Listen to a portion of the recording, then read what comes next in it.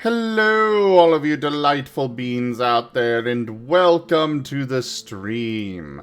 I am Razim, and this is Lost in Chaos Scar, Season 2, Episode 11, Team Abation. We shall begin, as we always do, with introductions, beginning with our illustrious storyteller, our illustrious storyteller. My tongue does not want to work with me today. Storyteller Enja. Sorry, my tongue literally was just not letting me say that. It's a tongue twister. Alright. Hello and good day. I am the storyteller, Enja Lumerias. I play the allies, I play the enemies, and I orchestrate all manner of events that will be unfolding for you today. Though truly, this time, who can say what will happen? So much has been happening, and it's just not slowing down. So I will pass it over to Rex Strider.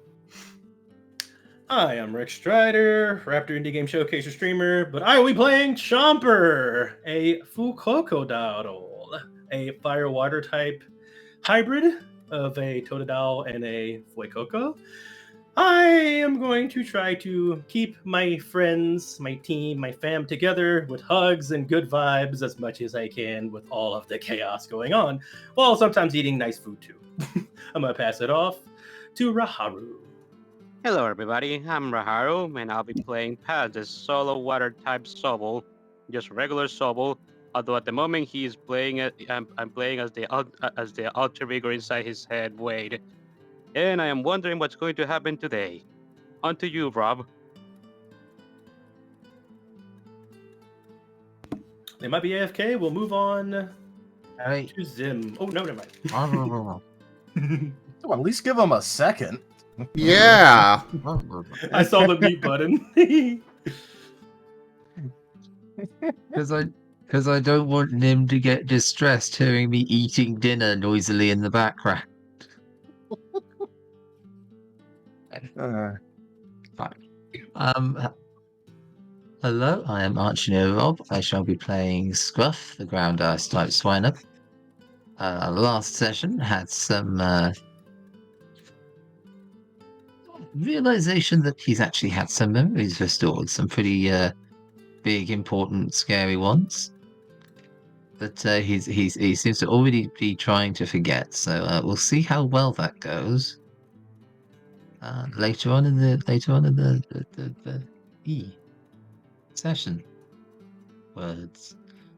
Moving on to Zim. Hello, everyone. I am Razim, and I am playing as Nim, the fairy psychic type Midnight Lycanroc. Off to you, Vane.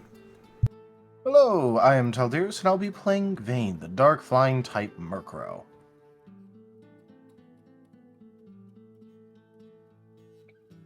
Alright, and now we'll go and move over to the recap.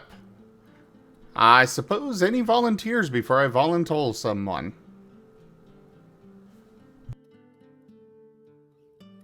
Okay, go for it, Paz.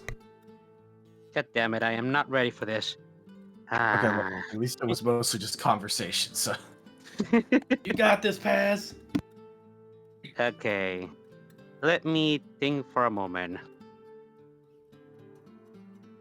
If I remember correctly, the session started over at Sigmus's house, or did we start it somewhere else? No, it was at Sigmund's, because we were talking with Calti. All right. Generous bestowal. You have time. Thank you, Human Eamon. _ tipped $12. This goal seems entertaining. Razim evil. Oh. Entertaining is definitely one word for it. But thank you so much for that tip, Geeman. That is the first tier of the tip goal completed. So Okay. soon! Mm-hmm. Okay, so we started at Sigmund's house, where we were basically we found Calti speaking with Sigmund, and we kind of decided to just head inside, where we ended up just having a bit of a long conversation with Calti that Wayne was waiting for after Calti kind of just dipped on him the other day, or rather earlier. I'm not sure how long it was. No, yeah, I think it was the other day. And in that conversation, we kind of learned quite a few things, like Calti apparently being a future version of a combination of Casa and Noah. A kind gesture.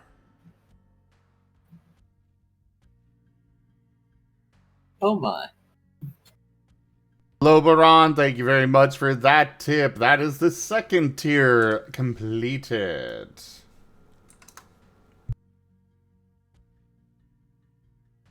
The combination of Casa and Noah, they come from the future, where apparently Calti had stolen Diagos's powers, and that's how he has the ability to travel to time.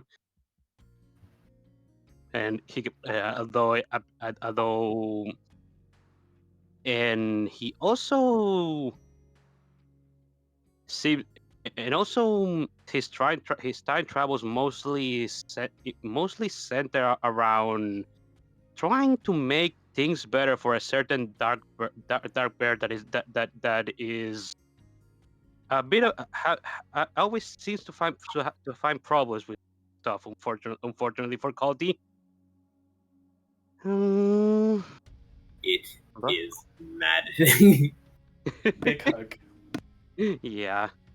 Apparently, Calti has been doing this for so long that he can't even remember what is that he wanted to do to travel back in time to do in the first place. Either that, or he just Noah's path that's just making him forget. Because Noah, we all know how good Noah's memories are. And what you may call it. Well, another thing we learn is actually a bit of how his time traveling works. He mostly goes back in time, because if he goes forward in time, the way that time just branches out means that he can't really tell where he'll end up. So he mostly goes backwards and just stays in that particular timeline until it's time for him to just try and do a do-over for whatever reason. He didn't really tell us what his reason for going back is. Also apparently whenever he goes back in time, whenever the chosen Pokemon are selected, it seems to be a bit of a random chance of who shows up. Bane is not always there, and the rest of the party is not always there. It's just random. Yep. And also, apparently, you can't really exist alongside yourself when you go back in time. The only reason why Calti exists is because he's considered a separate entity now that he's fused with Noah. And he's actually afraid that if at the moment Casa and Noah were to fuse right now, he'd cease to exist. Probably. Hmm. Oh. There was the whole thing about Wade finding out about astral type energy. Right. Sigmund, Wade asked Sigmund about astral type energy because it was something that got him really curious, that was just mentioned offhandedly. And once he was told about it, he kind of remembers something, but during that entire conversation, Wade has just been kind of building up a lot of anger, and he decided to just let Calti speak for him, since he knew that he was probably gonna give more than an accurate answer, and if he didn't, he could just correct him. So yeah, Calti basically described that Wade is a saint from a different Pokemon world.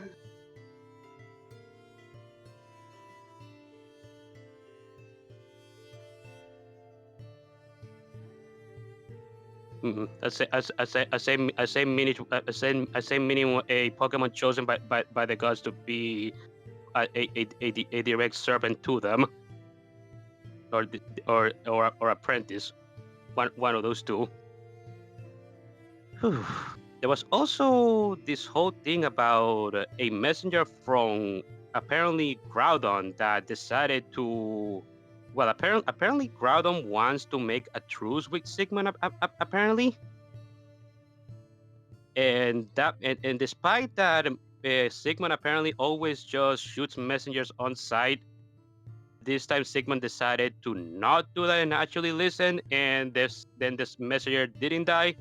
So that may be something that might happen later.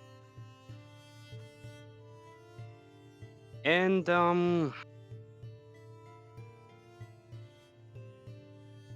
it, there was something else at the top of my lung and at the top of my mouth, and I forgot it. There was that whole part of the team when the conversation like sort of died down for the like entire group talking. Did go and try and find Scruff, and they found Scruff. Right. Oh yeah. Also, Wade on the way to the library, Wade basically asked Jumper to basically look over past for him because Wade at the moment can't basically keep an eye on Pass while he's asleep. Their memories are still mutually exclusive, so that Wade basically tasked Jumper with that, and then we arrive at the Casa Jumper and Wade arrive at the library trying to look for Scruff, and eventually they found him inside of a cupboard. We were apparently playing hide and seek with him, and we were having a bit of a hard time trying to find it until somebody decided to ask Noah. And with Noah's extrasensory ability, we found Scruff pretty quickly, and then we kind of had a big of a conversation from him about the time he freaked out from the big earthquake that happened earlier due to Groundham. That is that's another thing about why the messenger came. Apparently Groudon wanted to apologize for the little earthquake that happened earlier. But yeah, we also discussed that apparently Scruff is deliberately trying to not remember his memories, even though he didn't knew that he was doing so. Because he just keeps lying. He just keeps having lapses in memory of when things that he speaks. And also apparently his boy Parasite was acting weird when BM was when he manifested in front of BN. But we haven't been able to ask BN about it because he kind of got knocked down by Samantha kind of making him short circuit by inserting her paw into the hole in the back in his back, which we have no idea why she decided to do that. I think she thought it was funny. We didn't think it was. I think she did explicitly say because it was funny. Yeah, she did say. It did explicitly say because it was funny, and I don't think anybody laughed. Yeah. Besides her. Had static sounds in there, if I recall. Yeah. I mean, it was interesting, but I don't think it was funny. But yeah, I think we kind of left with the group at the library deciding to try and help trying to help clean up the library because Bianca at the moment was out on the count, and he was in the middle of cleaning the library. Well, I probably missed a lot of stuff, but that's the recap. I'm sorry. No, that's pretty much all of it, to be honest. Yes.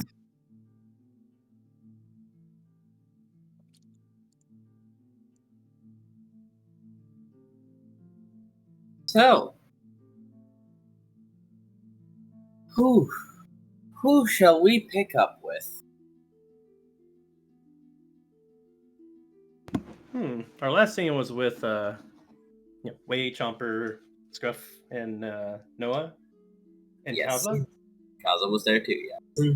So maybe the next scene Оказывается, over. имплант where не would it be? только помогает скорректировать поведение I животных, believe Ben, I он believe также Ben and Nim are помогает still on избежать таких Sigmus's проблем house и болезней, Мгм. которые связаны с with излишней Sigmund and активностью Atrano. надпочечников, Mhm. таких как Then рак, I suppose over there дерматит, then. аллергические проявления. Atrano just Bing chilling on the couch this entire time. Chilling like that, Marten. Hey, it's Оказывается, имплант fine не for только it's помогает fine with him really. скорректировать It's like поведение I животных, он don't также know anything помогает what's избежать таких happening. проблем и болезней, которые связаны. Boy, these sure are things being said right now. Yeah, that's about the size of it.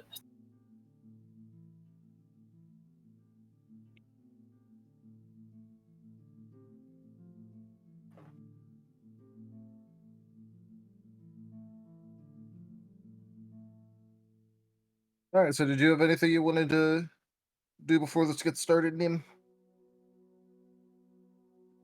Nim is just waiting patiently right now while you are discussing with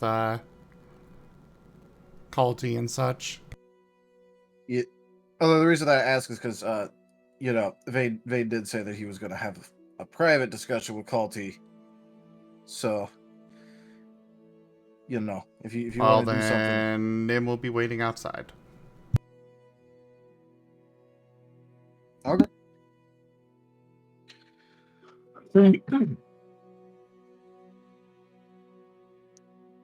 Oh boy. Luckily, me and Digi already kind of decided that we're gonna we're not gonna have the full discussion because otherwise it would just be a couple hours of fucking that. So let's not do that. Let's use a smarter use of the time and just have like basically a recap portion of the conversation where it's just basically Vane going over some shit. Let's have a session where people play. Yeah, let's not just have like half the session be Vane basically being an inquisitor and like asking Calti what the fuck is going on.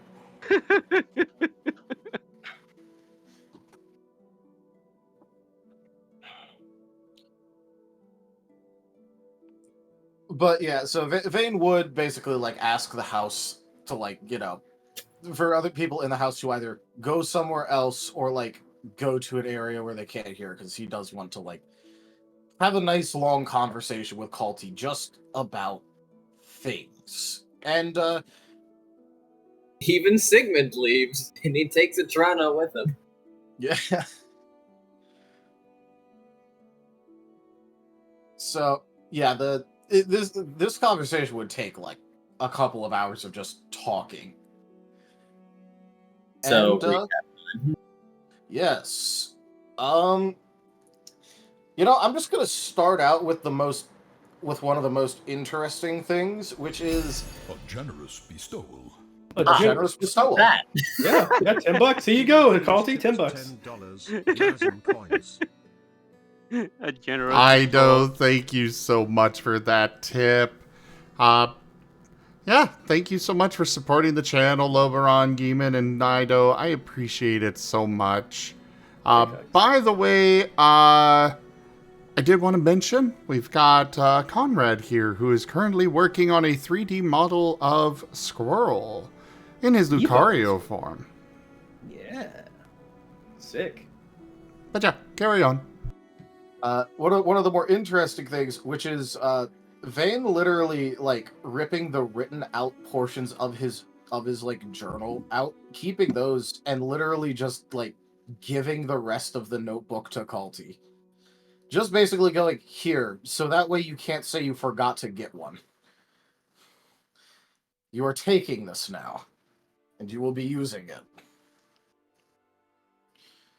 So Vane no longer has his journal. Calti has, well, Vane has like the contents that he already wrote in. He just doesn't. He needs to get a replacement now. Yeah. But interesting factoid. Apparently, Vane successfully killed Calti once. Not that it stuck. In one of the many attempts, and somehow that Vane decided to go, you know what? I'm just not gonna get erased by timelines, thank you very much, and is somehow counting as a different person as he basically went off to live in the middle of nowhere. So yeah, Vane is not sure how this apparently past version of himself has managed this, but apparently it's a thing. So, I mean, you also managed to kill Calti. That is also a thing. So, well, yeah, but it also shows that apparently the definition of what counts as a different person can be a little bit loose. I keep telling you, Dialga's powers are very confusing. Yeah, but I don't think he used Dialga's powers to do that. I don't know what he did. it's a I do fucking not- mystery. You'd have to find him and go ask, and not get murdered. Yeah, so yeah, Vane is decidedly not going to go try and literally bother himself when it's ostensibly a hyper-powerful bad end version of himself. He has survival instincts, thank you very much. But yeah, basically Vane has decided that Calti needs as much help as possible because this is a complete mess, and well, he needs to find someone that he actually is able to talk to and confide in, that he can have access to in basically every single timeline that there is. Because, like, obviously, even if he did everything right and got a favorable disposition for Vane, Vane only shows up about like 2/3 of the time. So that wouldn't be a good thing to rely on. But he needs someone that he can actually like talk to about things instead of pretending like everything is perfectly fine and bottling it up and just going off by himself. In addition to that, he needs to figure out what his actual goal is, or at what point he'll stop, or just like and get an actual concrete reason as to why he's doing this. Because, well, he's apparently just been aimlessly doing things for however many millennia, however many thousands of millennia, and that ain't healthy. So he also explicitly wants Calti to try and find, like, either a stopping point or just, like, an actual reason. Which, apparently, Calti hadn't even considered doing.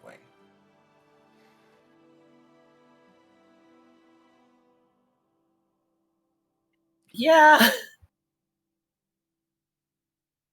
Aimless desire for an arbitrary objective. That you don't even know what it is. Correct. It's a literal wild, well, not literal, but it's a wild goose chase. That's like asking, well, I will remind you that he is part Noah. I do remember. That's what concerns me. That's the concerning part. Because he lost his shadows, apparently, and doesn't know where they are. Even Noah is concerned about that. The current Noah. Yep. And Calti has decided that the help that he wants from Vane of this timeline is help figuring out what the hell his powers are. Because he doesn't know.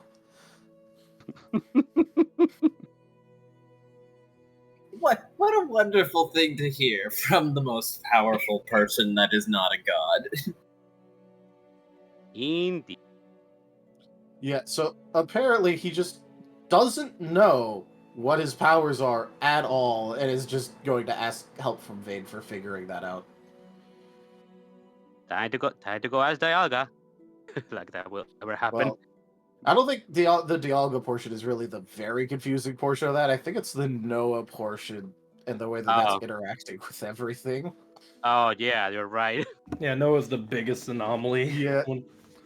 So he has decided to ask for help from Vane because, well, Vayton just straight up somehow magically finds a weakness that he has, or like a hole he is not filled with his current like remembered powers like every time he's tried to kill him. So Vayton's probably a good bet to ask with help figuring out stuff.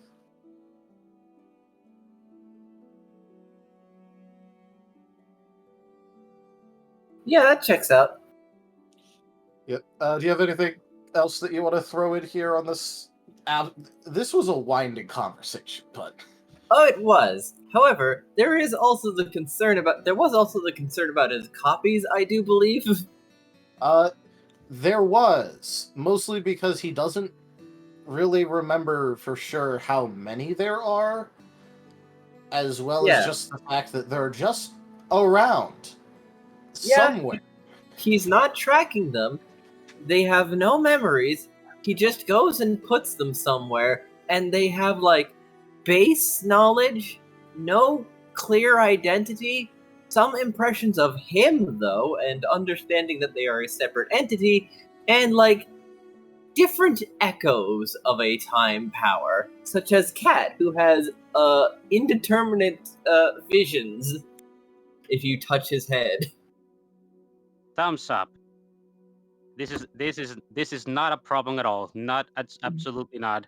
Has not caused any trauma whatsoever. Haha, Twitch.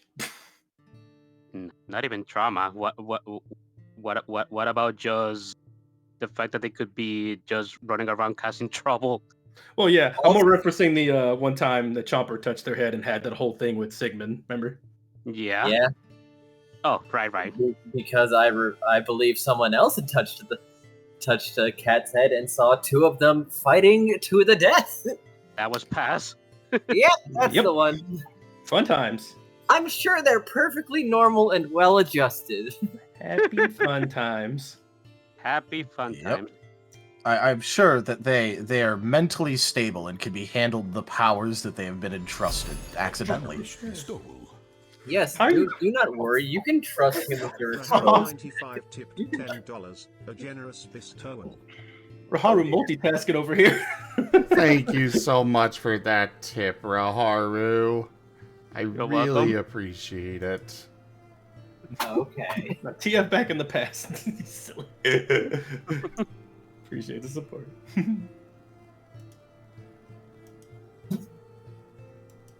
That would be the fourth tier, or the third tier of the tip goal completed.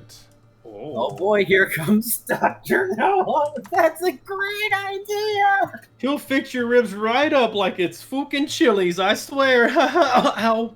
It hurts the laugh. He'll get rid of those weird gaps in your ribs, don't worry. Yeah. Proper approved. Ow. It's okay, I'm fine.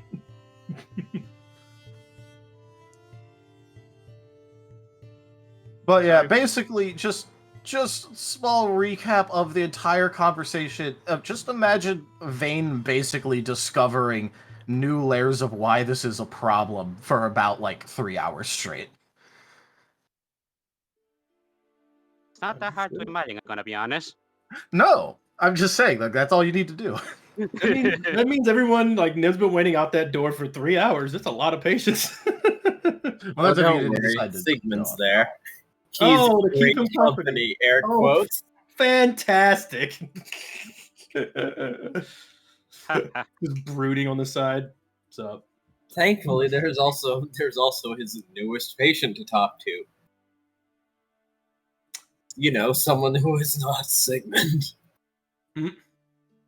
Yep. But yeah, basically, Vayne and Calti have decided that one of the first things Calti should do is not withhold information from the version of Vayne that can and will and has killed him in the past. Maybe that's an awful idea. Maybe you should just go tell him. Yep. So he's probably gonna go try and find him, yeah. Yep. Which actually does segue nicely into one question that Vayne had about this that he hasn't really asked yet, which is, Look, if you had a hyper-powerful version of me that you could fight at any point if you found him, why were you going and antagonizing other versions of me, too?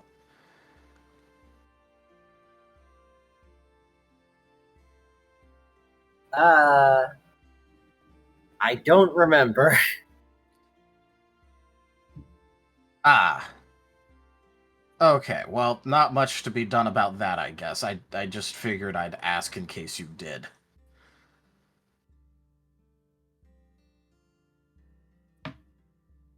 No, I don't.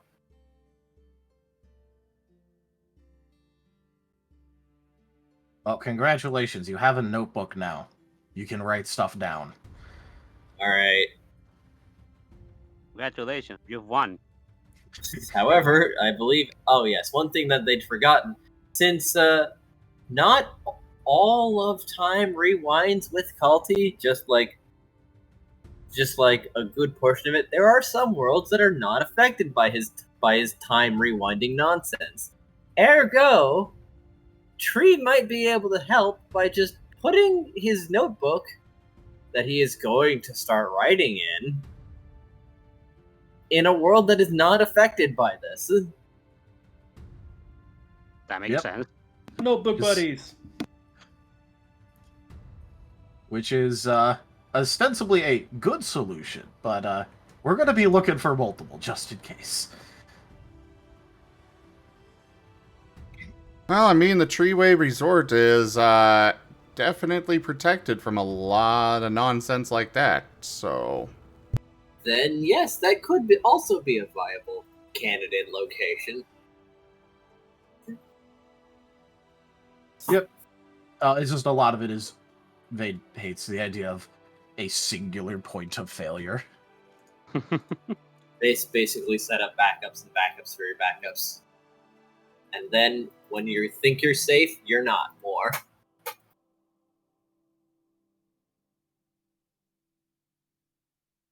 Yep, especially if it's, quite possibly, like, all of this work and progress would be undone if Calti just forgot. Which, considering it's Calti, is entirely possible. Ergo, Tree is going to have to remind him if he goes back again. Which, apparently, since he can even rewind time and go back even when he's dead, I mean... That's some Prince of Persia rewind time. It's pretty good. Look, I don't get it either, but he can do it. As evidenced by the fact that a version of Vane has fucking killed him. And he's pretty fine. He even thought, that was kind of cool, actually. He's still here. Just to suffer. But yeah, Vane isn't wanting to touch that particular situation with any length of pole. He just isn't touching it at all. I do not blame him. Mm-hmm.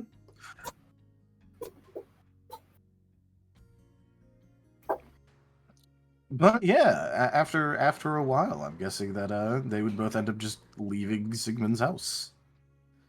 Yep. So, does Nim have questions for this strange Zoroark that seems to have a pendant and apparently was just with Sigmund for a while? Not really,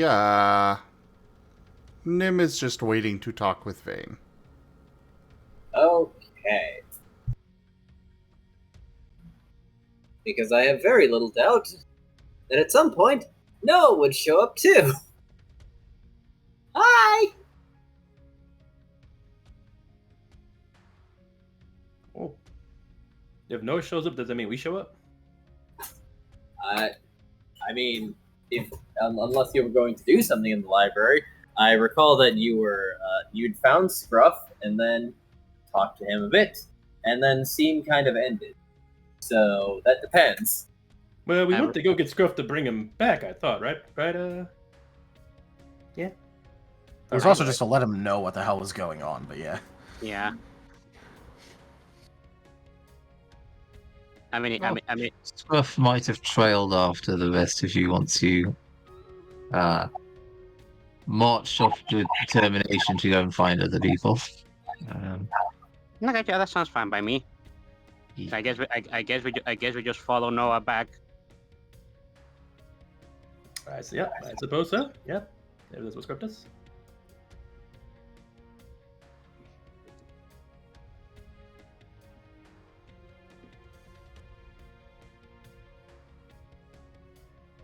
I hope BM will be okay.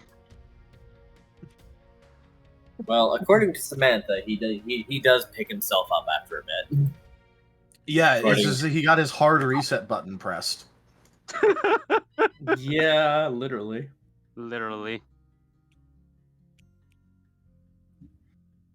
Well, nothing to do about that. Oops, he's factory settings. Jeez.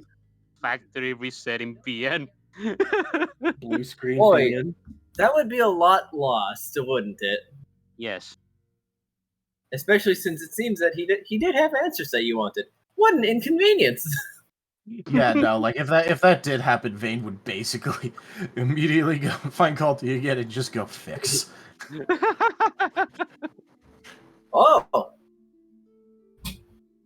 Okay. We are not going to lose all of the knowledge that the custodian of the great library had due to someone wanting to play a prank on him. Basically, That yeah. would be terribly unfortunate. Wary. But yeah, we're just like with Noah. I mean, you continue on with the scene whenever Vane's heading out, or Nim's waiting on to talk to him and all that. Then yes, I suppose the conversation ends. Vane leaves, and everyone's rejoining outside of Sigmund's house. I believe probably enough time has passed for Bean to pick himself back up and just be a little wobbly, a little woozy, and very confused. Like, what happened?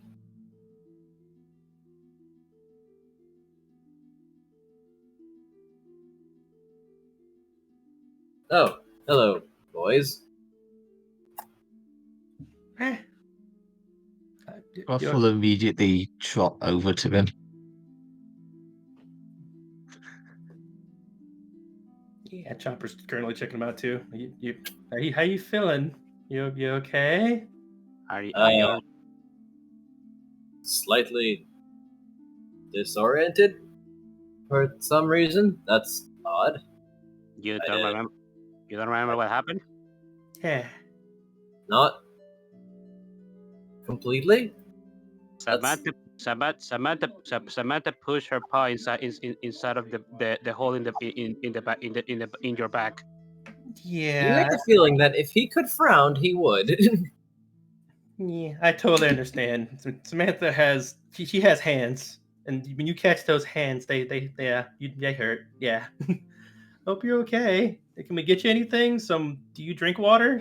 I do not. Okay, didn't think so. Well, can you tell us something about what happened? You made weird noises whenever she did that. Any well, it kind of sound like or something like that. I can't really make the sound that well, but it was very like It sounded like static. Yeah, that. Fascinating. It was fascinating, even if it was a bit morbid to observe. Morbid. Well, I mean, you don't really see someone get, a hand stuck in their back every day. At least I don't want to. But No, I'd imagine that must be a fairly unique circumstance. yes. Chomper nods. I mean, in an ideal world, anyway.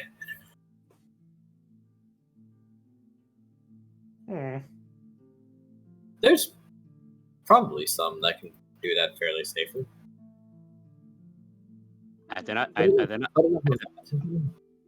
I That's don't know. never.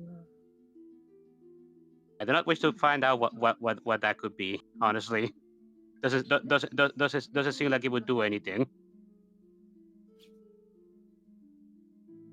I'm just glad you're So- okay. So, you were asking me a question? Yes. We actually we were kind of wanted to ask you about you saw it was Scruff's boy parrot, right? I did. I did do that. Yeah, you mentioned right before that whole thing happened and you passed out. You mentioned that it looked weird for some reason. Oh Or yes. something of the sort. Yeah. It took a shape that I would only surmise as potentially being a human. A Oh. human boy parasite. Oh, that Yeah. you know that actually could be him. He was. Okay. I certainly hope not. He was brandishing a weapon at me. He had a weapon. What it look like? It looked like a knife. A knife. A knife. Yes. Scribbling down notes. Did they say anything? No. So Hmm. it just manifested and began attacking. That's Well, I didn't give it quite enough time to go and do something like that. No. but it definitely looked like it was going to, right? Probably yes. I mean, I'm familiar enough with them to know that the proper procedure is to dispose of them immediately, and so I did. I shredded it to bits with the metal claw. That is correct. But it's not. It's not gone yet, is it? I don't think so. Mine. Oh no! Basically. You need several rounds of thoroughly disposing of the boy parasite before it is fully excised. Okay, so definitely mine's not gone either. Okay, I was hoping that. Well, it did say it was gonna come back, but I didn't think it'd be that easy. Just someone else attacking it. They are persistent. They are persistent little things. They're called parasites for a reason. Yeah, and they're in your head, or very tied to you somehow. I have two of those in my head. You have one for each of you? I was hoping you didn't have to deal with that since you had. Wade shakes his head. No, I don't mean it. I not mean it like that. Oh. That other version of you that you dislike immensely, yes? Wade nods. Aw, Wade, I wouldn't call them a void like a parasite. That's kind of a bad start to trying to get to know them, you know? I understand. It's probably pretty. I bet it's rough having to switch back and forth all the time. But at least yours not trying to heavily make you into a bad person and tell you, very mean things and, that kind of thing. So, yeah. Wade just closes his eyes and nod. Fair enough. Do you have any tips or advice for dealing with those parasites? Turns back over to the ghosty. Advice. Well, definitely don't be alone. I was lucky. Nim was with me last time, and Sigmund, so I had help for mine. Hold the line. And now I have all these wonderful people coming in. What's up, everybody? Y'all can help me with stuff now.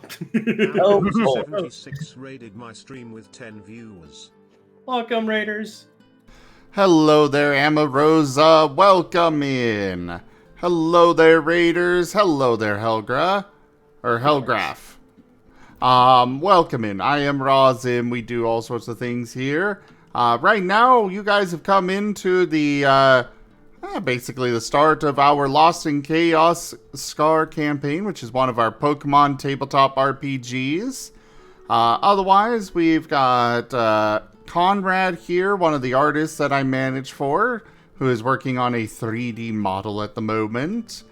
And yeah, settle on in, enjoy the show, everybody. Thank you so much for that raid. I hope you had a great one, Amarosa. And yeah, enjoy the show.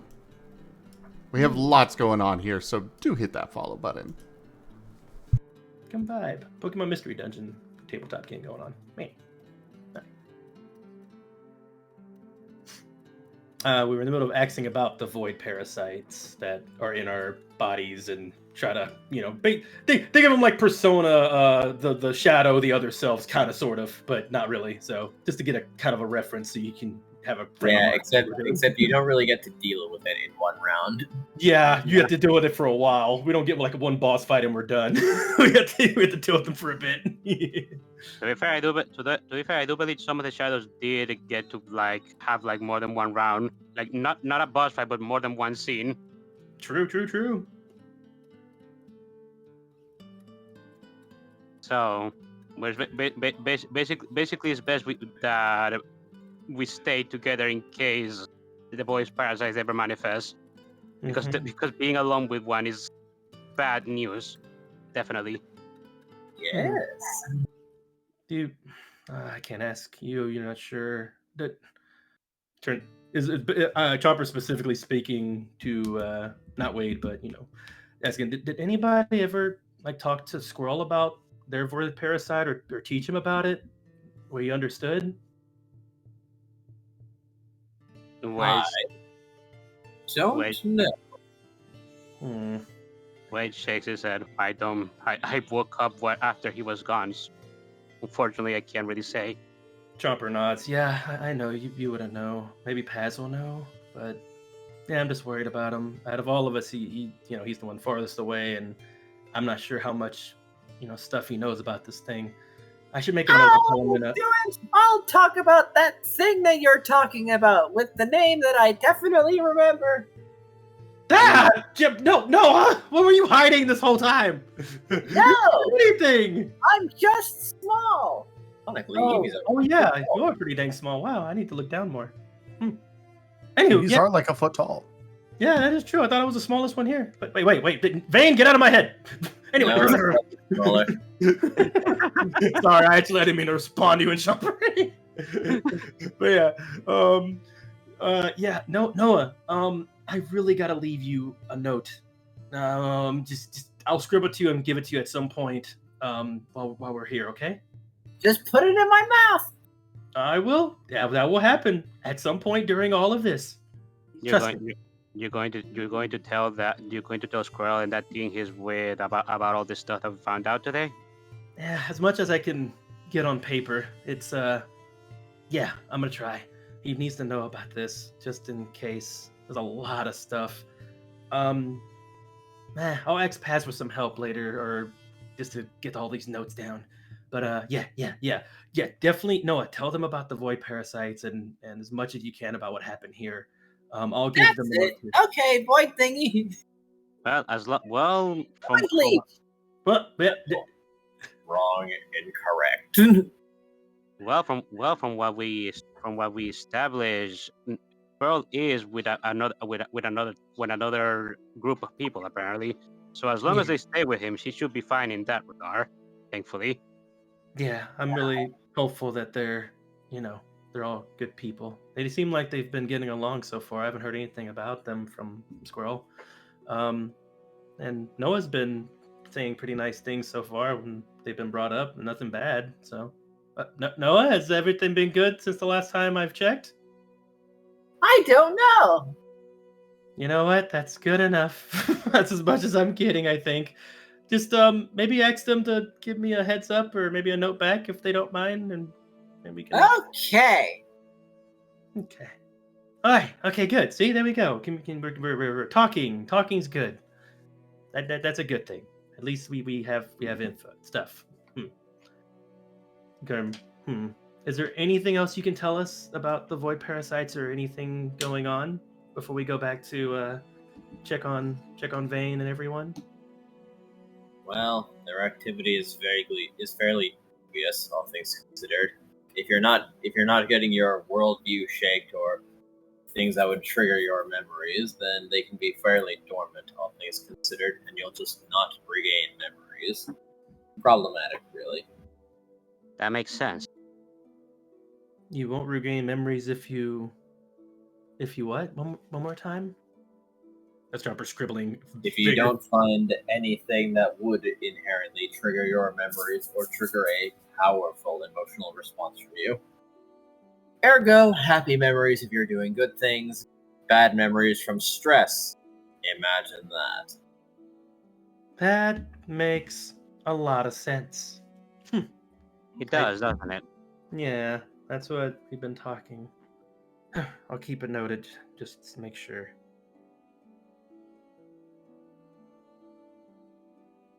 Okay. You have anything you want to ask, Wade?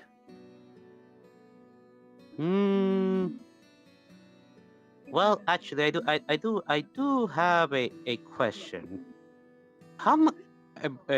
Completely unrelated to the other stuff, but I just want to ask, how much do the dummies on the training room cost? Like if one were to break, how much would it cost to replace one? Oh, well, if they were completely, utterly, and fully destroyed, I suppose it depends on the region, supply and demand, after all. But I do believe, for material costs, probably 75 okay. However, if you happen to have the move recycled, then pretty renewable. Wait, nuts. All right, thank you.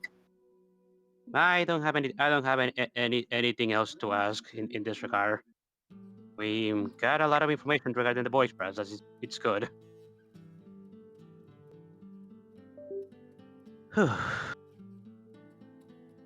So, are we heading back now?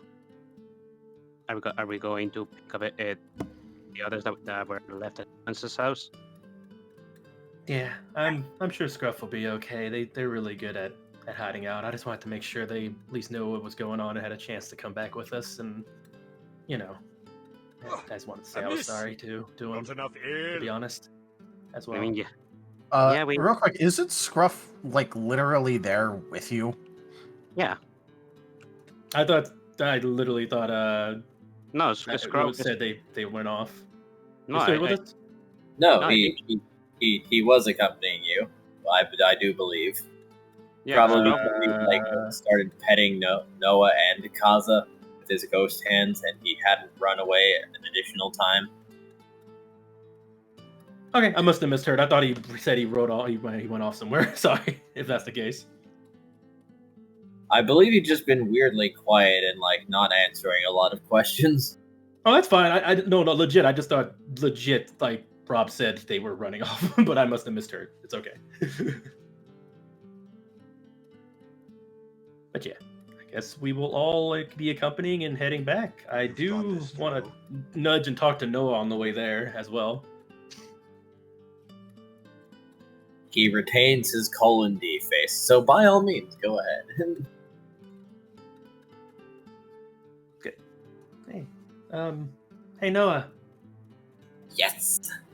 Yeah, I haven't been talking to you that much. I've been just really. It's hard to focus on multiple things sometimes, especially with how fast everything's going. I understand. Yeah. How you feeling now? How do you have time to maybe settle and take some stuff in a little bit? Any notes? My notes? Yeah, have you taken any good notes? I've been I've been having to flip through a couple pages myself. This stuff's a lot, man. There's so much stuff going on. He pats his fluff and realizes that they're still absent. Oh, where are my notes? Oh no! Did you lose your notes? You're gonna be like Calti. You can't even a Time Lord can't even get their stuff together. You need your notes. You told us that the team that Earl is with took your notes. Remember? They did? Yes, you need to get them back from them. Oh. Yeah, that's right. Checks my notes again. Remember. Noah's forgetfulness. Combined with Chomper's forgetfulness. Hee hee. Okay, well, glad we got that settled out. You definitely need to get those notes back, and also not listen to the notes from you know who. Eh. Okay, get notes back. Do not listen. No. What? Listen to your own notes, but you know from the Queen and just be very wary of the notes you get from those higher up people that's been giving you all the notes. Just take them from your friends, like Squirrel and your team. Okay. Sort notes on who gives me note, and then listen to ignore notes from Gloria and people of authority and Squirrel about notes. And if Squirrel gives me note, I guess that. If Squirrel gives you notes, thumbs up. Like Team thumbs up. the wheel is squeaky, but it's trying to move.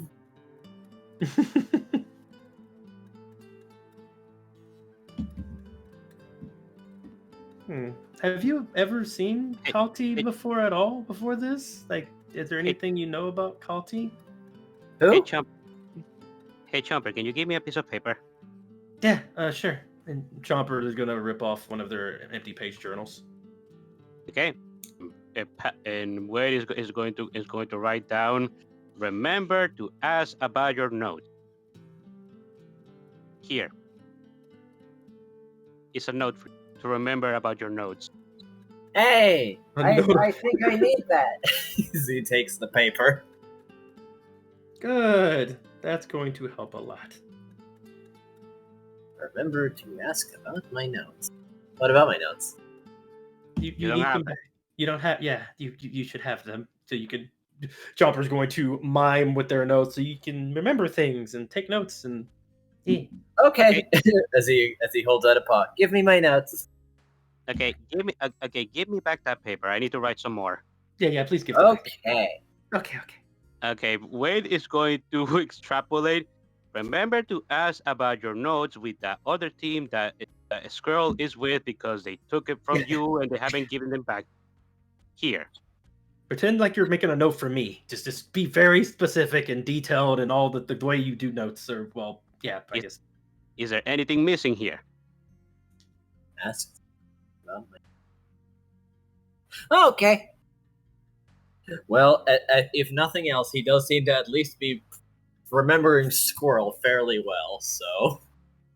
Okay, good. This one might stick. Okay, good. Here, have it. Keep it. Yes. Yeah. And wait. I need to see that note. I remembered. I just looked at my notes. 1 sec. Chomper's gonna quickly take the note. Okay. Don't listen to Holly or Victoria. Dead body tier people. They're not good. No. Bad advice from them. Think about it yourself. Be yourself. You're fucking awesome. You're cool. Don't let people talk bad about you. You're a really cool friend. Hugs. XOXOXOXO. Chomper, squiggly face. Hands back. There we go. He's going to look very confused as he has no idea what it means when it says dead body tier. Oh, they're the ones that want you to eat bodies. Don't do that. They're bad. Do you want me to write that down? Wade, do you want to correct my thing? I don't think it was. Just don't listen to them. Holly, Victoria, bad. They don't give you good advice from what I see. You should think about it more. Think for yourself with that one. They're not. I've not seen them being good people. I don't want to tell you what to do though, but think about it. Okay. I cannot say one way or another from what I've been hearing. This Holly and Victoria people seem to be very suspicious individuals, to say the very least.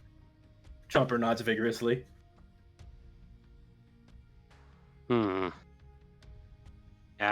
Wade is going to take the paper one more time and basically just rip it apart so that his node and Chopper, so they just start in separate things there, so that you won't get confused. Yeah. Yeah. Make sure they don't get that note that I made. The Holly. Yeah. So that's just for you. Don't give that back to anybody. If anybody wants it, you eat it. Wait, not anybody. Your team can have it, just not Holly or Victoria. There you go. Now we're clear. Okay. You see his eyes drifting out of focus. Chomper, I think you should probably stop. Yeah. This is why I take notes. Okay, y'all ready to go? Yes. Okay. Scruff, are you coming? Come on.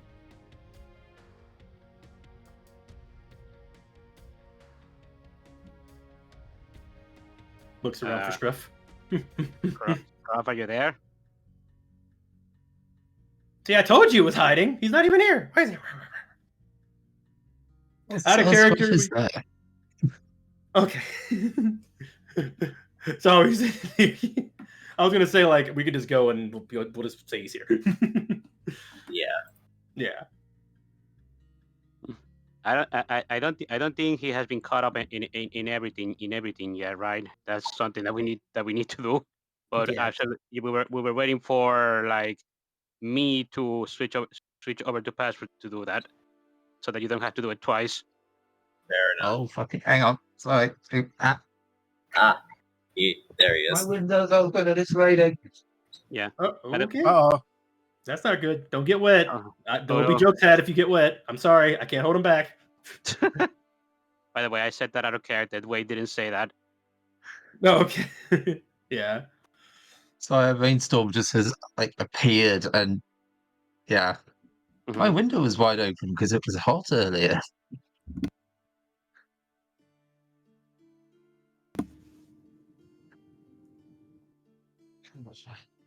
But yeah, and just so we don't forget, Nim's still waiting for Vane to come out of the room so they can talk with them. Yeah. Well, you guys were talking over in the over the thing, so I didn't want to interrupt that. But yes, Vane will be coming out of the of Sigmund's house.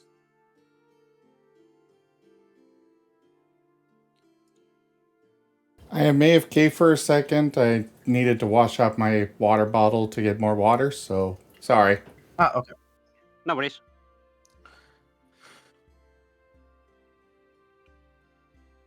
In that case, Vane will just be like kind of like looking around at the people there, which is probably just going to be mostly everyone at this point, right? Yeah. Sigmund's there, noting that you seem done with your talk. Yep. Vane is just going to go, well, it's a mess, but it's not unsalvageable, I don't think. High praise. I suppose that is a good way to put this entire situation. Yeah, it got even more complicated somehow after the private talk. I do not doubt it. Did you learn anything? Apparently, the rule where you can only have one of you around in any given world is a little bit loose. It is not exactly an ironclad rule. Huh? Really? How Well, so? From what Calti said, apparently, you remember how he said that he intentionally tried to get me to assassinate him a lot? Yes. One of me was successful and killed him. And then decided, I'm not going to get rewound with time.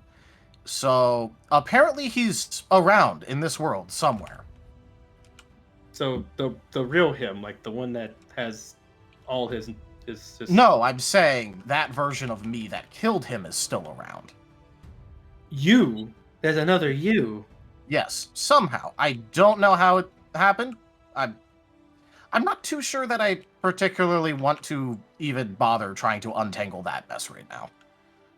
That quite the mess indeed. And like I keep saying, Dialgus's powers are very confusing. I do not envy whoever has to be his disciple. Well, yeah, but I don't. You know what? I have no clue what that version of me was doing, so maybe he did end up stealing Dialga's powers. Or Palkia. I don't know. Dialga is the god of time. Palkia is the god of space. Well, yeah, but also, technically speaking, because not every world gets rewound when Calti does his time powers, it's also reasonable that it would be a situation where he, leaves the world as it gets rewound, goes to a different world, and then comes back. So I That could is totally see a line where it's actually Palkia's powers that he's utilizing or something. I don't know what he's doing. that is a distinct possibility, and also another kind of worms that have his own listen to us.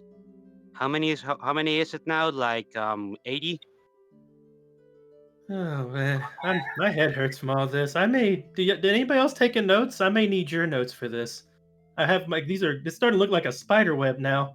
Huh. I am taking notes, yes, or rather, the journal is just doing it. Oh, I need one of those journals. It does it itself? Yes. Hmm. Hmm. How much are those? Oh no, Calti gave it to me. Oh, lucky. Yeah. I mean, Calti gave it to you, but he must have either made it himself or must have found it somewhere. He must have. So there must be a way to have another or make another. It's a little bit less magical than you think it is. Huh? Oh, really? Yeah, apparently he's just checking every night for what's in it and checks to see what's not in it and then writes it himself. Oh, Oh, so Calti is the one that's see. writing it. Calti is the one that's writing it down remotely. Really? Huh. I guess it's not exactly auto-updating. I just go to sleep and wake up to see that there's more in there. Yep, and he said he was waiting until you were asleep to do it, so Oh, a little bit less magical than perhaps previously thought. decidedly so. Out of character, Champa would be checking for Nim right about now too, but I'm gonna hold off till they're done with their thing. But yeah, so there's a lot of things going on with that. A lot of time stuff. Another you, Calti has a lot of time stuff going on, and I still don't know a lot about Noah. It's hard to find out. He doesn't have his notes. Hi. I don't. Hey. I don't even think Noah knows much about himself. And I Yeah. don't think, and I somehow doubt that his notes would be any different. They mostly from the way that he spoke about them, they mostly seem to be commands. Yeah, I don't. Yeah. I mean, we could go and talk. From what I hear, Holly and Victoria don't seem too nice of people. I don't think they would tell us anyway. What do you think? Well, I mean, we would have to get over there, and I don't think that I particularly want to get teleported around by Noah to try and meet with people. I just don't know how else we'd find out about it, and that's if Kalti's Kaza and Noah, we don't know everything about Kaza. We know what he enough, but yeah, Kaza, you keep to yourself a lot, and yeah, is there I mean, anything you can tell us that you mind telling us now that we know all this? I don't know it'd be particularly relevant. I don't. Let's see. Just to be clear, Kaza, I trust you. I just the big thing, I don't know anything about Noah, but it's just I just main thing is just feel free to talk to us more about stuff, because you're obviously you always go through a lot and you keep it inside a lot. Okay. I try to be out there with it and just kind of put you on the spot, but Right. I'm just trying to help you. Yeah. So what are we trying to find? Like faults or like problem? Your I hate to question, say, your question is kind of vague, Chomper. You need to be a bit more specific. what is something that you worry about the most, if you don't mind telling us? just so we can have a better idea about what Calti, what he got from you, and we can see what, you know, what part is Noah. Okay, my worries. Okay, so I suppose that not all too infrequently, I do think about the opinions of others a lot. Okay. And I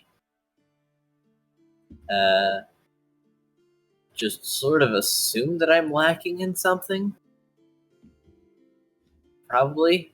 I mean, obviously one person can't do everything, but Chomper's nodding slowly, like kind of knowingly, looking over at Vane too. You could tell Chomper just doesn't really want to just throw it out there because he feels bad about just putting you even more on the spot.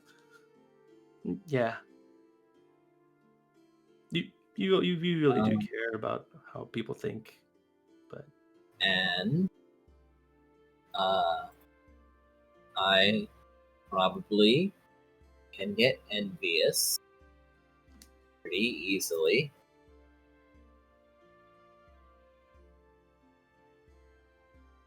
And Really now, you didn't really seem the type. that can be surprising, I suppose. Mm-hmm. everybody has envy, so you don't feel bad about it. Some worse than others, but that is true. Chomper nods.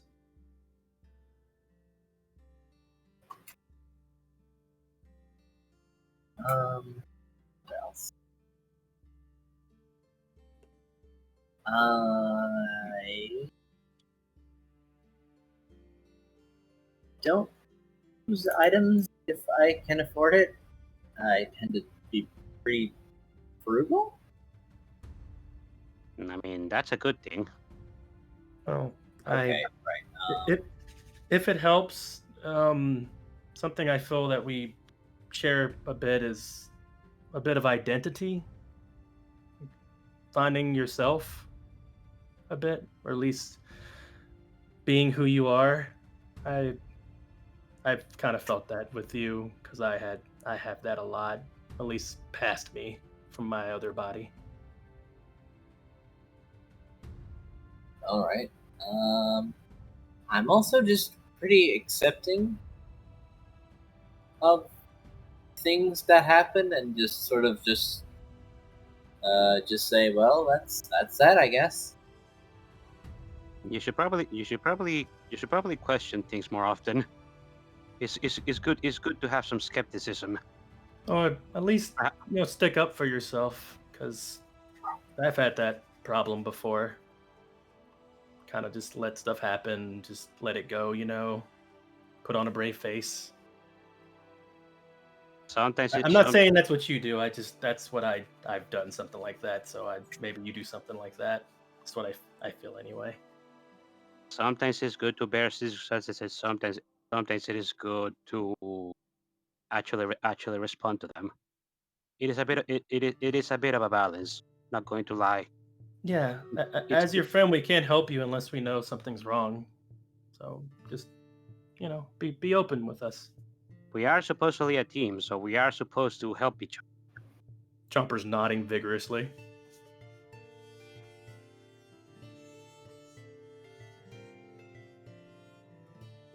Scruff, are you okay?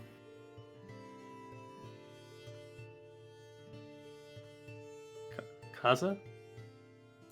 Well, he is here. I can dance on the head of a pin as well. And I know he's here, but he's not saying anything. And I'm pretty sure that's on purpose. Oh? I thought he was just being quiet. Well, yes, but like, think about what Calti said earlier, like a little while ago. You're going to have to be a bit more specific there. Well, all right. The only thing he really said about Scruff was the whole intentionally suppressing memories, so... I remember that. Yeah. Yeah. Scruff, are you keeping quiet on purpose? Do you not want to talk right now, or is something wrong, Scruff? Rob, out of character, please answer us and make sure that that is the case. Again, that's my problem. I don't know if it's because he's busy with stuff, or he's actually in character, not talking because of stuff. So I am actually also a little confused, just a little bit. Sorry, it could go either way. Rex, let him speak. I was waiting for people to stop speaking so that Scruff could have a second, but yeah.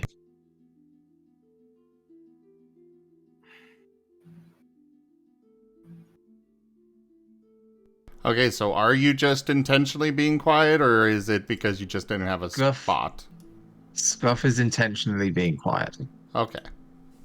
Yes. Well, you can still emote, you know. He Yeah. may be being quiet, but you could describe your character looking away or something, instead of just you yourself being silent.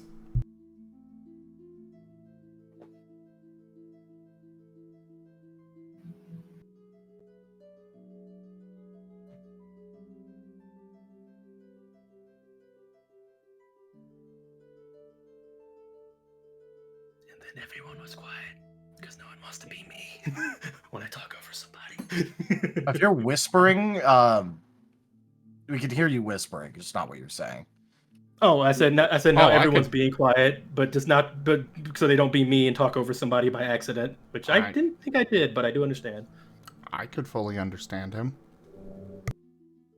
Yeah, I was trying to be understood too. It's probably just because I have him a bit lower, because generally he tends to be loud, so when he was whispering, it was just... That's fair. Very quiet. You're not ready for Whisper Chomper. That's gonna be season 3.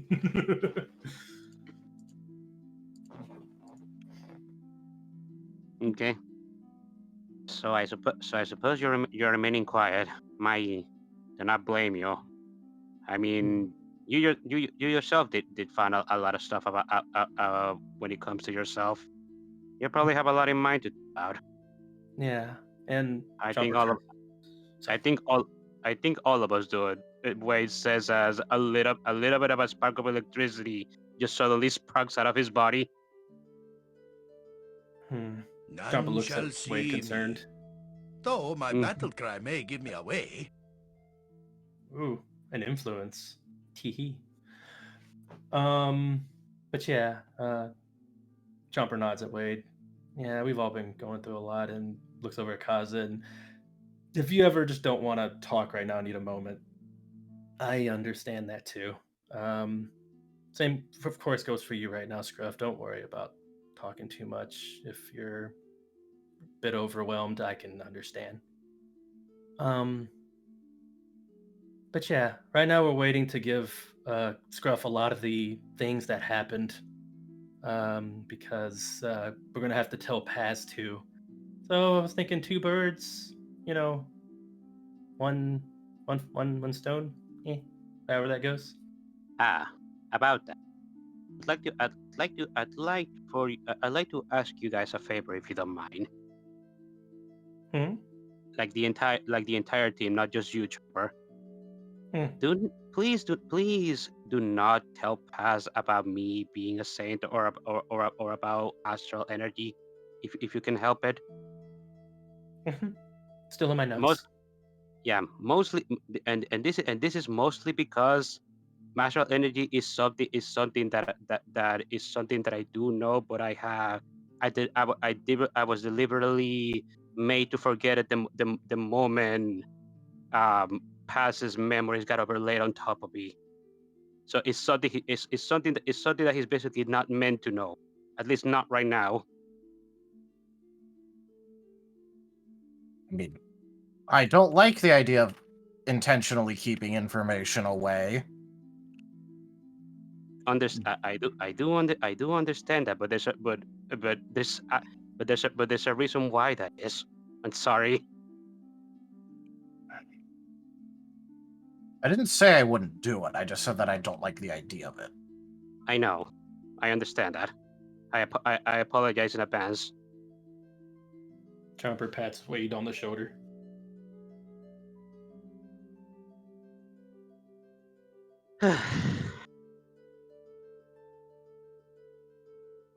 Wade is just giving a bit of a sigh.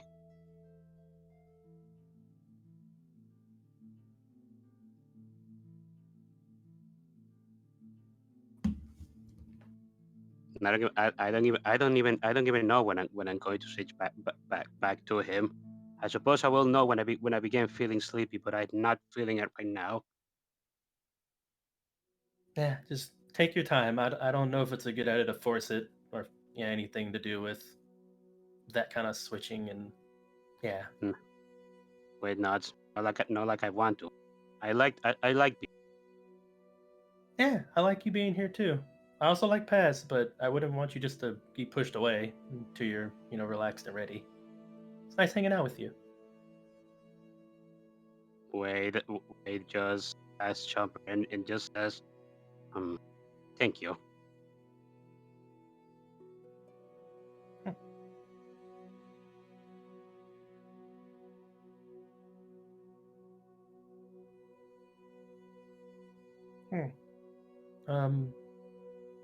Thane, did you have anything else to tell us about what well, I'll take notes for Paz later, but anything else you learned while we were gone? I mean, it was a 3-hour conversation, but just to Whoa. condense it down, well, Calti doesn't even remember why he's doing this or has a clear goal in mind for, when he's going to consider it to be good enough. He doesn't have any real sort of direction at all, and also his list of people to talk to is exceedingly low. Considering that, apparently he has, in terms of, friends, he has, or at least people that he goes to talk to that he considers friends, Sigmund, Zero, who's the, actually, was he actually elected yet, or was it just more like understood shoo-in? Understood shoo-in. The most likely new guild master, Zero, who I don't remember if he actually mentioned this publicly. There's just a lot of information, or to us at least. But Zero is one of those demons that he's essentially been spending a bunch of time trying to rehabilitate. So a P-Dove explodes out of Sigmund's tail. That fucker! Jeez. Oh, hey. It's the Demon Doctor.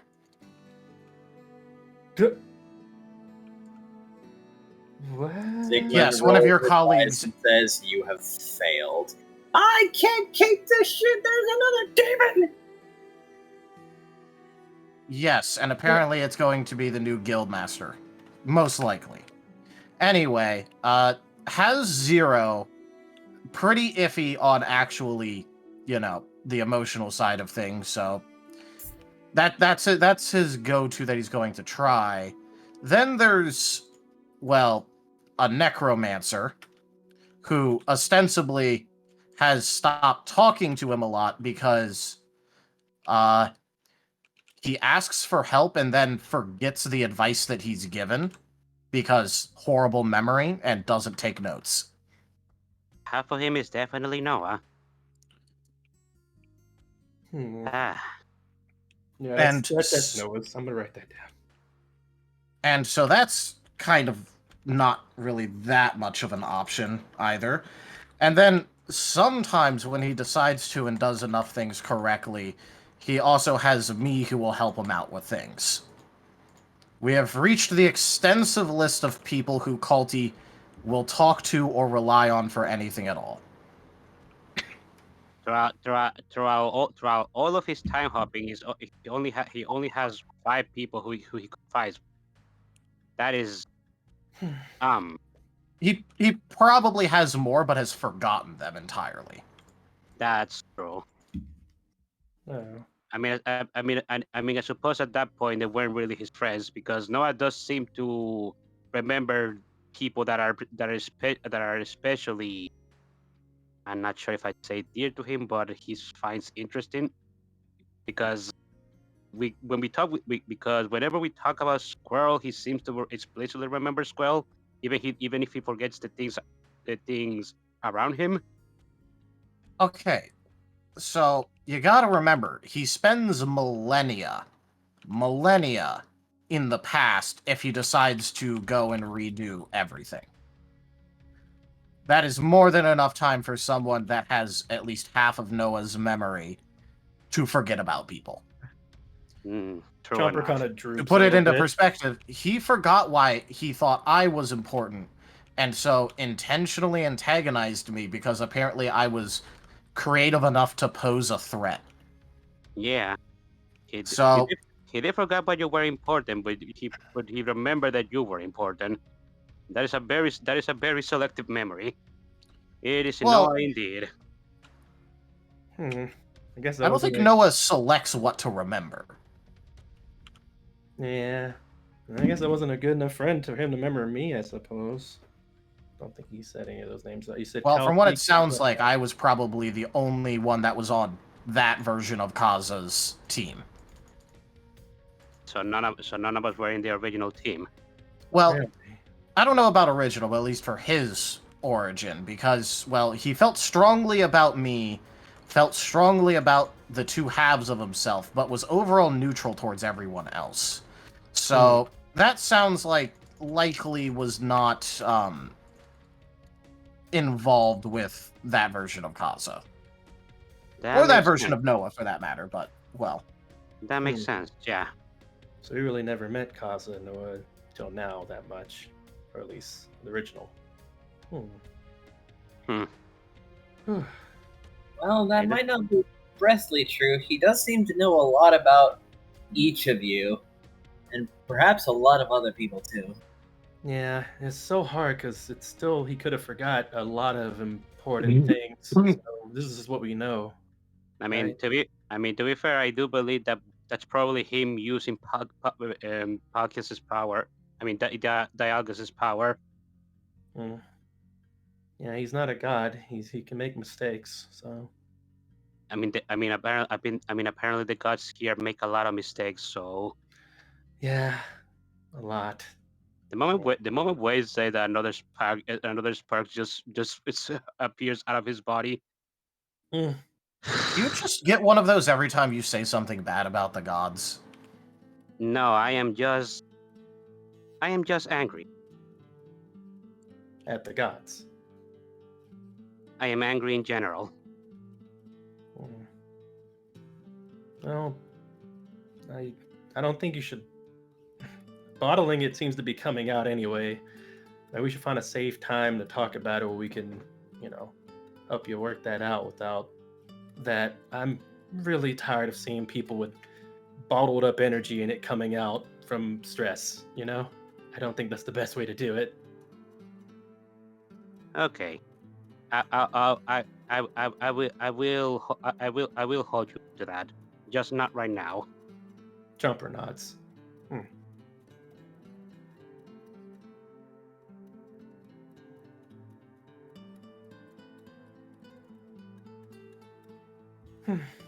Well, Chomper's looking around the room. I mean, we're just outside Sigmund's house. Oh, okay. Yeah, I didn't know we were back inside Sigmund's or what. Chomper looks for Nim.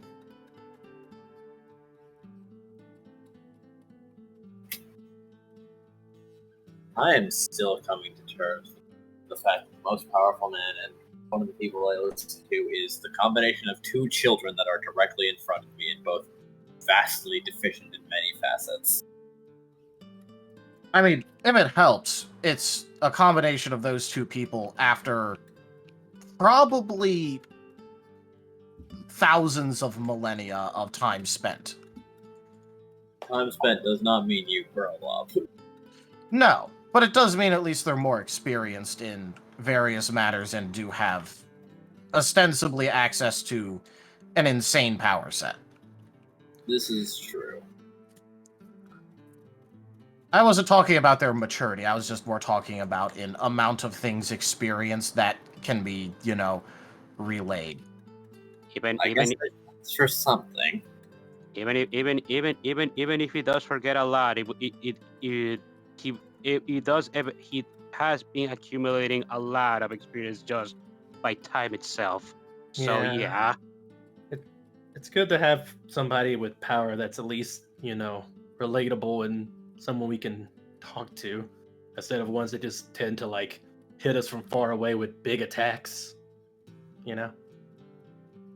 I don't know what you mean, but okay. Earthquakes, big explosions in the library. I'm talking about the gods again. I just don't want to say gods. But You're yeah. talking about Groudon. I wonder what that was all about. Apparently apparently Groudon sent a messenger to apologize on his behalf. Yeah. Which, Was likely because, and not guaranteed, but likely because Groudon was completely unaware that the area was populated at all because, well, there was an active veil up at the time. that is a distinct possibility, but what was the earthquake for in the first place? Is what I'm wondering. Oh, probably just an irresponsible let-off steam moment. Do you think he was? Go ahead. Wait, just size. So we got hit because he didn't know we were there. You think he was avoiding us on purpose and hitting things with earthquake, like a lot or something? Like, Well, the origin of the earthquake was around where the meeting spot that we had with Calti was. It was just, it was likely to send a message of some sort and then blow off some steam. I just don't particularly care whatever his reasoning was, because it was still enough to at least affect the town in the distance.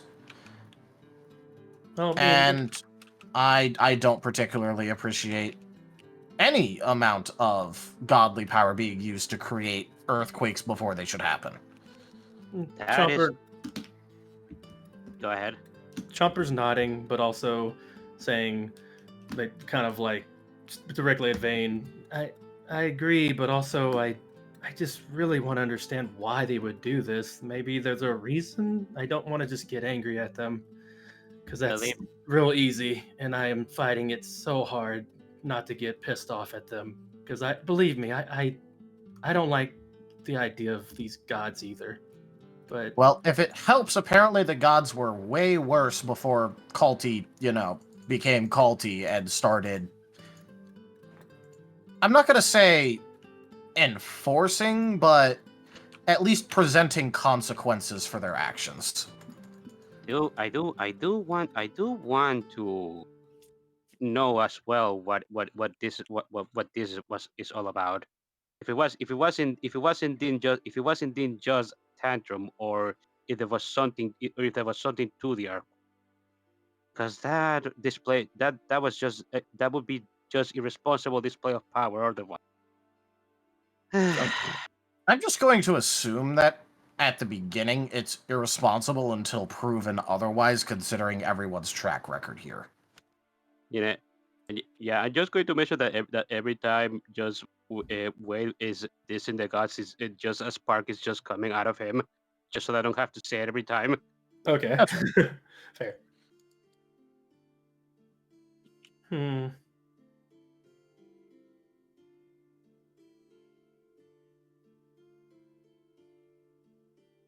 Trumper is going to be like slowly writing down notes right now for a little bit. By the way, Zim, are you back? Yes, yeah. I've been back, and it's just been one of those situations where every time I go to talk, somebody else starts talking. So it's like, oh, okay. Oh, okay. Because Zim, I just thought you were still away because Chomper said he was looking over at Nim for literally. Something. Well, yeah, but literally every time it was, I was about to talk and then somebody else started talking. Whoops. Okay. We'll be quiet. But yes, Nim is there. He is standing off to the side, just kind of watching the conversation.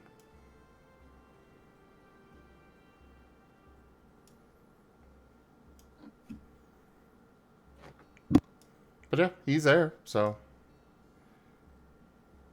You want Do you want to go? Go where? Your conversation with Vane? Ah. Yeah. Yeah, you did say you wanted to have a conversation with Bane. Yep. Well, right now you guys are still having that conversation, continuing on the conversation, so it's one of those not the right time kind of things. That's fair, but that's fair. I think we're wrapping up. I'm just kind of. Yeah, I was about to say. I think Yeah. I'm literally. Yeah. I'm trying to give you an in. yeah, things are winding down, so go ahead.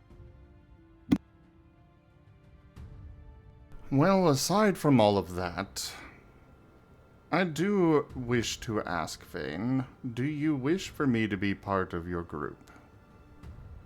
Part of your team here? Why are you asking me? You should be asking Kaza that. Because it won't go anywhere if not everyone on the team is on board. While Kaza may be the leader of your group, it will only cause strife and problems if not everyone is okay with the decisions. I mean, I'm just going to stand by what I said before, one of the last times we talked, where I may have been in the middle of the spiral, but it is still, well, accurate when I said that I'm fine with you basically just doing what you want.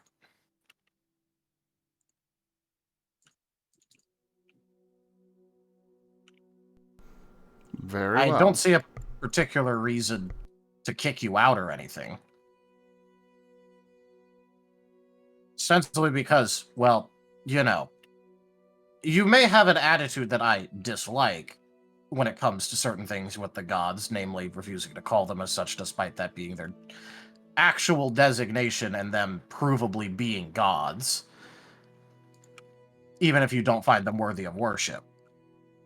But you are still ostensibly on the same side as us and do want to help actually deal with the problem that is the gods of this world.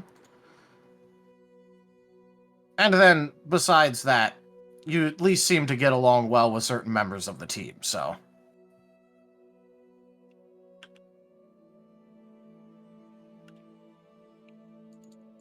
Very well.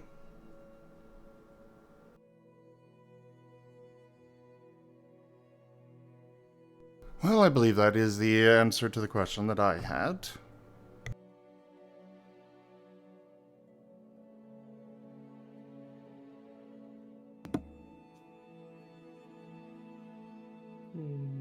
If Chomper's good, they were approaching him. What is up? What's up, my dude? I didn't expect a what's up from him.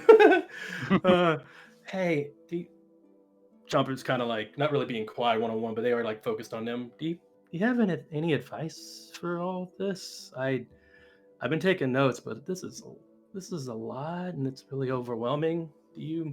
What do you think about all this going on? Anything I should focus on? I would definitely say allies are important to have in any fight, regardless of who they may be. For example, in the case of Groudon, yes, they made that mistake. However, from what I understand, it seems that his desire to work with you is genuine, and that should not be tossed aside. Chomper nods. Yeah, I was kind of thinking something like that. I didn't want to just go straight to attacking them and treating them like all the other gods, because not all the other gods sent us someone to talk to us, and also he didn't know we were there. So if we're going to be having to deal with all this, the more help, the better. So I agree. Thank you.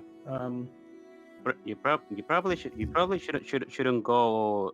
You shouldn't go to his domain with the mindset of wanting to attack them anyways.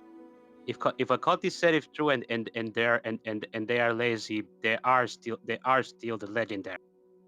They're up and above and most other Pokemon. Chompernauts. Yeah, that's what I'm thinking too. I just know we have a very forward, aggressive way of wanting to deal with the gods right now, and I don't know any other plans we have at the moment. I just want us to try to, at least think of the idea of maybe getting more help. If Adon actually wants to talk with Sigmund, I would be more than happy to be there to witness that conversation, because I would very much love to see gods of this world in person. I want to be able to witness, to see if what Calti has been saying us is actually true or not. Well, Wade, I don't want to have you make a promise, but I just really think you should talk with us about this Sparky thing that's going on when you say God a lot. I don't want you to be there and then get angry and something happens, I will speak about it later. Okay, I'm not pushing, but thank you. And thank you, Nim. I appreciate the advice very much. Absolutely. The other thing I would recommend is training. There are many things that could be done to make yourself stronger to be able to stand a chance in most of these situations that you face so far. Yeah, I really need training. I just keep failing at helping people. Just need something that could help. Never mind. We need to focus on this right now. I want to see where we're going. And Chopper's going to kind of just nod and keep taking notes and look over at Kaza for the next direction of what they're going to do.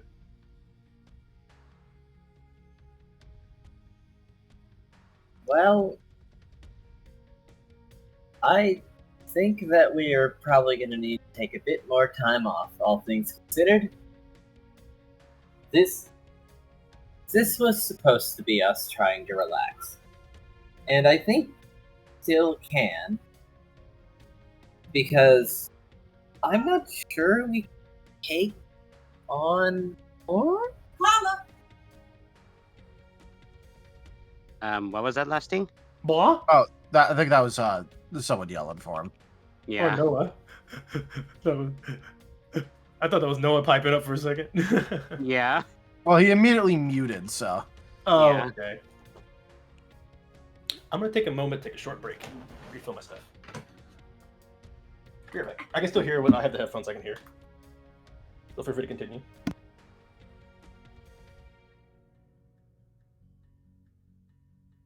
Well, speaking of training, at the very least, I was likely about to go and... Rex cannot hear right now. He stepped away. He just said that he'd still be able to hear because he had his headphones. Oh, he's using those headphones. Okay. Never mind, carry on. I was like, he just said that he'll still be able to hear. What? What do you mean he can't hear? I didn't realize that he took my headphones from my computer. That's how he's been listening to everything so far.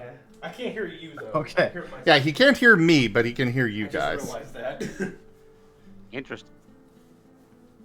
Okay. Yeah, because I was like, wait, he just said that he could hear us. What? Okay. Do you want me to feed my audio through those headphones? That would help for if I step out. Yeah.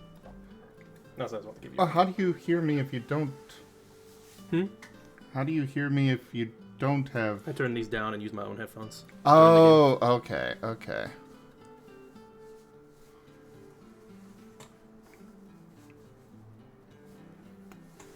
But yeah, give us a moment. I need to talk with him real quick as well, anyways. Okay. Thumbs up.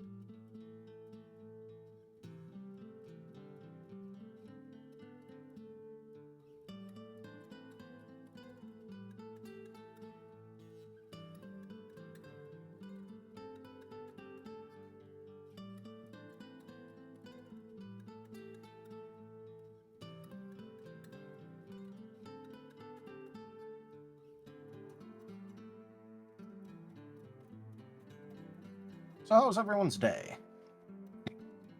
My day has been very well, honestly. Nice. Yeah. All right. Yeah. Besides, work was a little bit my current project at work was a little bit confusing, but I finally got to mostly finish it up, I believe. I just got to review it tomorrow. Ah, nice. Mm-hmm. Yeah, my work was really slow until it really wasn't. Ah. Yeah. Also, that's part of the reason why I stopped talking earlier today. I just kind of got busy at work. Sorry about that. Oh yeah, no, that's fair.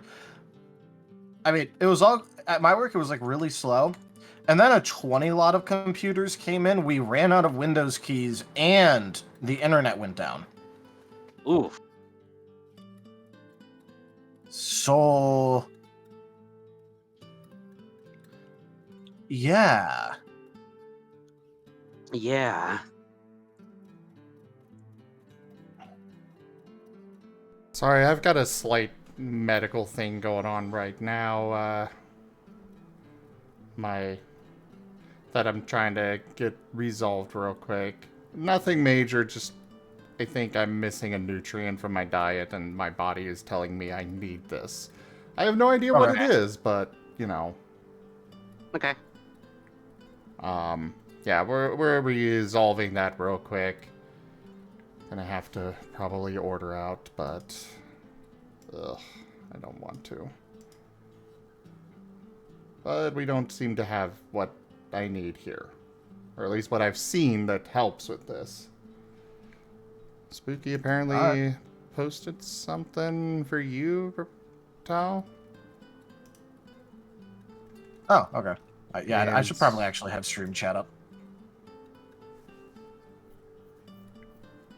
I will take a look in a second. Is it like in Oh, he posted in Scar feedback. Oh, okay.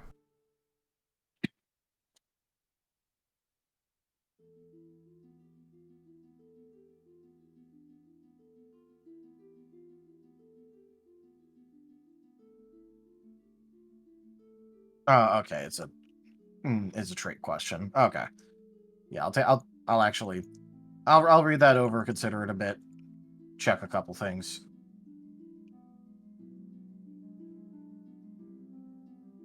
Right back. Welcome back. Oh no, he said be right back. Whoops. Yep.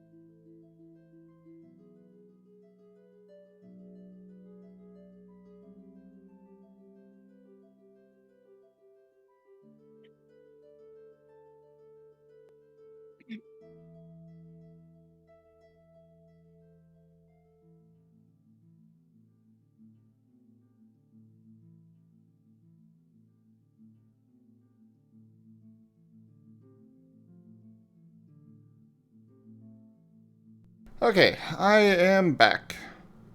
Welcome back. All right. I haven't heard Enja yet. I am still listening, and Enja's still muted, so. I am still here. Oh, you're back. Okay. Back. So where were we? Let's see. Post name and talk with Vane. It was mostly just discussion around like plans that we had to deal with the gods that weren't just blowing up heaven, to which Vade and Sigmund have not commented anything.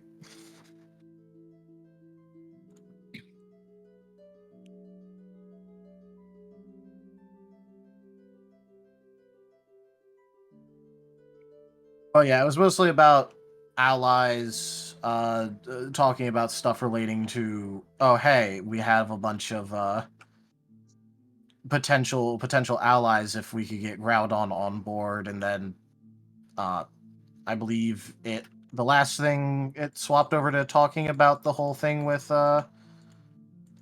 Wade sparking a lot. Chomper asked about that.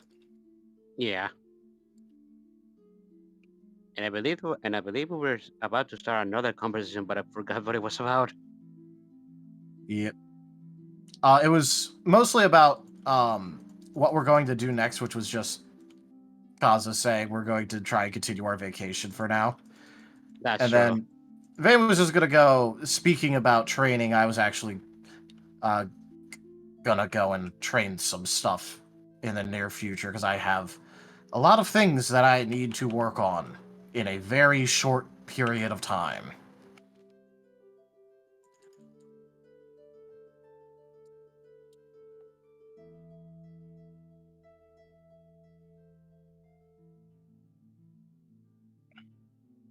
What are these things that you need to work on?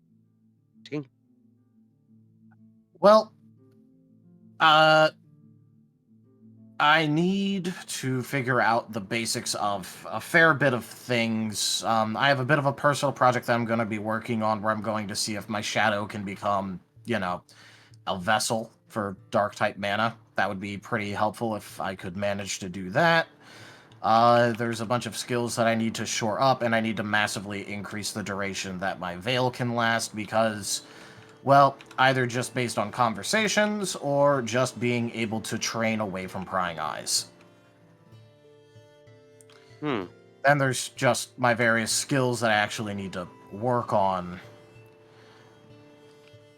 I wanted to try and pick up a couple more moves, but I don't think I'll have time for that, so I think I'll just save up and invest in some gems.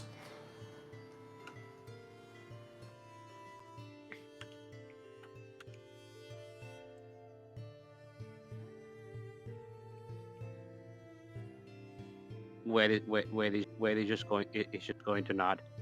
Hmm. Quite a lot of projects you have under your belt. Yeah, then I also have to start trying to figure out how to actually help Calti check in to make sure that he's doing the things that he's supposed to do. So if he's not around and I can't get a hold of him, I'll have to try and figure out how to get in contact with Edge, since that was going to be his most likely contact. Or, no, it was Zero, not Edge. Sorry. Wrong fucking thing. I'm just a bit eepy, don't worry. Zero was the correct name. Get in contact with Zero in case, because that's his most likely contact.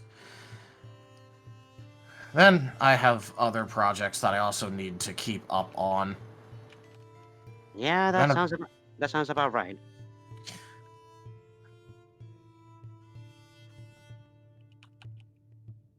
Sorry for interrupting. No, you're good.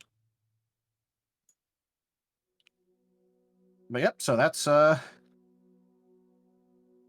what Vane's gonna do. He's intending to go and train some stuff. Which actually, because we have a Toronto right there, he might just grab a Toronto. We have totally the team's cool. teacher right there.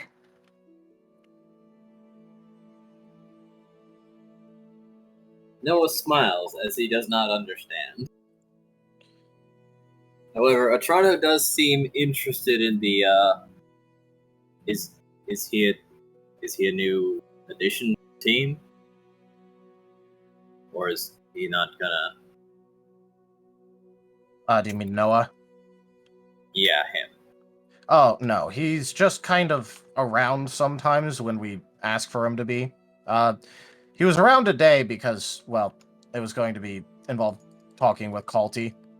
But besides that, I mean, whenever we want, we could just ask a shadow anywhere, basically. Or so for he said. him. Or so he says, but I see no reason to doubt that he has this capability, considering he went from an entirely different continent over here and then teleported people to a different continent. Yeah, neither do I. It's one of the few things that he speaks with certainty, so I'm inclined to believe it.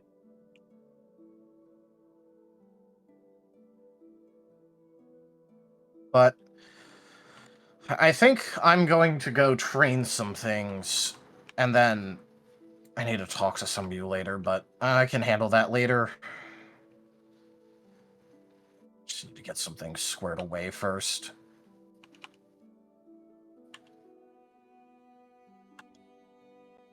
Honestly, I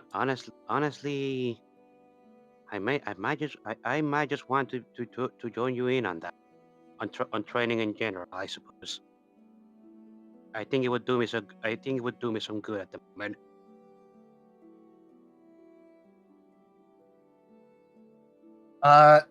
For generalized training, I'm certainly up for it, but I was also mostly probably going to spend most of the time, because I actually haven't trained with a Toronto at all. And so a Toronto has no idea what I can do, I have no idea what he could do, so I was just going to use this as a way to actually figure out what our team's teacher knows. Oh, that is fair. So it's probably going to be a little bit less training than otherwise I would have liked, but it'll set up future endeavors really nicely. Do you just want to be involved in the first, like, actual training session proper that we have? Yes. Alright, I'll do my best to hold off on it until, you're in charge of the body again, if you do swap over before we end up having that. I suppose that's so. I don't know how much time I have left. I was being awake for a while.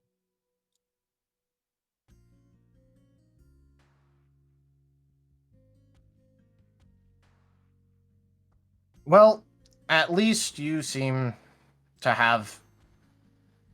What's the word?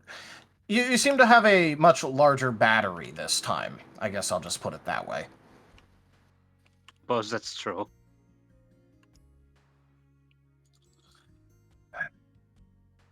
So, did any of you have anything you wanted to bring up?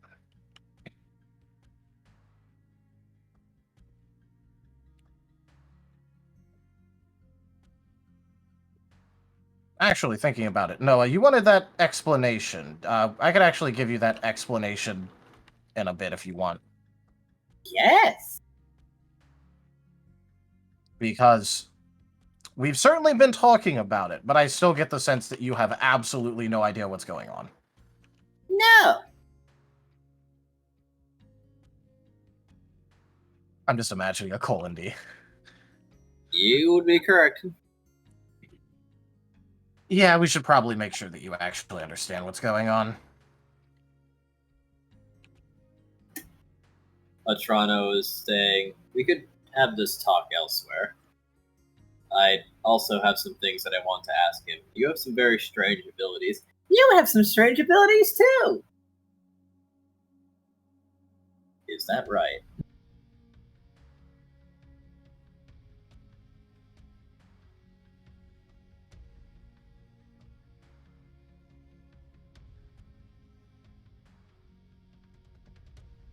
Sigmund is just going to shrug a bit. Like, sure, alright. Go back inside the house if you want. I'll keep these boys entertained. So, who wants what exactly? It seems that for the time being, you lot are pretty directionless.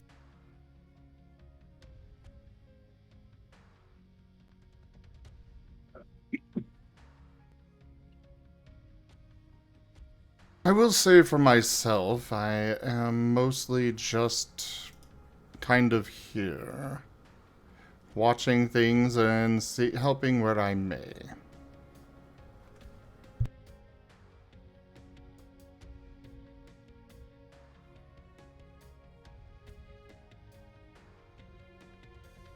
When it comes to me, the thing I'm looking forward to is that meeting with Ground. But I do not know when that will happen, so I have to concentrate on something else. Alright. Chomper is just literally kind of very silent, still writing notes, trying to get everything together. A lot of stuff is kind of going over his head, and he's kind of overloaded at the moment. He needs like somebody probably like kind of sit him down and tell him like important things in an easier way, but he is trying to listen. Fair enough. Then, in such cases like these, it's not improper to sleep on it. Just to give yourself some time.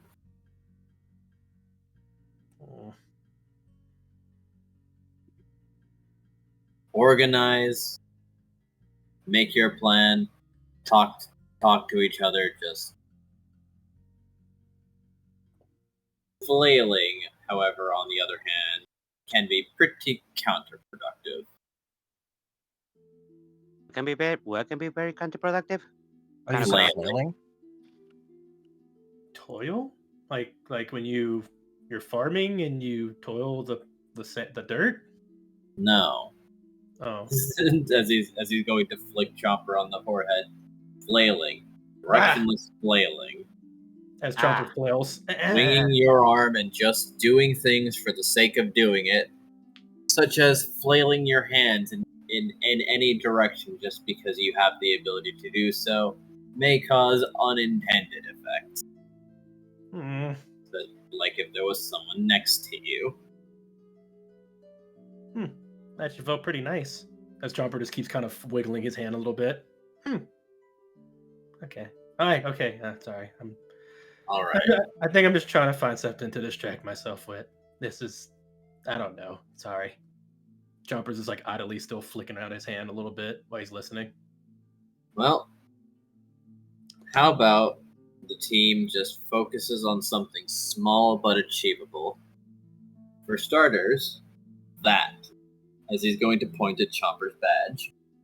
That, but the my badge. You kids are still rookie rank.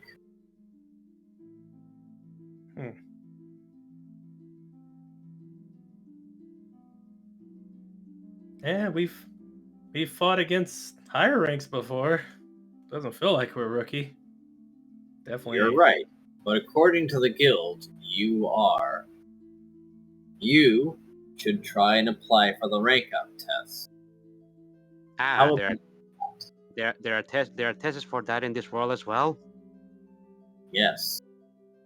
Your guild rank is an expression of your competence that others can see and measure.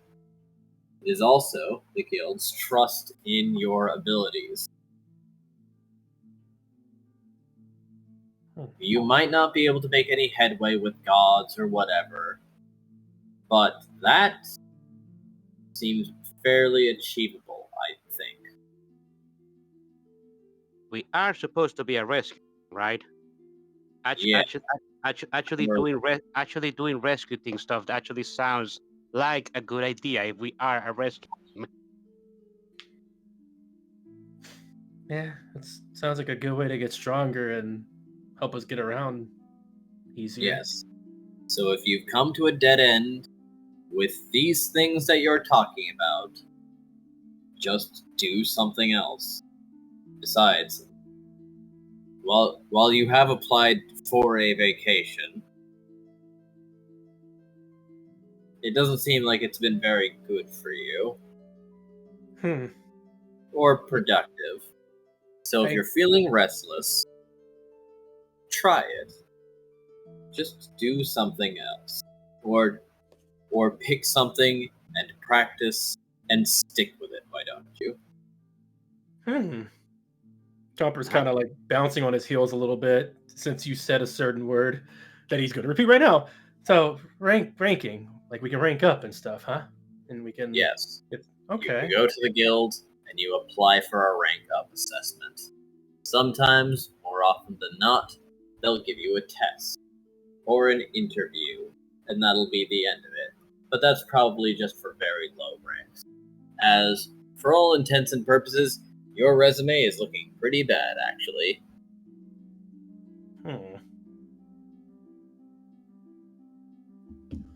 Yeah. But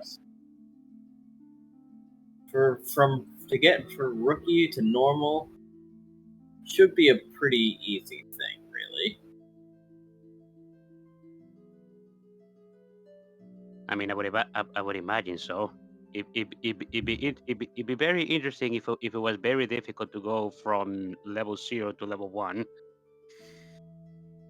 Yeah. Yeah, I've seen some shit bronze rank teams, and those are technically level 2. Yeah. Usually you don't have any kind of like diminishing returns or until the higher elo. Yeah. Where is just looking at Chopper where he says that what? What? What was? I don't know.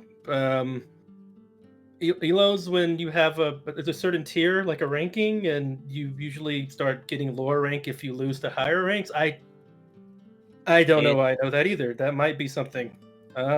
Is that lingo from your world? Maybe. Maybe I learned it in a book. Maybe.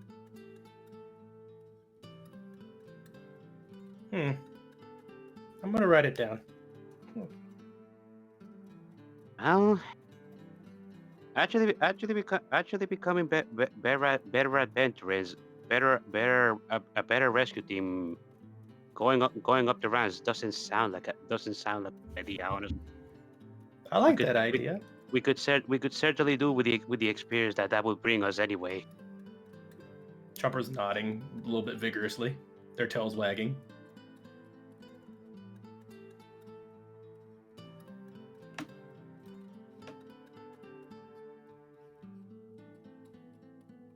They're actually looking over at Nim again.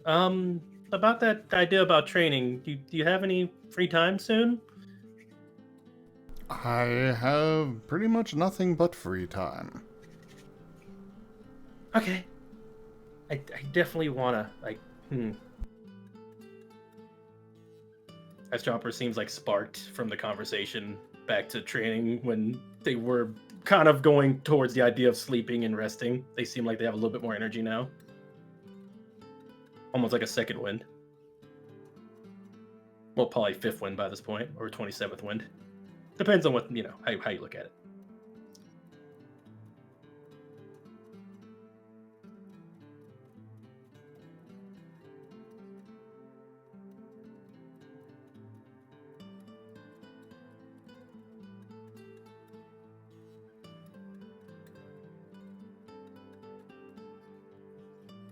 Wait. Yes. I know we were already keeping some secrets and stuff, but I think at the very least, maybe you should tell Paz about how you fight, or maybe, I don't see you having to fight each other anyway, so I don't think this would be a problem for you when you think about it. This, no, some way where just share techniques and share stuff back and forth. If you find out like enemy weaknesses or like different tells and the things that they do where they will do an attack and you can guess it by what they're doing, how they're moving, how they're looking, just different techniques. You should probably share that with Paz. I'll tell him the same thing, so that way you can learn stuff from when he learns stuff, so you can both have a better chance of keeping you alive, your body. You got to work together. Sorry if I'm hard to understand. I get kind of jarred, like hard to listen to when I start talking about fighting. Sometimes I can't help the words just kind of come out. No, you're fine. That what you're saying sounds logical. Yes, that does make sense.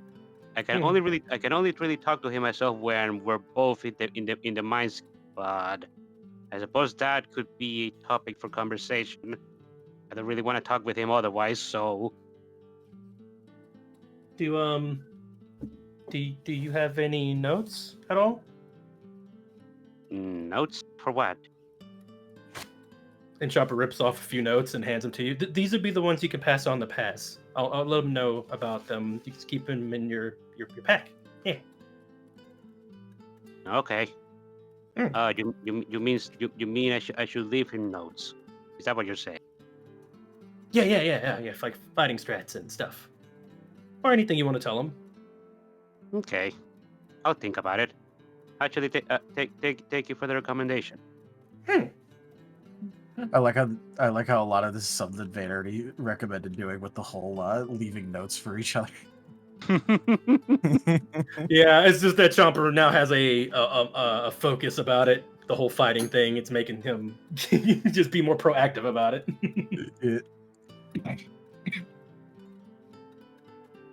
Okay. Yeah. Actually, now that I think about it, when it comes to what we're capable of, I'm actually not even entirely sure what my body is capable of at the moment. I'm not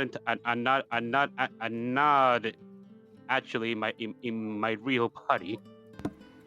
Yeah. I don't know if anybody's told you, but you can shoot water from your fingers like a gun. It's really cool. Well, the book said you're supposed to do it from your fingers, but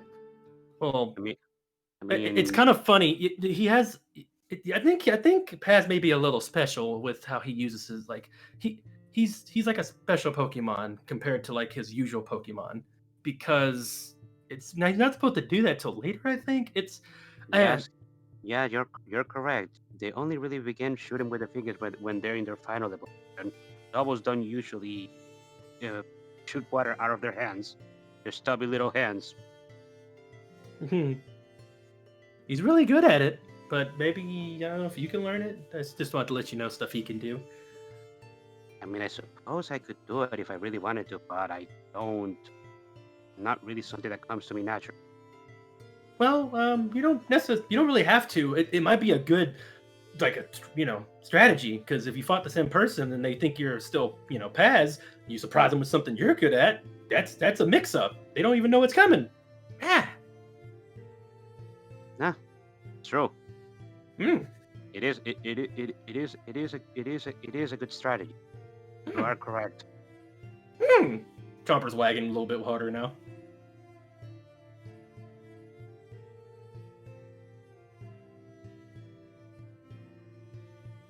Hey, if you ever want to just like talk fighting stuff, just yeah, come on by and ask me. I'm that's probably one of the better things I'm good at. I suppose I could give you some advice as well if you ever needed it. After all, I do have most of my movies. Chomper's tail is like literally a blur as you say you're gonna share back advice, as this is like hitting some kind of thing with him. Oh yeah, we could go back and forth. We can both get stronger. Just share stuff, even like after a bout or something. That'd be really good. Yeah, that'd be really fun. Anytime you want to do that, that'd be great. Yeah. Hey, Wade gives you a smile and says, I'd be completely down for that. Wag.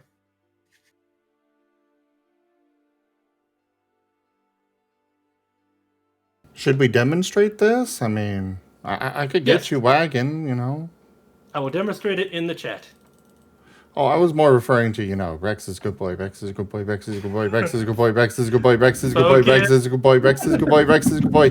Focus! We're in the game! Relevant to the situation. It's entirely focused.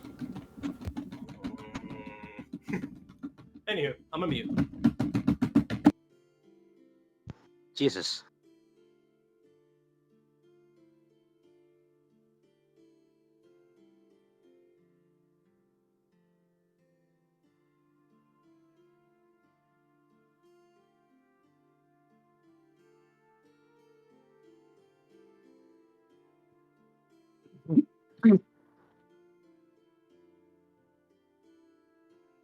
Chomper is literally gonna be wagging and taking notes for a while, so don't mind Chomper.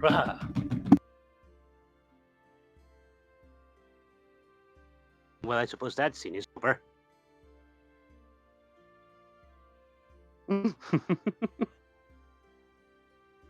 Yep. I mean, Vane already went off with Atrano and Noah, so. So are the rest of the people is still inside Sigmus's house? Where did you guys went to the library? Well, we were gonna go train. It was kind of like more to like a non-specified thing. I think Sigmund did offer his house for like the talking portion, but I don't know if we would have actually like used it, considering ostensibly they're supposed to be training inside. So yeah, I don't think Sigma would appreciate training inside of his house. No. Probably because, all things considered, he trusts very little. Because he does have some interesting facilities, let's call it. But then... to be fair, I don't think he shared those facilities with anyone. No, he has not. I remember us thinking that's it.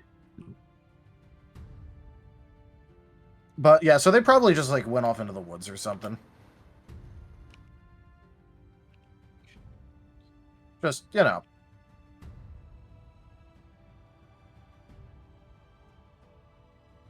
Most because it's going to be a lot easier to just go off like a little bit than like, commandeer an entire room in a public facility.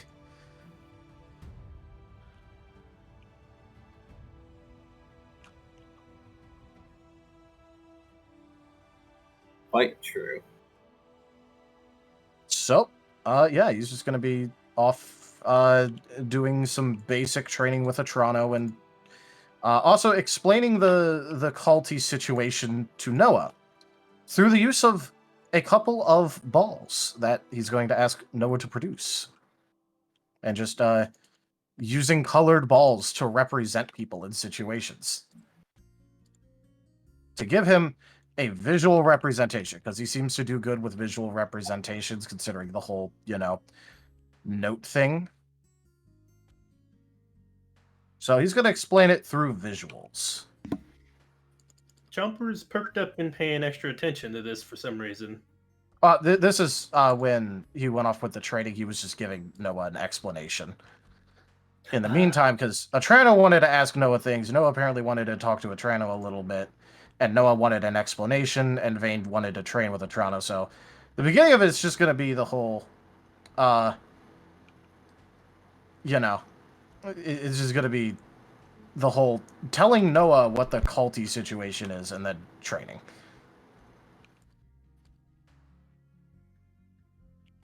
For some reason, the only thing that came to my mind for Vane is just the Woody and Buzz scene of, "You are a toy!"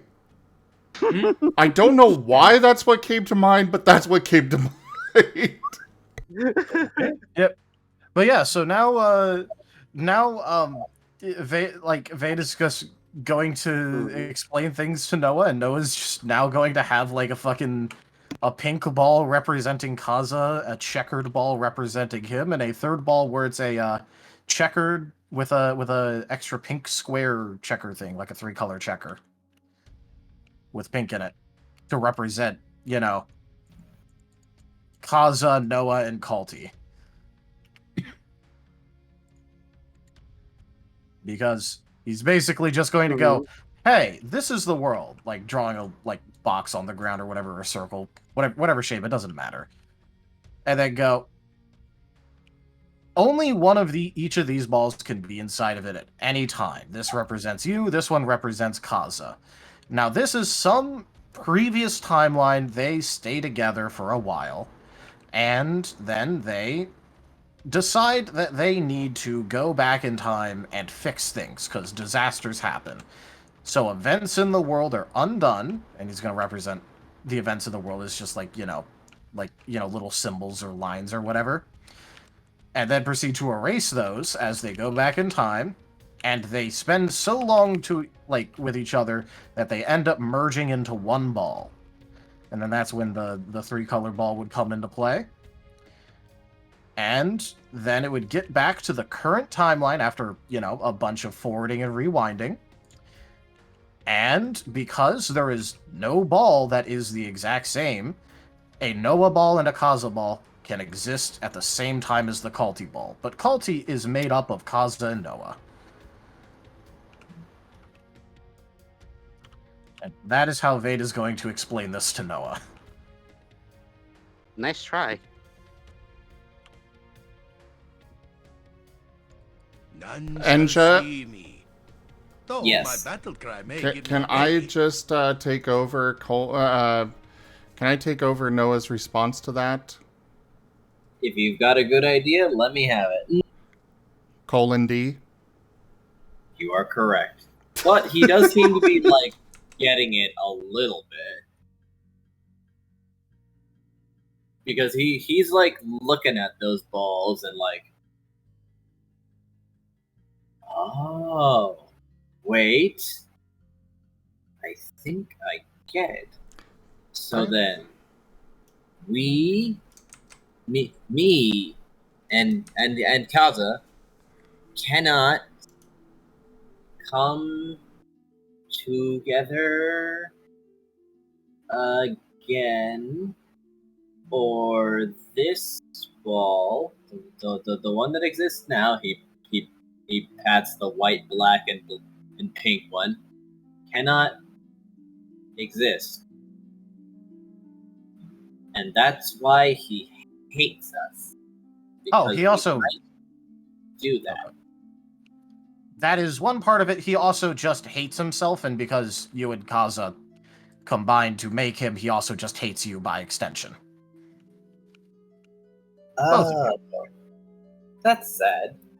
Yes, it is. I am Yeah, I attempting hate to fix myself. it.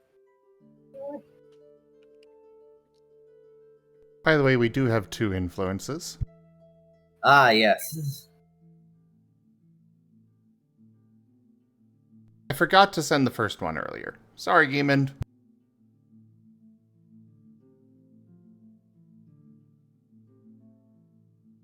But yeah, Vane is making sure that Noah has a visual representation and visual reminder of the situation by telling him to keep the balls.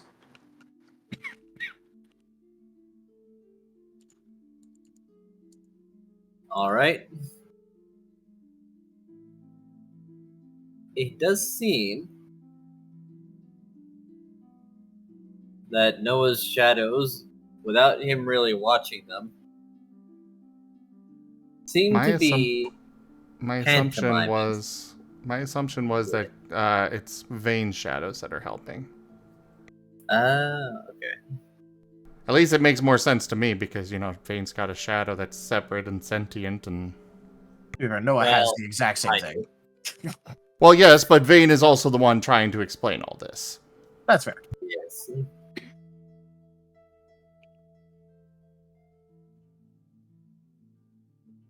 Vane's shadow just also passively hates everyone. It is made of nothing but negative emotions, after all. Yep. It is made of pure, unadulterated, excess, and negative emotion. However, to reduce potential redundancy, it does seem to be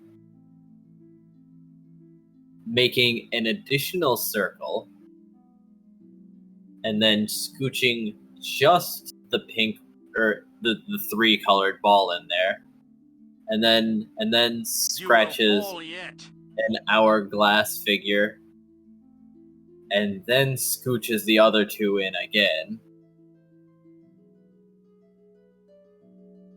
Oh, when he moves, we don't exist yet. And that's why there wasn't the problem before. Yes. But what if we don't happen? It draws just a smaller circle around the 3-colored ball. Oh, he'll just persist. Without these? As he taps the pink ball and the checkered ball. Yes. We don't need to keep happening. He'll just be. No, he already exists, so he doesn't need you to exist. Basically, just imagine that he is entirely separate from whatever happens to you and Kaza in whatever timeline he is in. Okay, so it's not a closed time loop. And now Kaza's going to look at him as that sounded like... Wait, you know about that? Oh, wait. Wait, Kaza's now? I mean, I imagine, like, unless there was a reason for him to leave, maybe. I mean, if you want this, like, the Noah explanation part to be, like, public, then yeah, sure. It doesn't actually matter that much if it's happening alone or with the group. Nah, I don't think so. But I did want to draw attention to wait, you know that? Boy that forgets literally everything. That every now and then some like something obscure but highly specific may just surface. Like, who told you that? Yep. Yeah, Vane will just be continuing on as normal as no, yeah. It is not a closed time loop. His persistence does not check to see what all has happened in this. If it was a closed time loop, then he wouldn't have been able to change anything from his version of reality to ours, because our reality would have been his reality if it was closed. So since he was able to change things, that means it is not closed. Oh. Wild.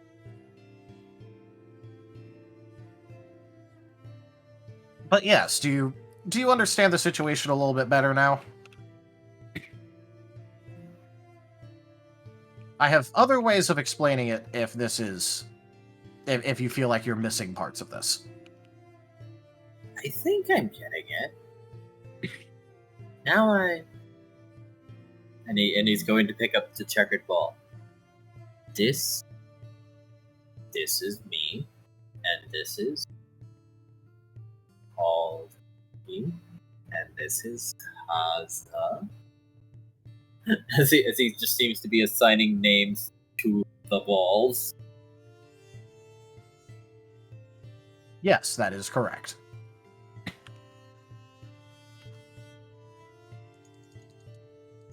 As the wheel is turning a little bit, as he is like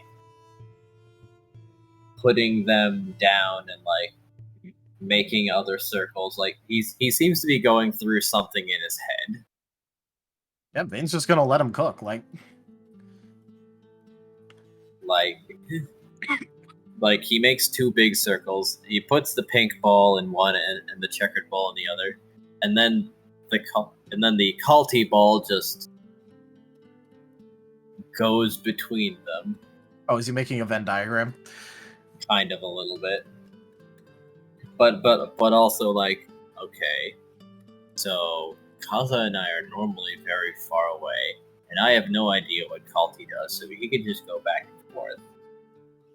So when did we, as he seems to be trying to understand why the distance between them is so small, but then he looks and then considers, wait, and then he takes his ball and moves it next to the Kaza ball because he is now on that landmass and has been so a few times now, and then looks at the Kaza ball and realizes, oh yeah, I've been really close to him for a while now.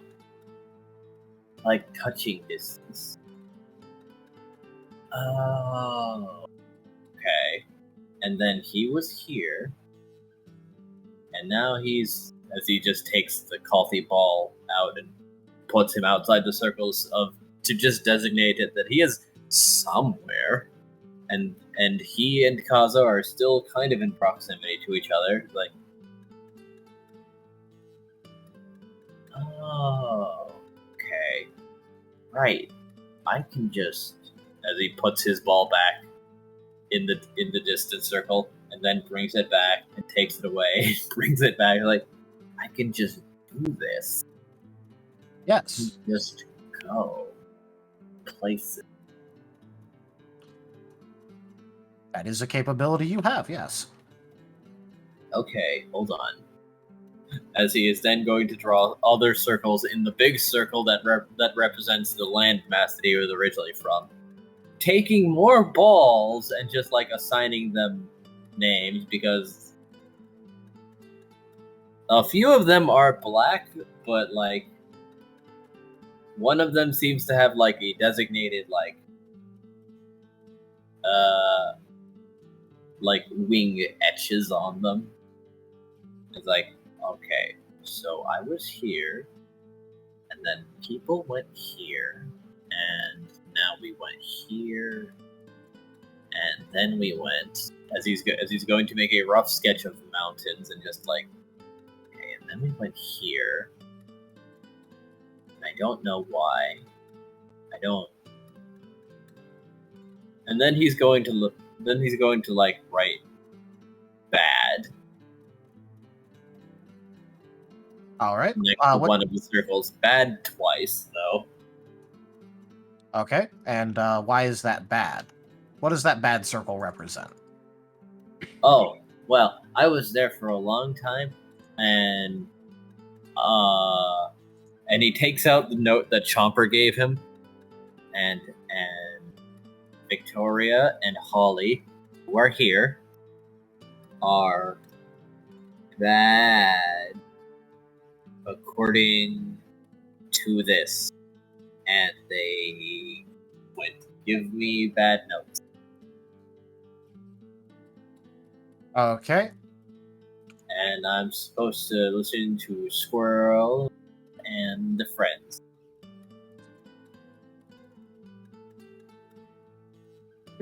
Can Vane just recognize that this is absolutely Chomper's handwriting? Yes. Yeah. I figured that wouldn't be a problem, but I just wanted to make sure. He's gonna sigh a little bit, and then just like take the note and look it over, and then just go, okay, do you have any other notes on you? I checks. Am going to get a letter. I think. I think I was gonna get a letter. He also has the one with Wade. Oh, right, that one. He just got a letter. He just got a letter. Wonder who it's from. I have Wow. this one too. As he shows Vane Wade's letter. Okay. So here we have a pair of notes. Yes. Oh, One are of you these- going to do the thing where you make them cease to exist? No. Remove them from this material plane No. with fire. No. Also, I can't make fire. Oh. I'll learn how to eventually. It's just right now it's not very important. But Okay. we have two sets of instructions here. One of these instructions that he's going to point to Wade's note and goes, this is fairly clear, easy to understand, and applicable. If you don't have your notes, you should ask for them. And this note also makes sure to denote who has your notes, so you know who to check with. This note is clear, but also provides a good amount of actual... Well, this is a note that is clear and useful, and you're able to use in possibly more than one situation. This note, and he's going to motion towards Chomper's note. This is very unclear as to what it actually refers to.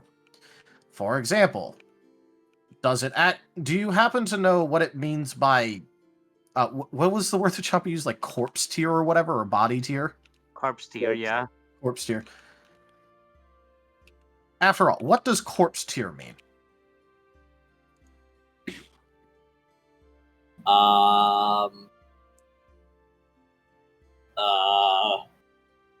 If you don't know what it means, you could just say you don't know. Something about body? Okay. I don't remember. And this part where it says that you're not supposed to listen to people, does it ever actually explain why and in what circumstances you shouldn't be listening to them? If they have authority, they're bad?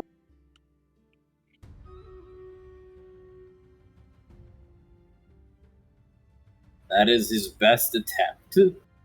Alright. Okay. So this note is extremely unclear, and you seem very confused as to what it means.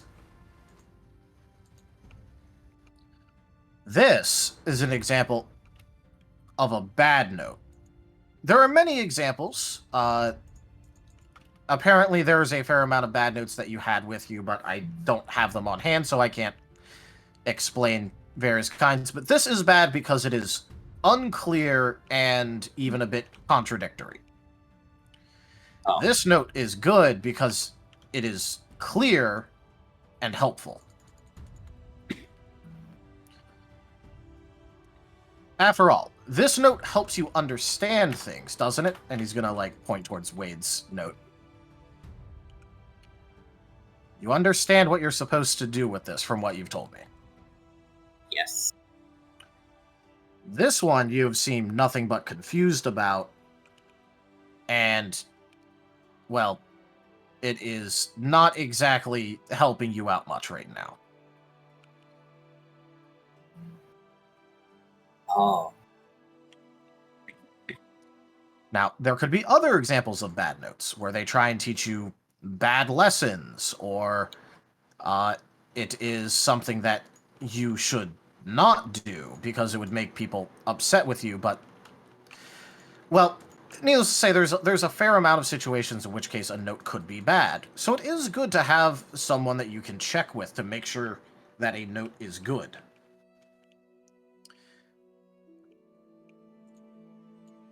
After all, there could have been plenty of good notes that Holly or Victoria has given you over the years. I think it's been years for you, right? Yes. So over the years, it is entirely possible they could have been giving you good notes and then a couple of bad notes. So it's better to identify which notes are good or bad and get rid of the bad ones, as opposed to completely throwing away every single note that they have ever given you. Oh. As he's thinking, I think they were doing that? Yeah, funnily enough, I don't care that is exactly what the other people are doing. Oh yeah, that's entirely fair. It's just more like Vader's just working with the current fact that Noah was given a note saying absolutely not to ever listen to these people ever. Yeah. Out of character, I wish Chomper was learning this kind of good tips and whatnot, being a part of this conversation. Because he's in the same boat as Noah needing to learn. No, I mean, Vane is going to have a talk with Chomper, because if this is the kind of note that he's giving out, Vane is more than a little bit worried about what Chomper's notes for himself looks like. Yeah. So he will be having this with Chomper as well. It's just, well, Noah's here right now, and Noah has unfathomable powers and is seemingly being taught by multiple people in to various qualities, let's say. The backhand of justice! So, Noah, this is a good note, and you will be keeping it. This is a bad note, and we will be removing it. Ouch. Are you okay with that? Yes. All right. In that case, Vane's not going to destroy the note. He's going to keep it, mostly because he wants to have a talk with Chomper about this.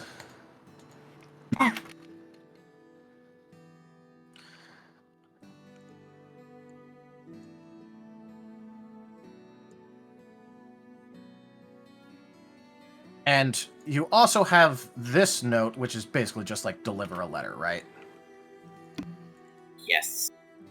This is a note about a task that you need to complete.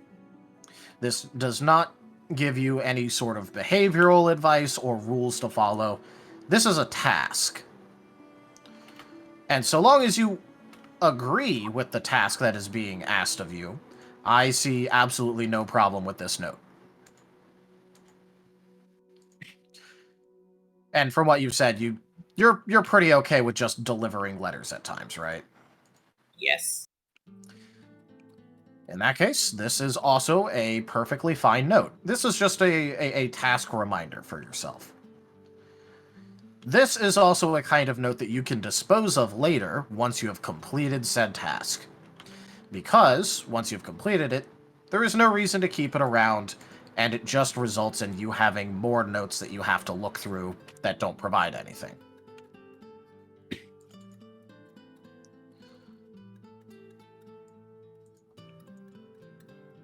I should bring them here, maybe. Bring what here? My notes. I mean, if you had access to them, okay. Let's just focus on this. If you want to and you have access to them, sure, you absolutely should get your notes, but also just so that way you have access to your notes. It is important that you have access to your notes. Yes. After all, you even have this special note reminding you to go and get the rest of your notes. I do. I have that. I have that now. Well, yes. It's with you, but yes. And I'm going to give this back to you, because I was just more using it as an example of a good note. Yeah.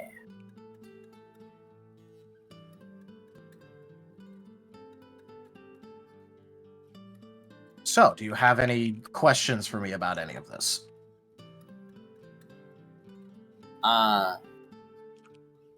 No.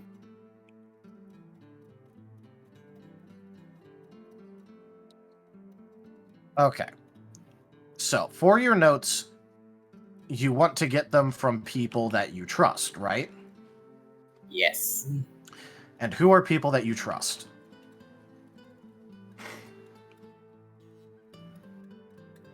I trust Squirrel and the Squirrel Party. All right. Then, whenever you get a note from anyone, go ahead and check with them to see if they also trust the note that you've been given.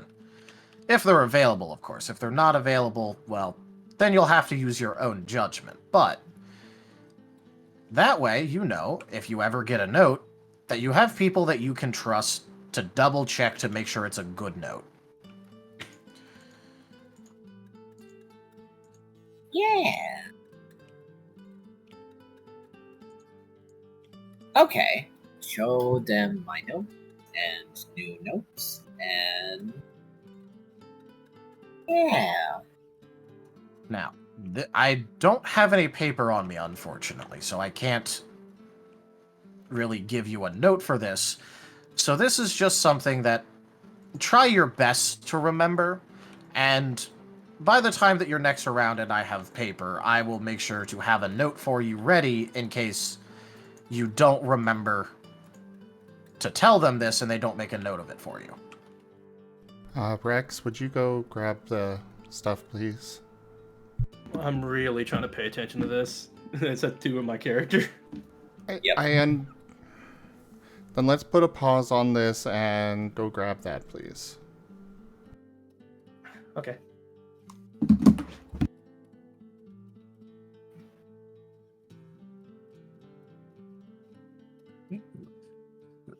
Veda's just like, why have you taken the notes from the person who requires notes and not given the good ones back yet?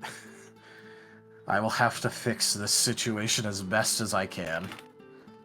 Well, been you have working Noah's on it. attention. What'd you say? Just either of you, because you both talked at the same time.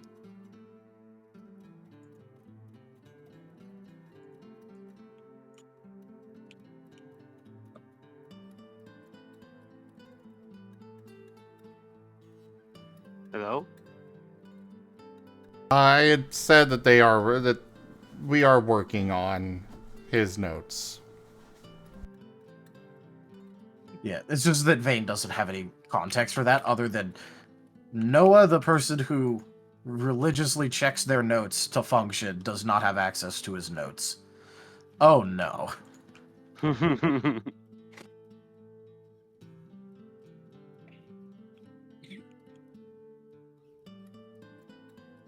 That is just his stance right now of, oh, this is bad. Very bad.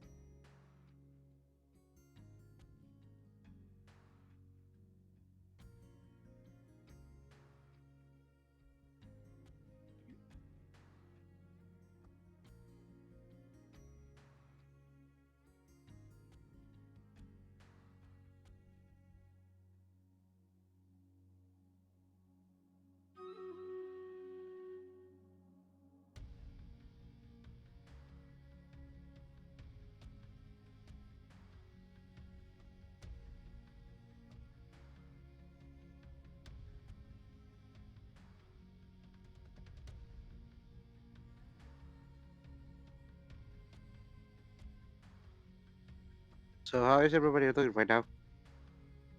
I'm doing pretty good. Just waiting.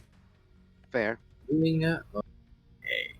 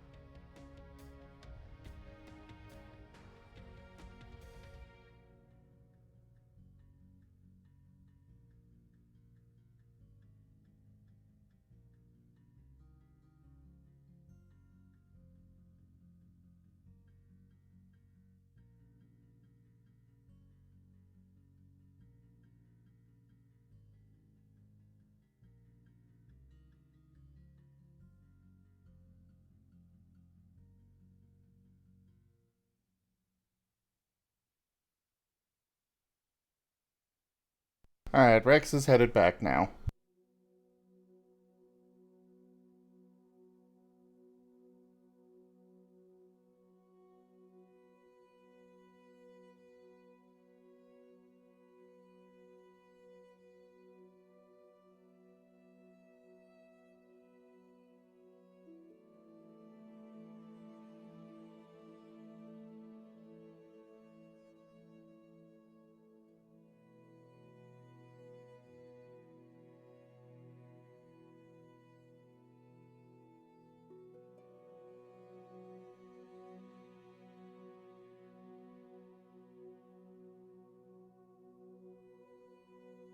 Alright, you back on your PC, Rex?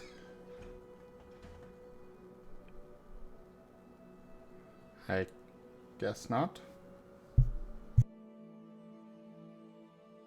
But yes, the squirrel model is looking fantastic.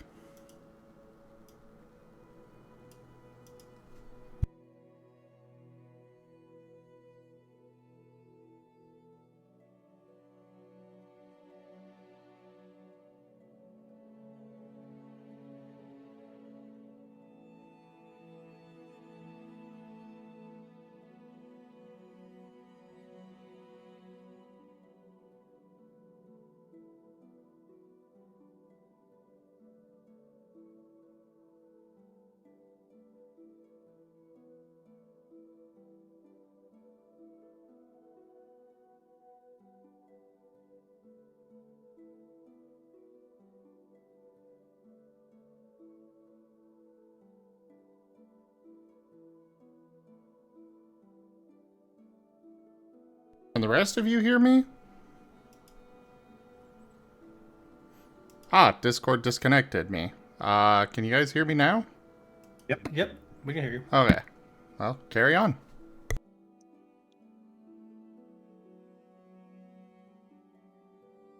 I just sat down as well. So it was just that where we left off. It was Vane talking to Noah and basically just making sure that he understood things, I believe. Because the, you know. Alright. Okay, so, Noah, do you have anything else that you'd like me to try to explain at the moment? How are Chomper's ribs better? Ah, I believe that was Sigmund's doing. He is the person whose house we were at, and the doctor. Oh. He's probably one of the best doctors in the entire world. He's able to cure a lot of things.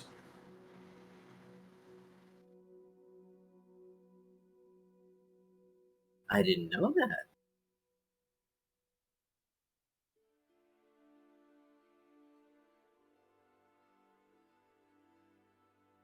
Yes, he is actually fairly well known and respected in the guild for his abilities as a doctor.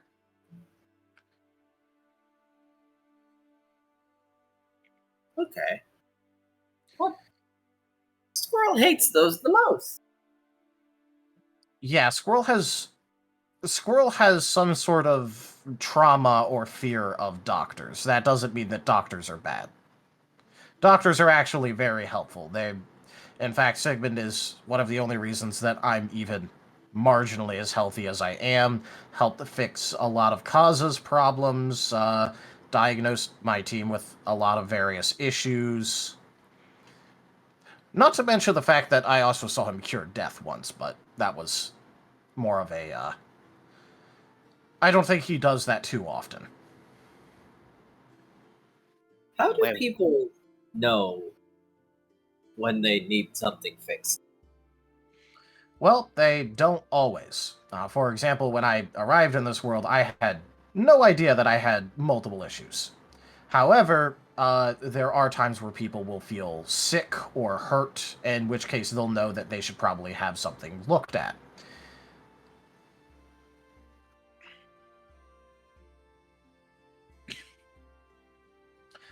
And people like Sigmund are very useful in that situation. It's also why, though, it's generally recommended that you have fairly regular doctor's visits every once in a while, just to make sure that nothing has changed for the worse without your notice. For you, I honestly don't know if you would ever need a doctor, but it certainly wouldn't hurt to have Sigmund, look over you.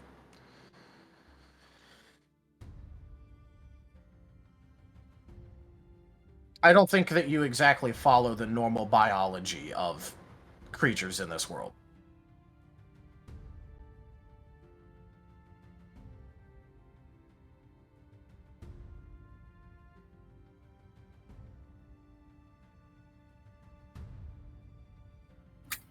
Does that explanation help make sense?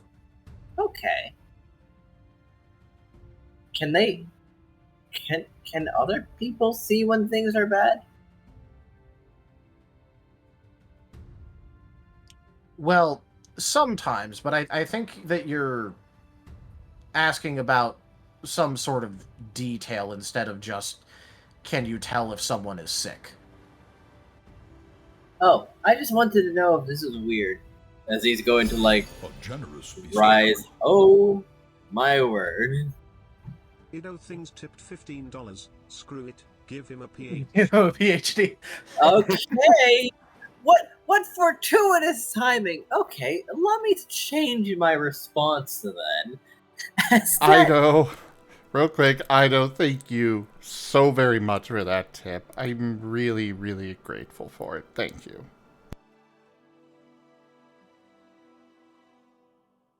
Gracious and goodness me. All right, allow me to. Well, I can tell things about people, actually, and I wanted to know if other people could tell things about people, too. Okay. In order to answer that, I'm going to need to know what you can tell about people. Okay. Well, normally I can see a lot of things when I look at people, like if they're got life force and lots of energy. But if I touch them, I can feel them. And if I touch them with my shadows a lot all over, I can tell a lot of things about their bodies. So especially with your shadows, though. Yes. I can understand things the most if I touch them with my shadows. Ah, so I'm guessing that your shadows like to tell you things as well. Yes. Okay. Well, normally that is not an ability that most people will have. A lot of times, most people will rely on visual symptoms, as in such as, let's say someone has a fever, and they'd probably be sweating, and they'd look a bit pale, and maybe a little bit shaky, and then that's just about what everyone has to go off of. Oh, so they're getting sick then. Well, this is if someone else is sick and you're observing them, because that's the current question, right? Oh, I can tell if that's going to happen beforehand, but I'm not supposed to touch people with my shadows unless that's... As he's going to pause and like check his mane again because he does not completely remember the conditions. I'm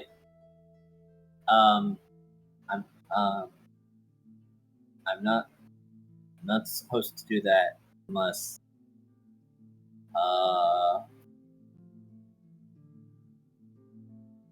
I'm not supposed to do that. All right. Well, I can help give you a good clarification for now, although you should probably check with, the people that you trust. You probably shouldn't touch people with your shadows unless you have permission. Specifically from the person that you're going to be touching. Unless it's in combat, in which case, if you're in a fight, that restriction sort of gets removed, but it is a good thing that if you're going to be using any power on anyone, you make sure that if you're not in a fight, it's with their permission. Okay. Says the one chaining people up all the time without their permission. Yes. It happened twice. And it was intentionally because one time, the first time, it was because, oh hey, they're actively attempting to attack the doctors. No. And then the second time is because he was just entirely done with the situation. It was just like, no, you're not leaving and running away from your medical checkup that we can only get this one time, really, instead of having to call them back.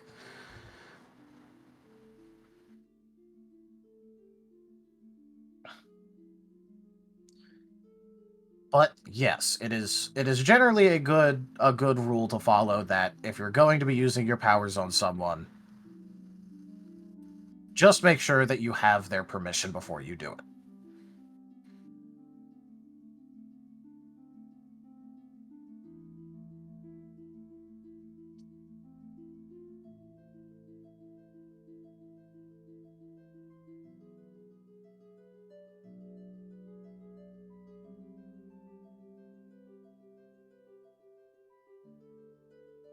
Does that sound similar to the note that you had before, at least? I think so. Okay. Well, in that case, just make sure that you double check with the people that you trust. Okay. But you are able to tell if someone is about to be sick? Yes. All right. Are you able to tell what they're about to be sick with, or just that they're about to be sick? I can have some guesses. So you can guess, but you don't know. Not for sure. Okay. In that case, do you ever really use this ability for anything?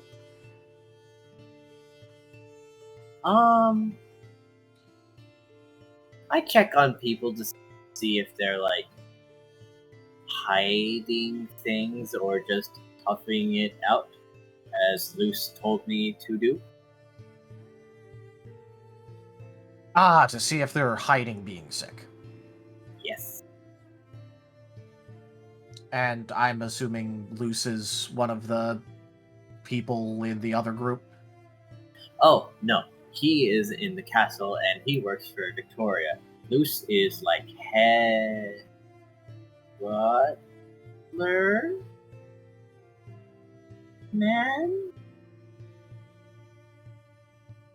He's the guy I am supposed to, but he does not give me notes. Okay.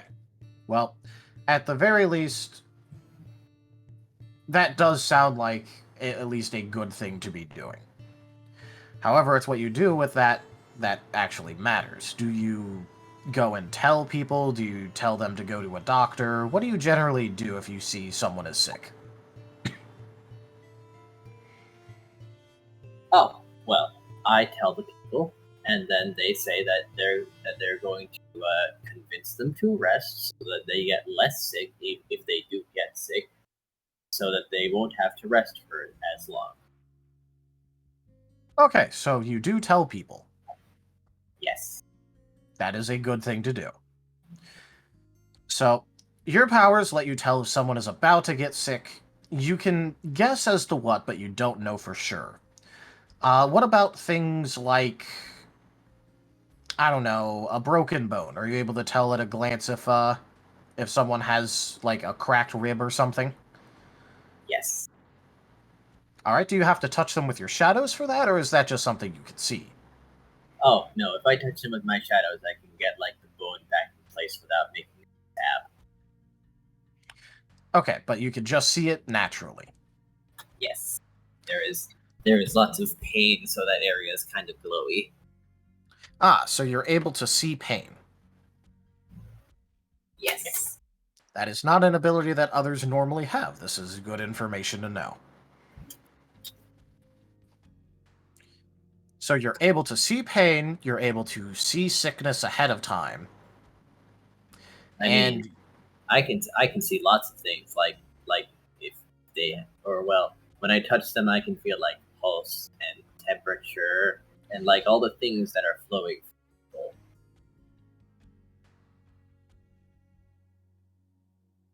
Well, it sounds like if you really wanted to, you could actually be a pretty good doctor if you wanted.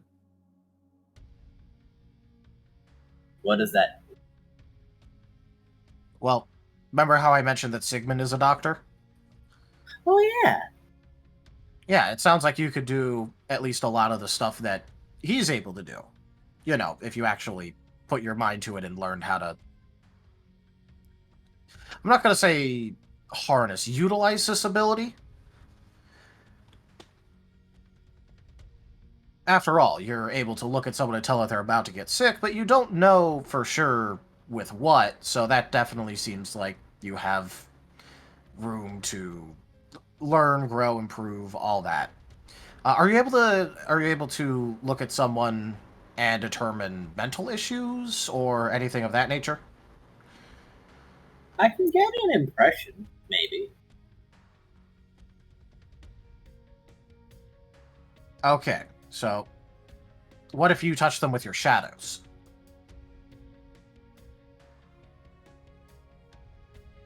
I could probably tell if it's natural or not. Okay, but will you be able to tell exactly what's wrong? No. I could probably just say, like, oh, you've been poisoned, so you're just like, you are not going to be anything but this. I mean, poisons will generally have antidotes, so yes, you could actually help with poison. Yes. But let's just say that you put your mind to it, and you decided to learn about a bunch of stuff. Yeah, I could totally see your powers being useful for that. Although then again, it seems like you have a lot of powers that would be useful for a lot of things. After all, you lifted up the ground, all that, so you could probably help a lot with things like construction, maybe, if you decided that that was more something you wanted to do. Oh. Okay. Do you have anything that you want to do?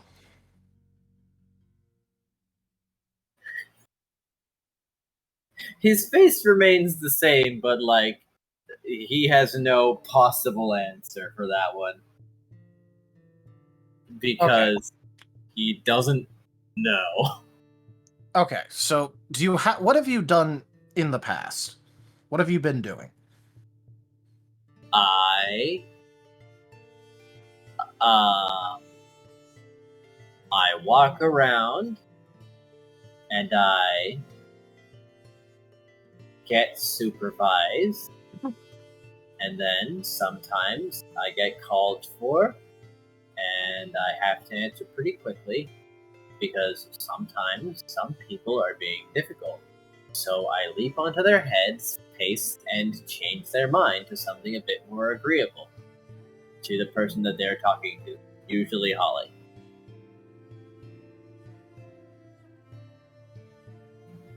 Okay, so but that's what you normally do in your day-to-day. That's normally your task, is being on hand in order to do that.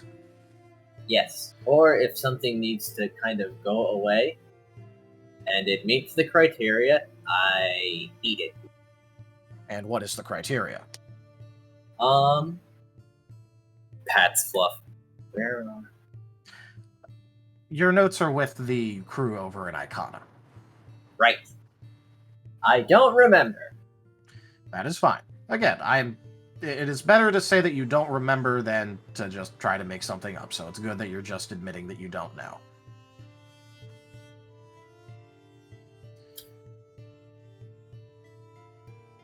Okay.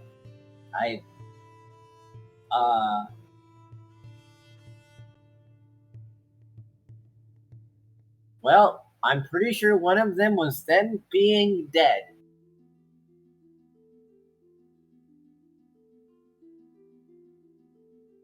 Oh, so they had you dispose of dead bodies? I think? I guess that would explain the corpse tier comment. Okay, so let's just focus on this for now. That doesn't sound like it's a problem currently because you're not with Holly or Victoria.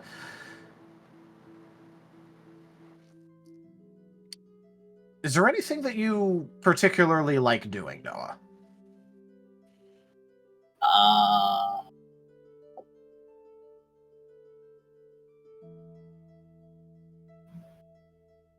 I like talking to the people. But they just look at me and like... It's so hard to hold a conversation when they give me the shortest possible replies to anything.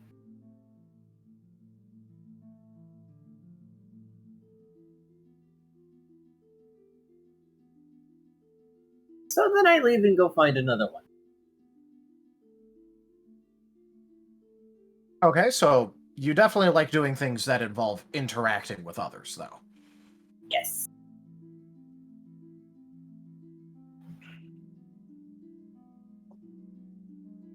Yes, I do. The kitchen staff are nice, but they don't give me a lot of room to talk, mostly because they're just putting things in my mouth and then asking for them back without all this stuff on them. I can't talk when my mouth is... I think that was... What was it? Obstruction? Yes. My mouth is being obstructed, so I can't talk. That does seem like it would pose a bit of a problem towards talking, yes.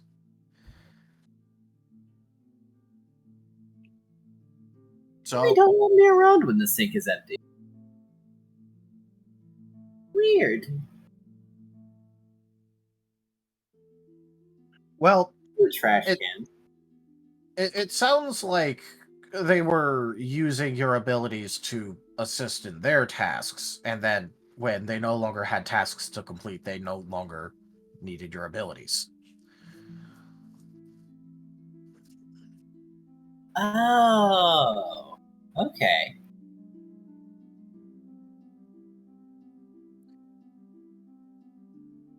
But yeah, so what I'm gonna assume that you probably don't know, but what do you want to do?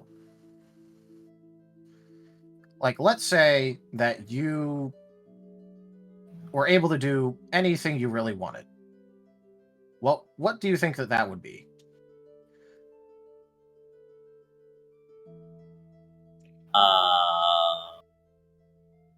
I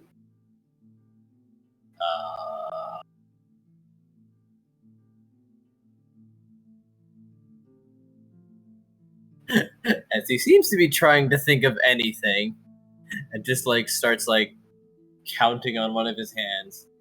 Okay, so if I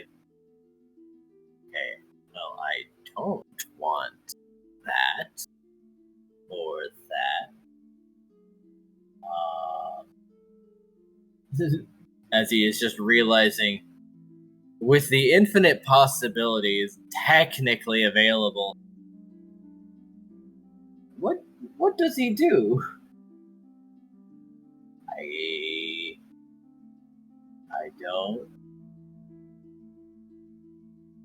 I don't know.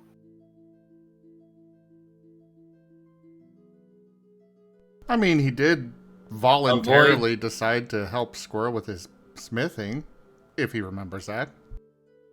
Yes, that is a team activity, yes. So probably just more doing things with other people.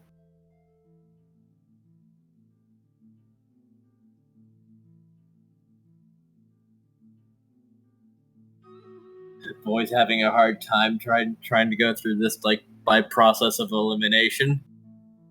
But the process of elimination is I don't want to get thrown in the furnace. What other things don't I not like? I don't like trying to teleport outside of the library from inside the library. I get fried like a bug zapper. And then I just go through anyway.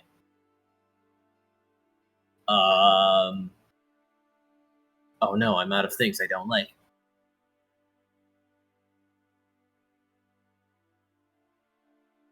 Is he like musing this out loud, or is it just more like? No, he's kind of musing it out loud because he is having some troubles. Okay, so that's the things that you don't like, so all those can be eliminated. What do you think has made you the happiest doing? Oh, I like being with friends who actually like me and want me around. Okay, so you'd want to do something that involves interacting with people, and especially interacting with friends. Yes. Would you prefer to be in one place, or would you prefer to travel around a lot?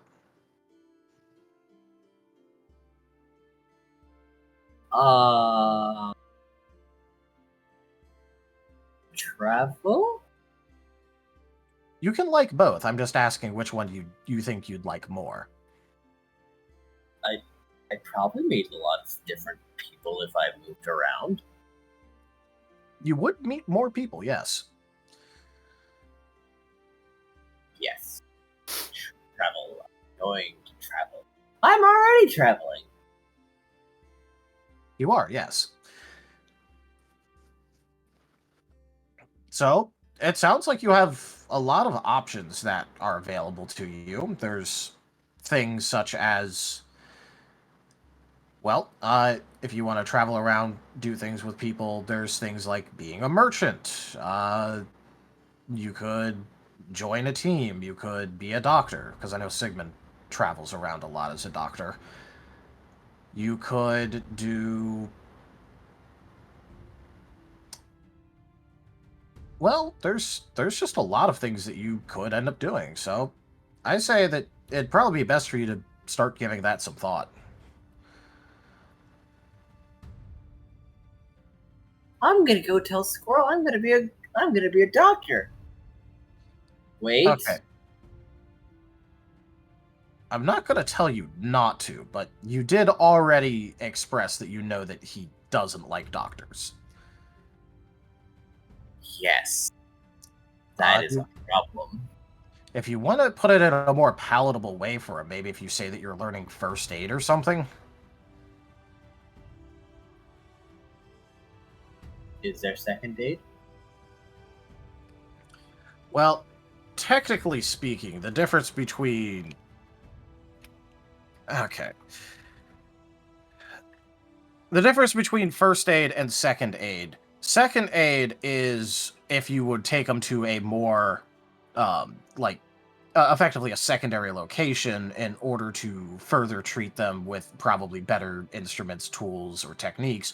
First aid is what it's called when, you are making first contact with someone that is possibly hurt and are attempting to aid them as much as possible in the moment.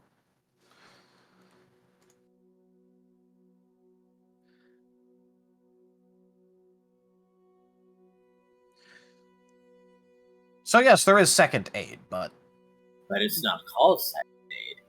It's called transportation. Well, no, because being a doctor, especially one that's more sedentary, would be the second aid. First aid are the people who would, be making first contact. But since you like traveling, it sounds more likely that you would, be nearby in case someone was hurt. And you could help find them first, yes. Especially if you have your shadows tell you things like, oh hey, there's someone nearby. And then you check, and they're hurt, and you could go help them. I could do that. I could be the helping person. You can. However, Noah, and I do want you to pay attention to this. Before you go off and start trying to perform medical operations on people and do all that, you need to actually learn how to heal people.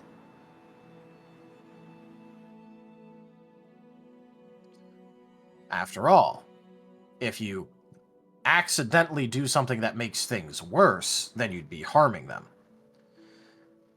So let's make sure that you know what you're doing and how to help. Do you see why that would be important? Yeah. I can't. Okay. So we could go talk to Sigmund to maybe have him teach you some basics. There's always the library. I know that there's medical books inside of the library that you could start looking through. Or we could even go to the guild and get you set up with maybe a trainer or two. Wait. And he seems to start like counting on his hands as trying to remember something. Did we run from the guild? He remembers Squirrel being scared of the guild. Wait. Hold on. He's going to start drawing on the ground and moving balls around. This one is Squirrel. And then we went here because...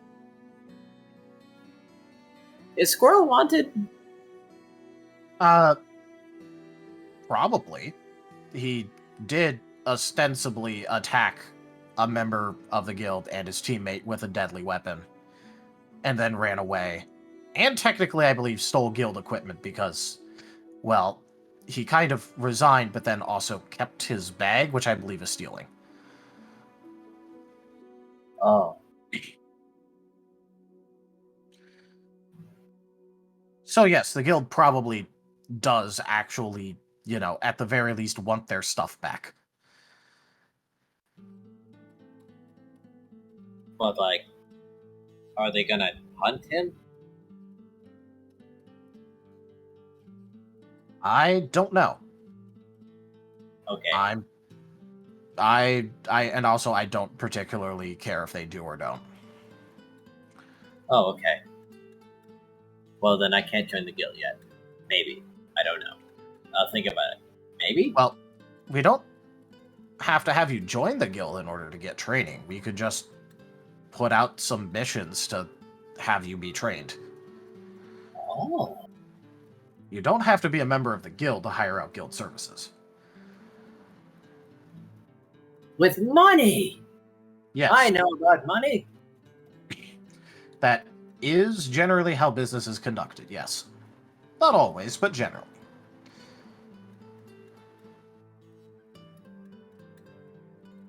So, if you want to get some training to be a doctor, go to the guild and hire out some trainers. Okay. If you want help with that, I would be willing to go with you in order to at least help explain things. Oh, I'm not in a hurry. I think now I'm just waiting for the letter that I think is not going to happen, and then I probably have to go back. I've been missing for a long time now. Okay, well, I'm certainly not going to hold you here. I was just more... Well, it helps to get to know you because it means that I can figure out a bit about another constituent part of Calti, as well as just... Honestly, it sounds like you kind of need the help as well, so... Oh. Okay. What other things did you need to know? Nothing else particularly. I was just more making sure that you were understanding a good few things, and that, you know, at least some possible damage was being undone.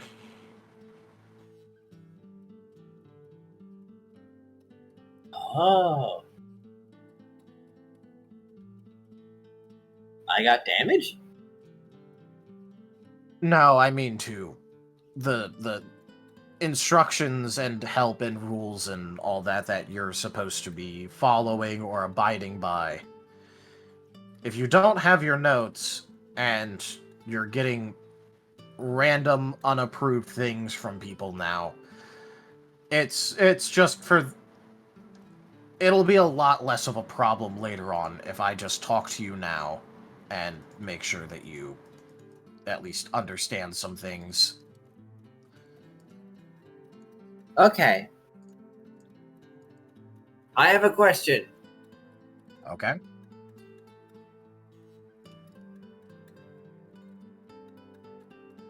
I was told to say hello when I am finding the hidden people. But what do I do if there's just a spot of explicitly nothing there?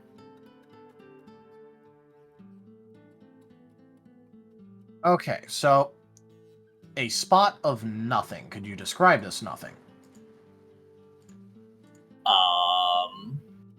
Is it a complete void? Is it like it's black?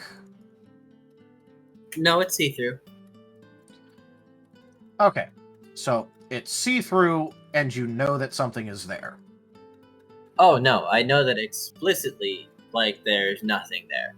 Like air got pushed out of the way for that hole to be there, but it's not trying to, like, go back in that empty space.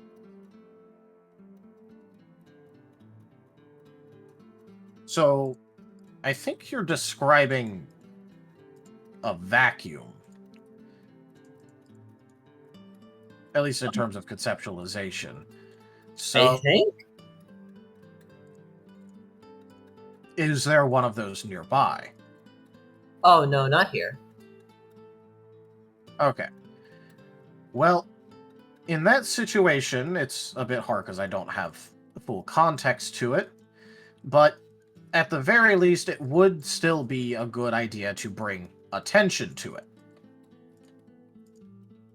Oh. Even if you don't know exactly what to do with it, it's still something that other people would probably find it better to know than not. Okay. It's so fast, though, sometimes.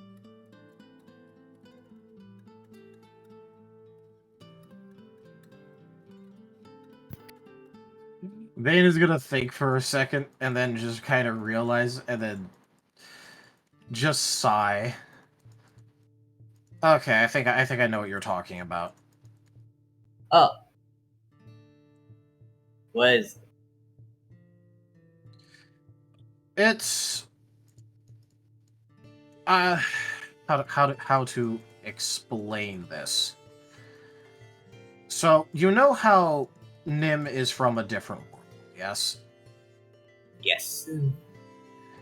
Well, from what I understand, there is another person from that world that is around and just hiding.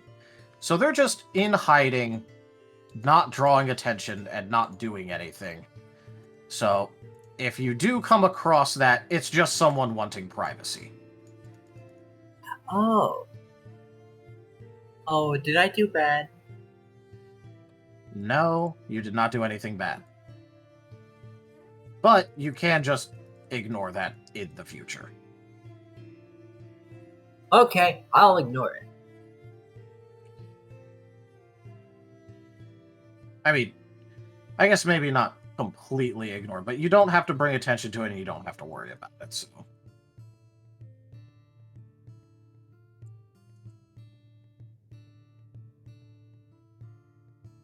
Okay.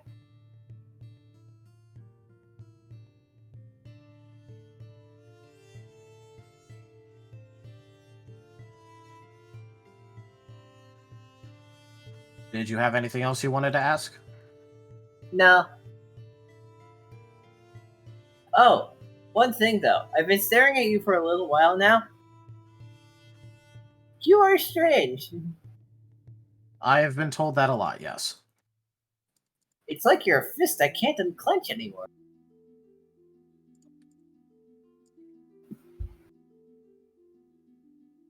Are you talking about my stress, anxiety? Yes. Yes. Ah. Yes, that is in fact probably accurate.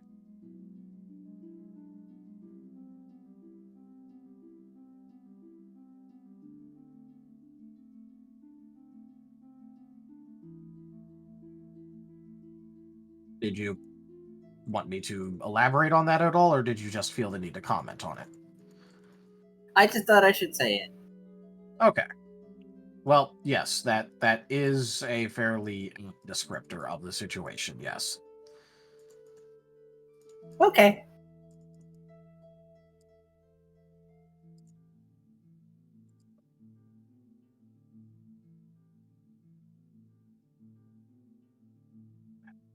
All right, well, if there's nothing else that you really wanted to talk about, then I'm perfectly fine to just go and get back to the actual training portion of this. You're fine to stick around if you want, or go off and do just whatever it is that you feel like doing. Okay.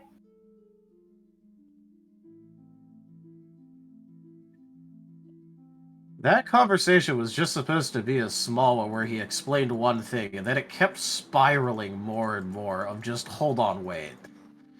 Indeed. Yeah. Oh my. Very crackle.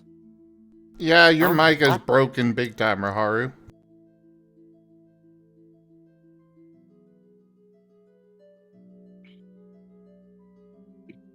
That's not good.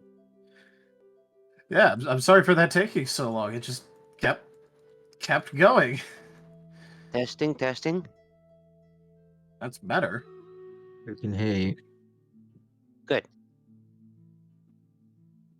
Yeah, Babe was just trying to explain the one thing. It was just like, okay, do you want anything else explained while I'm here? Proceeds to just continuously drop more and more worrying circumstances.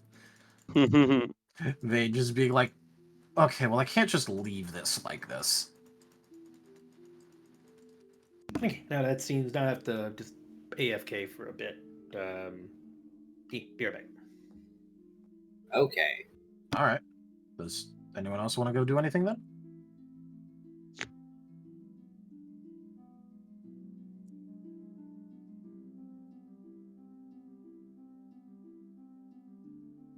Because no one else wants to. I guess I could just go keep the train of Vane going, talking to people randomly. I suppose I can. I mean, I don't want to monopolize all the time. I want to let people do shit if they want. Well, if no one else is taking initiative, then someone might as well do something. That is true. I think Rex might want to do something when he gets back. That's fair. Okay. Yeah, unfortunately, when it comes to me, I'm kind of losing my energy right now. So Unfortunate. Yeah, it's kind of getting around that time. It's almost 12.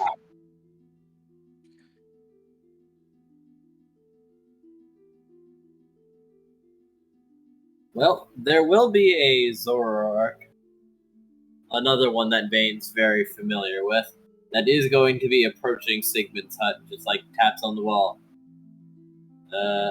You all bit. Oh, there you are. As Articher will turn around, having been kind of just a silent spectator for the most part, but will be surprised to see him. Artanis? What are you doing here? Looking for you. You've been gone for like a day. What happened to your clothes? They got fixed. And your jacket? Beyond repair. Neat. Alright. I guess. You gonna tell me about it? Not right now. But later. Yeah, sure. Alright. So, any reason you're sticking around? Yeah. Kinda volunteered to help this guy. And as he's going to motion towards Sigmund. Oh. Okay. Well, what's up, guys? It's me, Artanis. Some of you might remember me. Nice to meet you again. Is Artanis is at Sigma's house right now?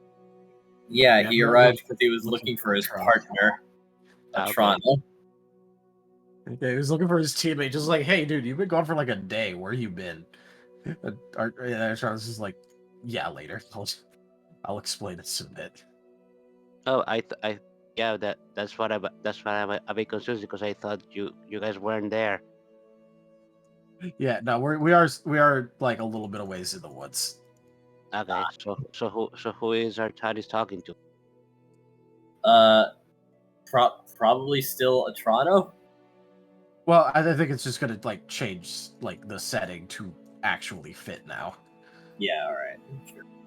Yeah, I think, yeah, retroactively change the setting. That he'll just knock on a tree trunk or something.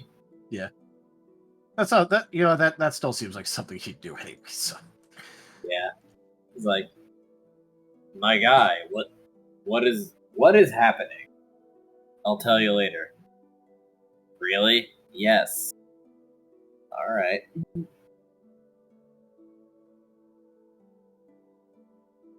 So, Artanis, some of you may remember me. Surprised if you didn't. Didn't really get to hang around all that much.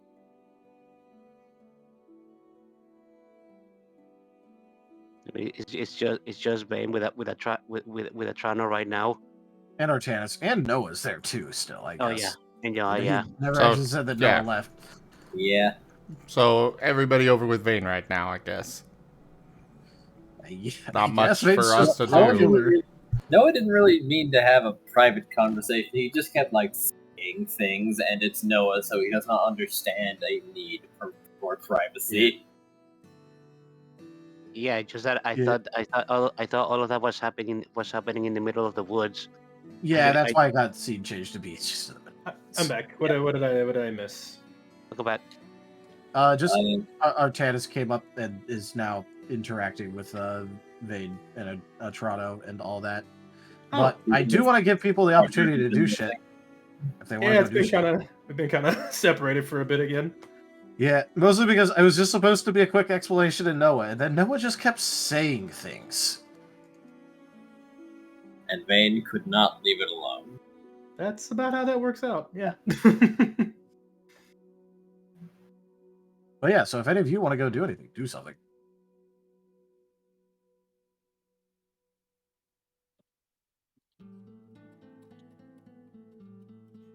No, I think the last time we were doing them, we were building up to either going to sleep or training.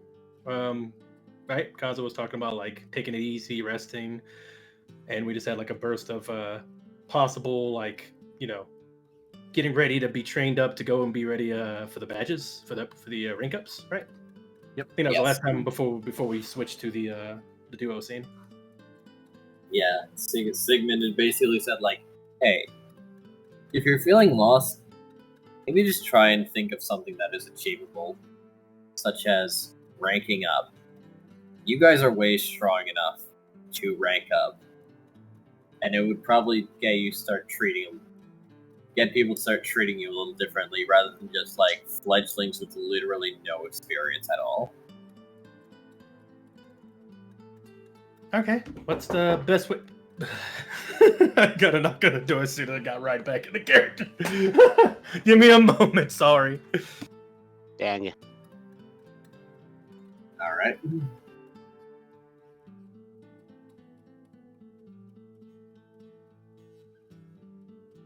Okay, I'm back. Yeah, what was I? But yeah, Chomper's gonna look over to Sigmund and be like, "Do you have any advice for getting stronger? Are there any training areas or anything you do?" I'm trying to ask everyone. I just want help. Well, why don't you try seeing what you can do, seeing the strengths of your party, and if you're really determined to try to see your limits, why don't you try and take on the dungeon by yourself? Oh, looks over to Kaza. I don't know if that's the best plan. That sounds like a bad plan I saw happen a while back, if I can remember. Yeah, I don't by myself. You mean all of us, right? Everyone? By ourselves, right? That would be a better idea, but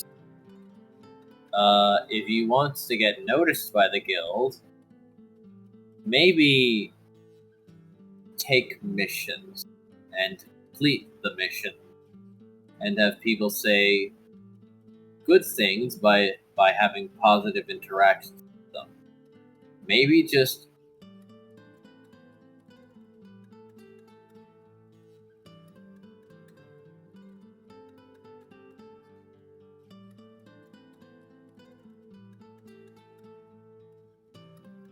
Maybe just... You cut out.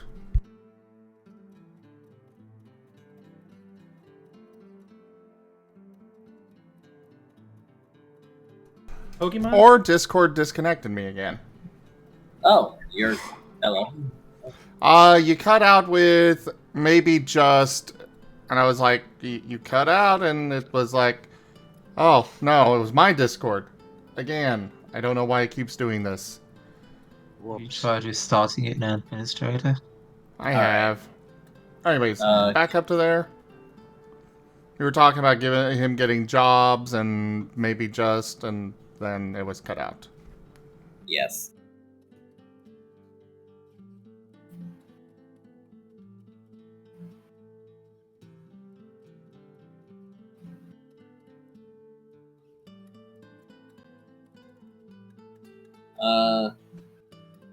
Interacting with people and leaving positive impressions on them some way or another, or getting to know your surroundings, study the town, see what they have that you could potentially be used. And he also mentioned, I bet you didn't know that Lulite had a combi hive. And Chomper answered, while taking notes, and Lulite had a conv. What are conv hives? No, combi. Conv. B. Combi's a Pokemon. Oh, okay. I had a feeling that was a Pokemon or something. I was wondering. Okay. You are right. They are a bee Pokemon. They make honey. Oh, we can eat that, right? Yes, you can. Ooh, They take advantage of the flowers. honey is You edible. steal the flowers. Flowers.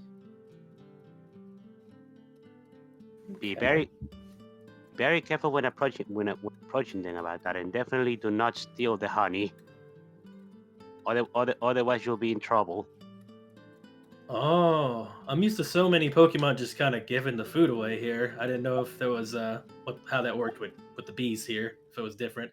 I do remember bees being pretty mean in my world too. Now that you mention it, sometimes when you mess with their stuff, yeah. It doesn't help that the one outside of Lulite is particularly massive.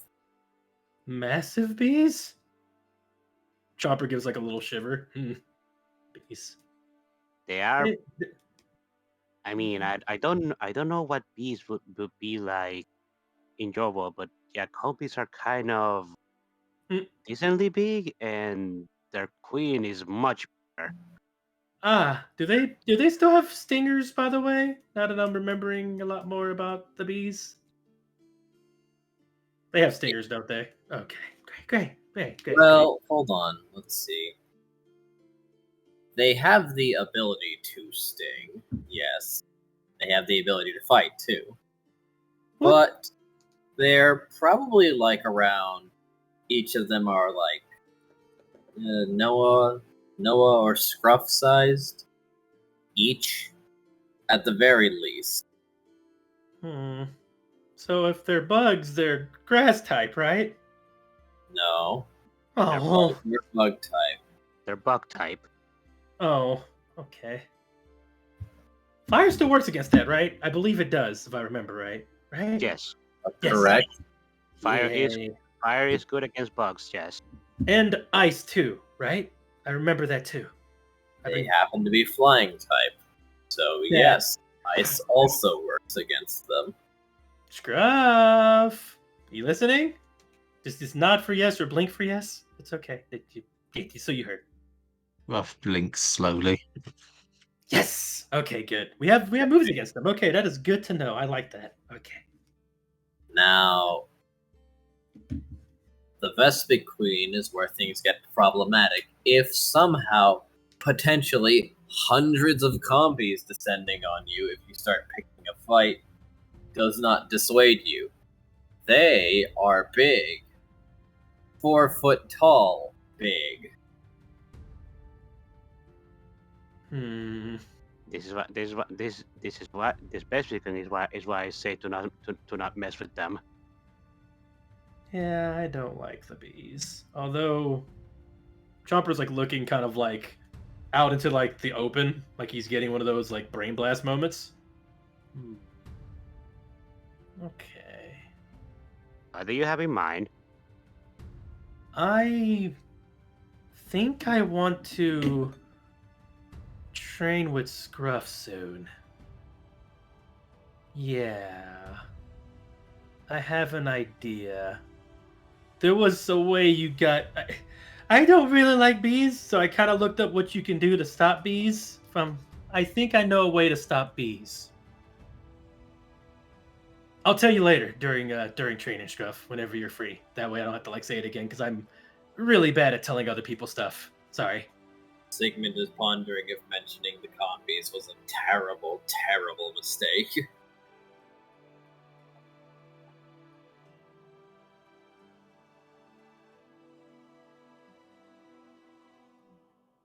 But hard to say.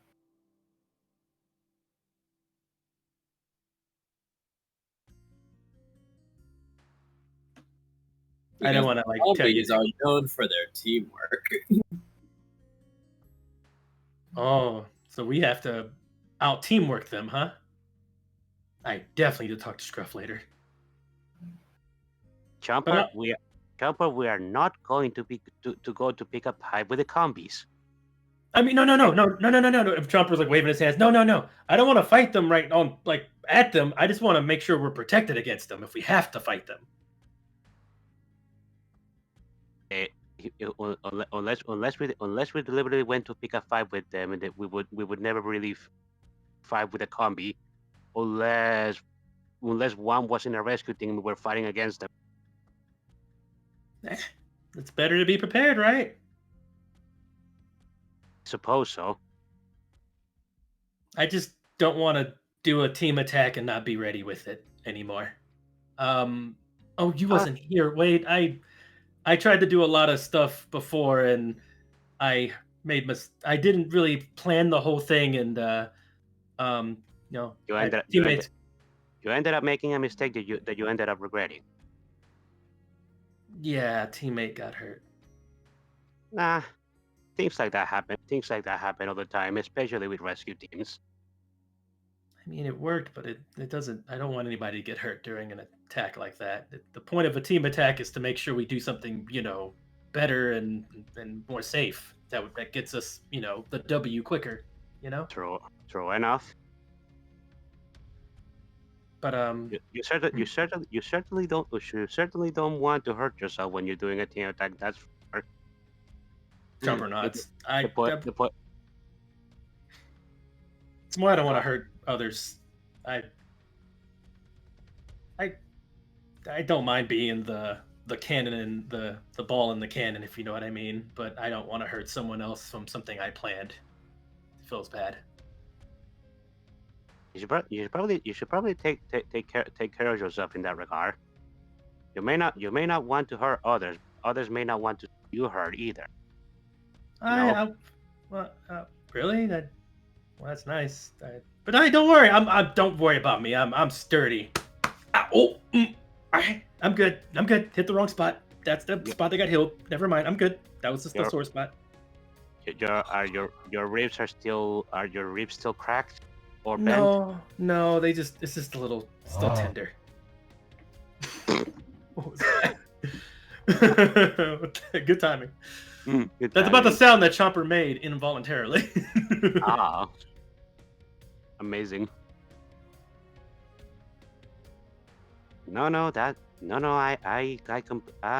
understand. I understand where you're coming from. Just saying, if you can avoid literally getting hurt, you should try and avoid that. Chomper nods. If you say so, and it help you, feel better, I'd definitely. Wade gives a nod. Talking about fighting and rescue. So there is a dungeon in this place, right? In this town.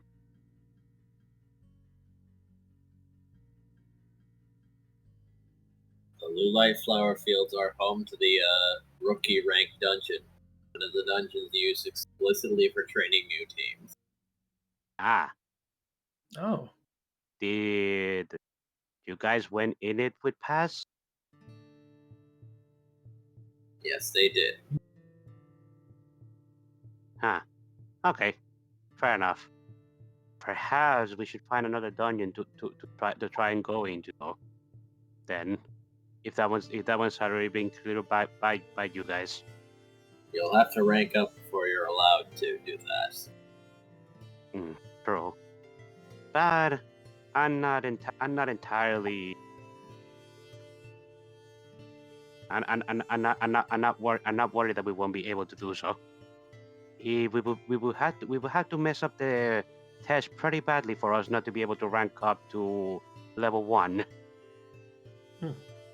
We can take the test right now without any more missions, or you said we need missions now? I'm really not sure.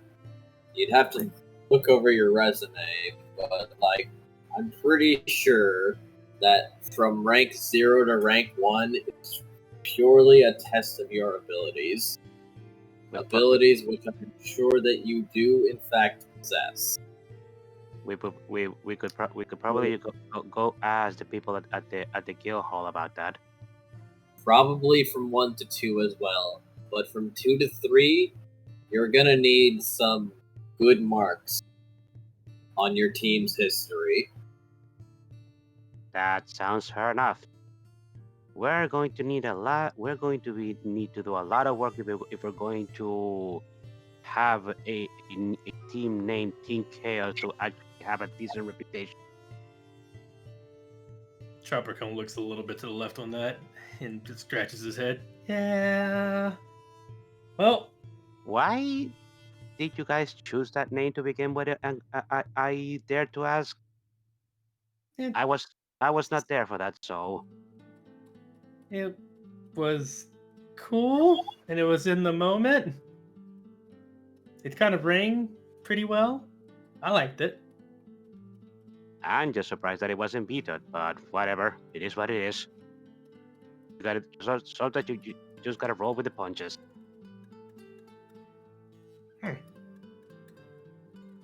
I say we go ahead and grab a mission or two, then start working on our cred.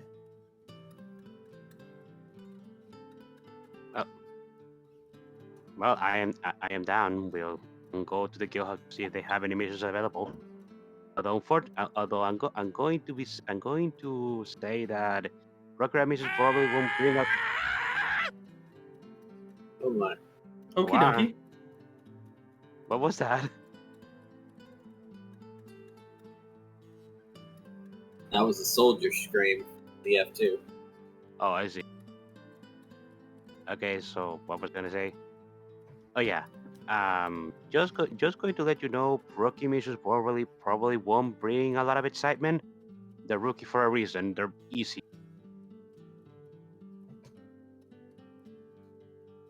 That makes sense. Got to work our way to the cool stuff. Okay. Well, we could go ahead and do that. Go ahead and do that now, or we can wait until Bane comes back. Yeah, I want us to do everything. If we can, let's just stick together. That way, we can all get stronger. Okay. Fair enough.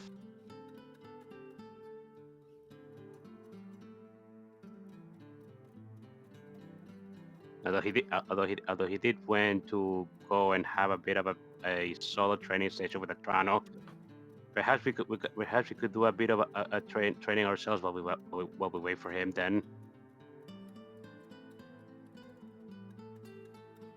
Oh, he's already gone. Oh. I've been going to take picture that he's been gone for this entire time. I'm saying this out of character. That's why I was a bit. That's why I was a bit confused with the earlier scenes. Oh yeah, well I guess Chopper would say something like, "I thought he was coming back," but okay, well. I mean, I don't know how long he'll be gone. I don't know. I haven't seen a Trano train. I don't know how long that takes. I guess we could go get the missions and group back up with everyone. I kind of would want him to be able to see he has a good way of choosing missions and picking directions. At least want to get his input. He's part of the team, but I understand that, but at the same time, I think it wouldn't be against you taking some initiative.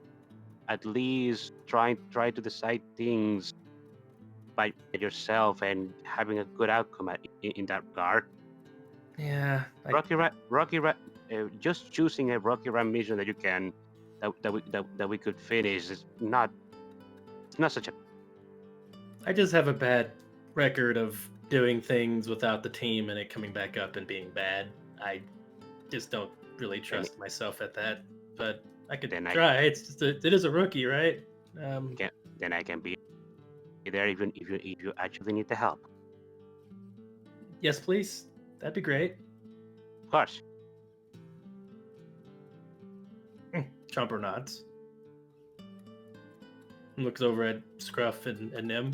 Y'all want to come with, and we can go ahead and do that, or did y'all have something you needed to do? Well, I, for one, am not part of the guild, so I can't really take your quests. However, I don't think that there'd be anything against me helping, so yes, I'll come with. Awesome. Scruff?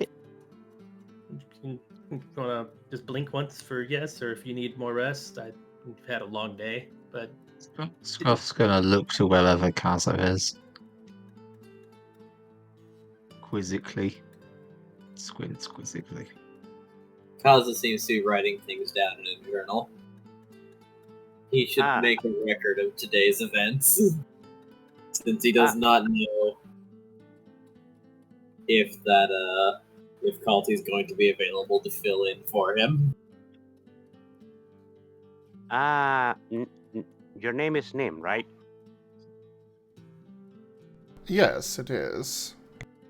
If you're going to be sticking around and being with us, you might want to get a head initiated into the guild yourself if you're actually going to be helping our team.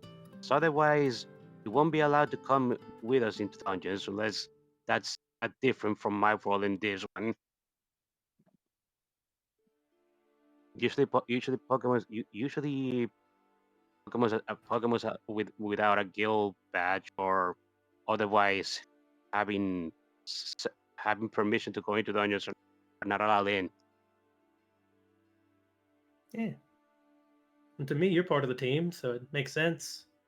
Help you get stuff around here. You'd be able to get more cooking stuff to cook with from here. But the money you get. Money is one thing that I don't particularly have need of. Cooking supplies as well. I have quite the stockpile. As for getting into the dungeons, I have my ways that I could get in. Yeah. Yeah. When it comes to the dungeons, you are a traveler from another world. I suppose perhaps you'll be interested in seeing what things you can find here, cooking related that you may have found in other worlds. Yeah, that's what I was thinking. They have some different stuff here, I'm sure. I can look into joining the guild. As it is, I do not necessarily believe that Vane is entirely on board with me joining your team officially. Oh, thought he said he didn't care. Oh, but that's your choice. I definitely want you to be a part of the team. I feel like you are already. Silly badge or not. Chomper grabs the badge. This thing just is a piece of metal to me. It doesn't really, I don't really care for the guild stuff either. The one I really care about and holds up the BFF Forever badge. Stuff like this. Stuff you make, you give, has meaning. I care about rank, yeah, sure. It's nice, but when it comes to like being a team and friends, just know that you always have Chomper shows up the BFF badge. Yeah. This helps us get into places so we can do cool stuff. So we don't have people yell at us for walking into dungeons. From what I've observed, if you're looking for Bane's express approval, I do not think that's something you're going to be able to get easily. Yeah. Him being indifferent is probably the best you're gonna be able to get for a while. Chomper nods slowly. This group has enough issues as it is. Between the missing squirrel and the problems between all of you and Vane, that the last thing I want to do is add more potential problems by just going ahead without his explicit approval. Things are complicated enough with all of you as is. I am here to help, not make things worse. I suppose I can understand that perspective. And either way, since you are an otherworlder, not even a chosen Pokemon, perhaps it might be difficult for you to get into in that context. Not in the strength category, mind you. Seem quite the capable Lord. Yeah. Well, I will say I am still getting used to this body, but I still have my tricks. After all, teeth function the same way here as they do anywhere else. Yeah, and actually better compared to where I came from. And yeah, we're amnesiacs, so we didn't really have anything when we got here either. So don't sell yourself short because you're from another world, but I understand. I won't push you on it, but yeah, we should probably go ahead and do it if you're ready. Kaza, how do you feel about this?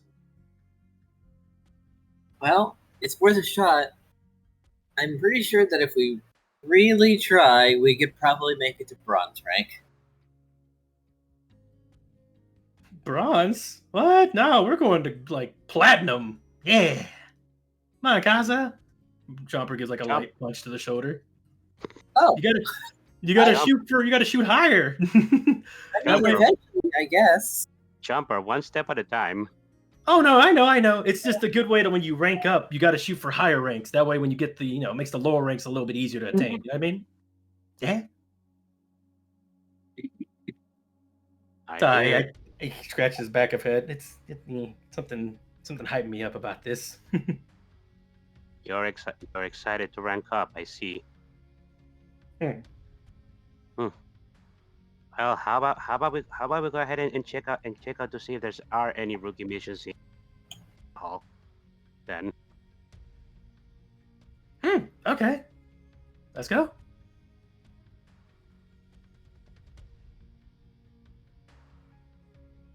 Okay. Yes. Okay.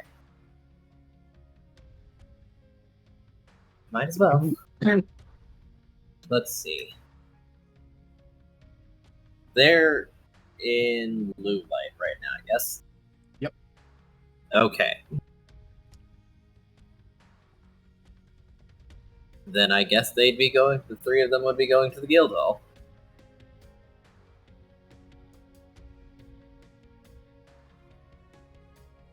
Or 4 if Nim's coming along too.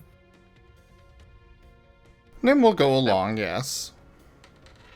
Oh, Scruff, are you also coming? Scruff is trailing along behind Kazas. Alrighty then. Marching to the guild hall.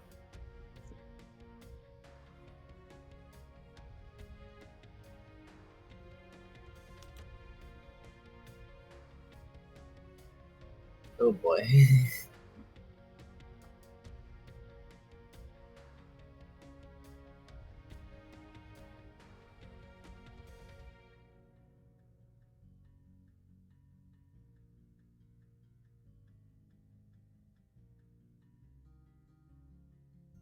Sorry.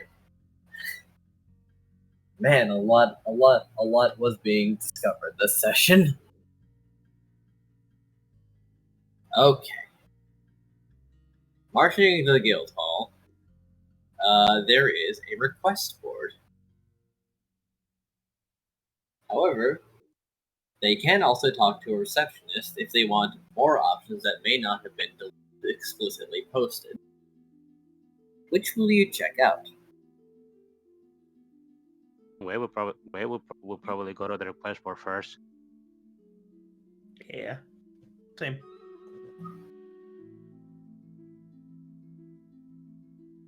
I know, right, Geemond? For those that don't have the chat up, Geemond says, Enja's probably like, finally, they're doing missions I planned like 6 months ago. I know now. Where did I put those? Oh boy. Not an unreasonable assumption. Are they underneath your bread paperwork? Because there's a lot of all the bread notes. Hold on. Now, if I may take an excerpt from an old DM of mine, let me scatter these papers. Yes. Gotta fumble the papers with those feathers. And then, of course, some of them accidentally got in the shredder and were put in the bottom of the cage, Wow.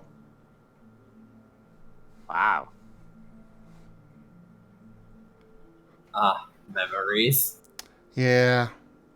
For those that aren't privy to that, Dova, one of our old DMs, constantly fumbled his papers around. And he's a bird, so we made jokes about them getting lost in the shredder and then getting put in the bottom of the bird cage, for, the poop tray. And, feathers aren't great for holding things, so... I get it. Wow. Wow.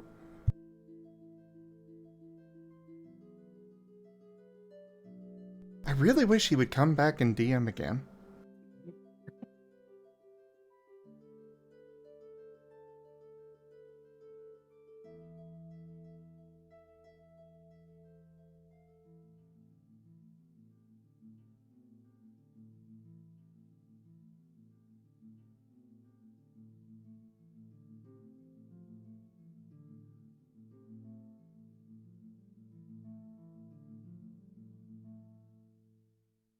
All right.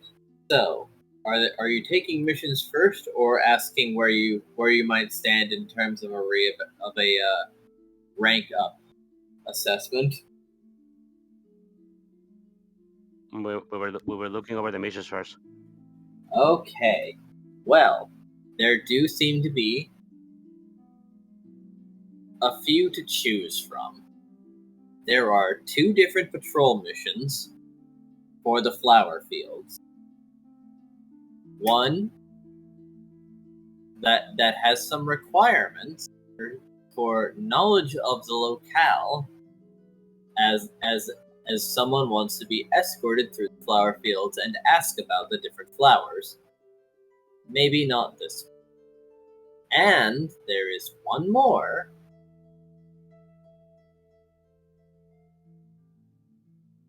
It is someone who has dropped something somewhere in the flower field, an item retrieval. And there is the last mission available. This is a request that is technically open to all teams. It is called a time attack mission, where it is basically a air quotes challenge by the guild hall. Clear the dungeon in a specified amount of time. They are looking for new teams of rookie rank to beat the blue light flower fields in 20 minutes. Ooh. That's pretty cool. Out of character. Would that be in real time? That'd be pretty funny. No. No, it would not. Absolutely not. But if you could do it in real time, I would give you such props and probably just extra XP. You wouldn't have to run past everything to do it in real time. But that would technically count. Speed dice roll. No. Flashbacks, no. Flashbacks, no. I didn't expect that to work out. Tell me if your flashback live. I find it funny this has actually happened, though. Because my imagining the best way to do that would be to have one person do it. Just one person. No, I was literally about to say, like, if we really want to see like how fast it could be done, I could just have Vane run through it as fast as possible in a paralog at one point. You could really see how fast I have most of combat down. True. That would be pretty funny, actually. I guarantee you it'll take less than 20 IRL minutes to clear the entire dungeon. Yeah, he literally works on the system a lot, so that would probably I guarantee you I could clear this dungeon in less than 20 IRL minutes. I mean, I'm sure Zim could too, but yeah, definitely I wouldn't be doing that. No, my memory, the way my memory works, I would not be able to. It would possibly. Believe in yourself. For me, it's more a matter of trying to, get that file out of the filing cabinet in my head and then go from there. I get it. Because that's kind of the way my brain works, is that I need to have a search term. And then it takes me a moment to actually find it, and then it comes back. Then I got the whole file in front of me.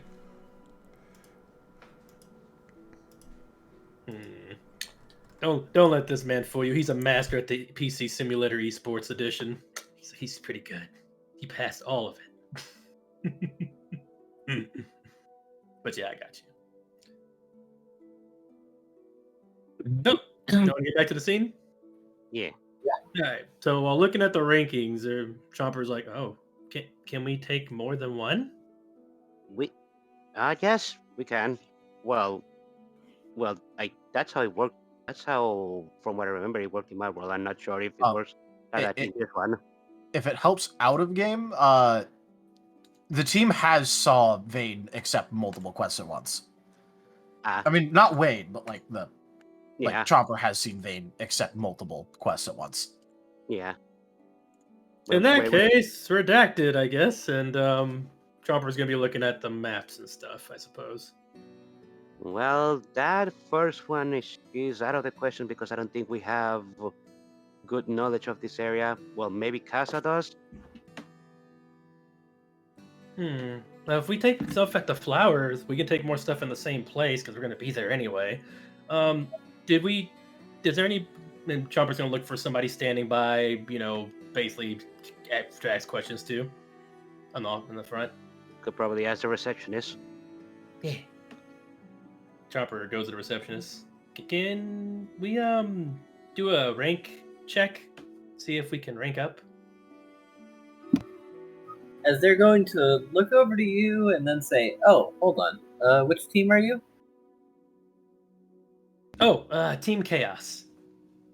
Team Chaos. As they'll pull up a file, and there does seem to be an old version and then a new version, as they seem to be comparing. And it's like, oh, okay. It seems that your team got reevaluated not too long ago. I think your leader came over and disputed or provided additional context to a lot of things on your record.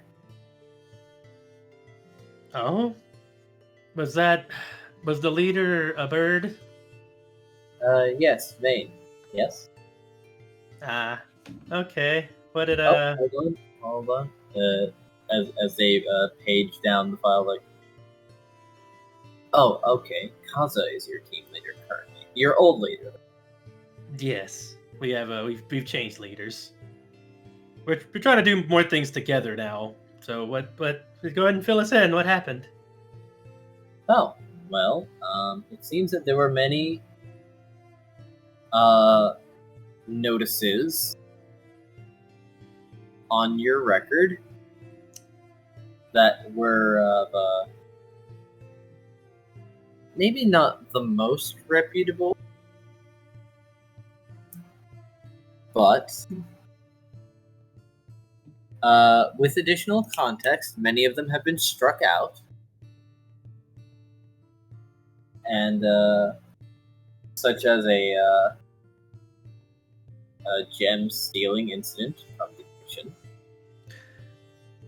Yeah, Chomper's remembering the eyeball thing. Squirrel. Well, also literally the fact that Chopper was the one who stole the gems. I know they're talking about the eyeball. We get it. No, you're not the in the eyeball. No, the eyeball thing wasn't in the record. Yeah, that was the thing from a while ago. The eyeball thing was early never on reported. And, heavily encouraged Sableye. All right, don't talk about this, okay? Please. No. The thing that the receptionist is talking about is when Chomper stole gems from the chefs. Yeah, basically I lied. thought you said gem. Gem The singular, Sableye not plural. incident was never reported. It was never put on record. Okay, that was my bad. I thought you said gem singular, so If I was they waiting for you to say gems That plural. would Or be like, a really hard one to contest. maybe it's a good thing I did something at the same time that let it be overshadowed, so it wasn't the one thing they can look at. Who Sure, knows? let's say that. Sure. It helps me sleep at night. Let's continue. Anywho, all right. What else happened as Chomper's kind of like just fidgeting at that since he's kind of putting two and two together. Well, there was a questionable encounter with a thief. Me, I do believe, at Hamoa. Okay, just Chompers is nodding. Following this, the assault guild staff at the checkpoint at Hamoa.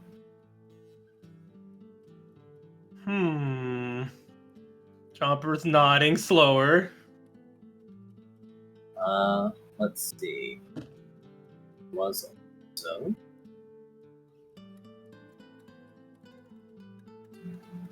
You cut out on that one. Sorry. Let's see. There was also the entrance of the dungeon that you did not have qualifications to enter at Hamoa. So many things happened at Hamoa, really. But following this, many explanations were given, and so many of those things have been resolved and we understand that you are not in the best of circumstances, but these were not completely your fault. Yeah, we had a lot of stuff around the dungeons that were pretty rough. So, Right. So, all things considered, apart from a few oddities, your record also states that you have entered the dungeon twice and have encountered issues. So, we will not be holding the results of those two against you. However, in those cases, we also cannot really properly count them towards your records. First attempt entering the Lulite flower fields while it was technically in a heightened state, and you came back with one of your members needing medical attention. So wait, so we're not wait, nothing? Oh, that's like freaking having someone DC in a match and you don't get any points. And the second time you entered again, and according to the team, you performed well, but that same person needed more medical attention after supposedly being assaulted by the member of the senior team. As such, we are really unable to confirm, as it seems that you did not receive the training that they were intending to administer. Woo! More reasons to hate Squirrel again. So, that being Consequences of our said, actions. your team record is pretty blank. Yeah, that Arcanine kind of bit up one of our team members, and that's not fair. We don't get anything for that. Well, I mean, we went through the whole dungeon ourselves. And then they just had that thing at the end, and they, bit my friend. Well, yes, and that is noted. However, you then returned with on record, by all technicality, you entered a rookie rank dungeon twice, the weakest dungeon available, and both times one of your members needed to be seen by a doctor. Yeah, because we took on he was like evolved in everything. Well, count for anything? According to the report on the first incident, the injuries were self-inflicted? Oh, is that the one where we fought? It was supposedly a team attack accident.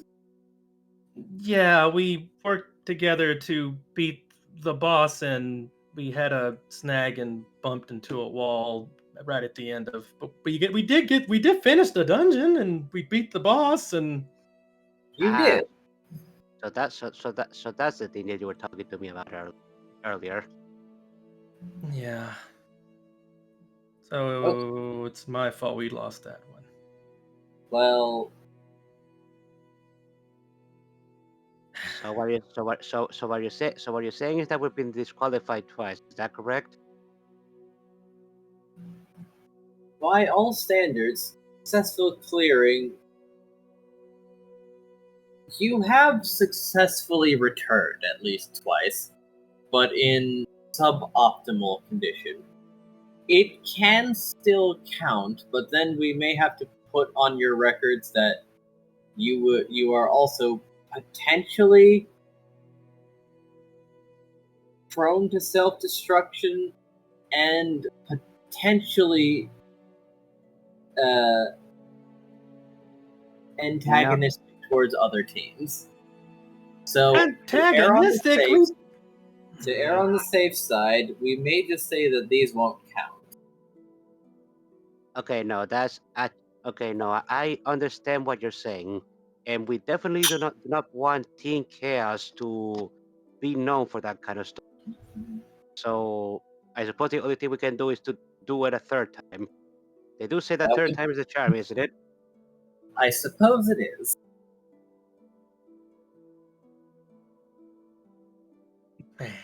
Chomper nods. I understand, Chopper. I understand the frustration, but there's nothing to be done about it in the cigar. This is bureaucracy. More reasons to love this place. Okay. I mean, hey, look, at least Vane legitimately got most of the team's file, like, struck out, so we aren't stuck with a completely sunk file. Oh yeah, I totally agree. It is a bummer that they see us as the main problems when you got like mauled by a freaking Arcanine, and the other one was like, you know, an attack that was the finisher for a boss that went awry.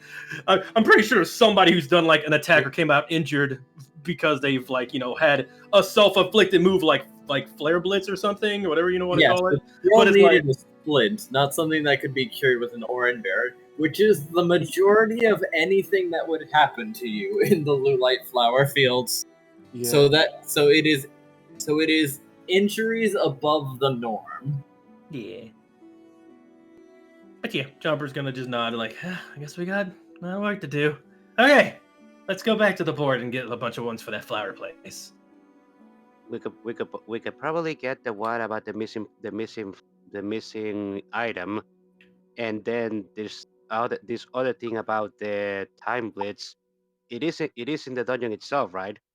We could do that at the same time as trying to finish the dungeon. Chomper thinks for a moment. No. Time limits make you rush, and then you can make mistakes and misplays. No. Let's not do the blitz one. I think we should skip that, and we should do the other ones. That way we can kind of take our time. So you're interested in the patrol mission, maybe? Chomper nods. Okay. What do you we think do about have two of them available. Wait, the patrol mission? But yes. The guild does things outside of the dungeons also, you know? No, I'm aware of that. It's just that the patrol mission states that it asks for people that know the area very well. And no. That is a request from the tour. That is a tourism request. Oh. Okay, never mind then.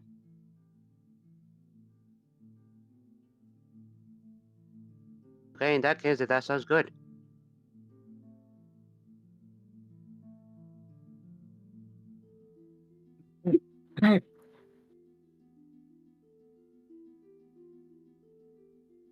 So I suppose we can do this outside dungeon missions, and then when the entire team is back, we can talk about going through the blue light dungeon again. Yeah, that'd be fun. All right, here's your route, and do tell us if you find anything of interest or suspect, as they will hand you a map of Hamoa. Mm-hmm. And blue light. Oh God. And the intended route for you to take. Mm-hmm.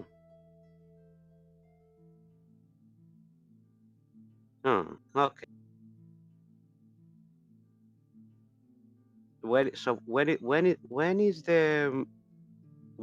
the patrol is to be expected, or can it be started at any time?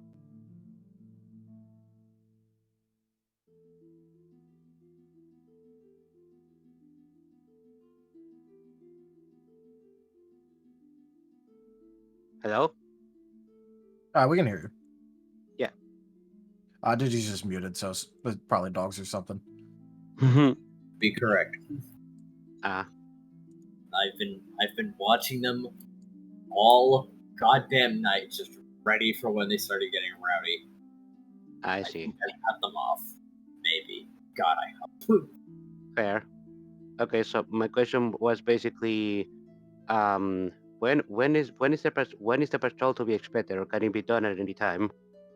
The patrol can be done at any time. Okay.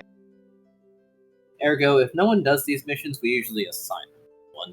So we have at least someone do a patrol or do these routes at least once a day. But this is technically a repeatable mission.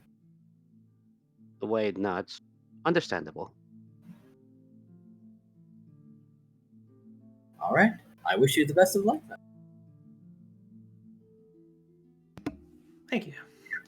Mhm. Jumper nods and basically is going to roll with everyone else as they go. Okay. Where should we go? Where should we go now, then? I Should we just- suppose, first off, before we go, I should ask, will I be able to accompany them? I have not joined the guild, but I am also not part of this world. They're going to regard Nim curiously as like, I suppose that would be fine. Excellent. Well then, everyone, let's go.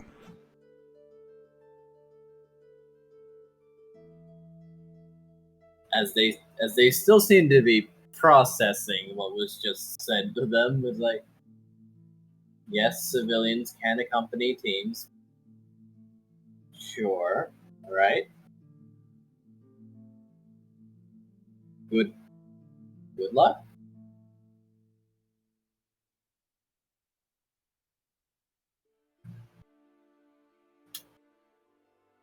Okay, so As I suppose you are free to begin your patrol mission. well, the wait is going is before we start. The wait is actually going to ask. Well, we're going to wait for Bane to be back before we do that. Right? That was Then I suppose over to Vane then. Yep. Which I'm not gonna take up too much time because mostly a lot of that time allotment just went to like Noah say just a bunch of shit. Yep. And Vane being unable to just let that go. So Vane is basically just going to show off pretty much all of his available moves to Toronto. And basically just do, basic introductions of, hey, if you're going to be training me, here's what I'm capable of doing. You should know this. Just, some standard basic shit like that. He will be using just about every move he knows, though, which is he does have that one self-harm move he hasn't actually had to use yet, but he will actually use that. Oh boy. Which is just more to go, oh hey, you're supposed to be training me. You should know everything I'm able to do, even if it's not quite maybe suitable for use yet. Well, with Toronto and Artanis watching, they're like exchanging looks and say like, okay, how long have you been in this world again? This would be day 10. Wow. All right. You are remarkable for someone who has been here for 10 days. If it helps, these are all dark type moves, and that kind of energy is something that I have in abundance. Artanis is going to look down at Vane's shadow. He knows. Uh-huh. Right. That does tend to make things a fair bit easier, yes. Yeah, alright, And that checks out. obviously, that last one I'm not exactly ready for.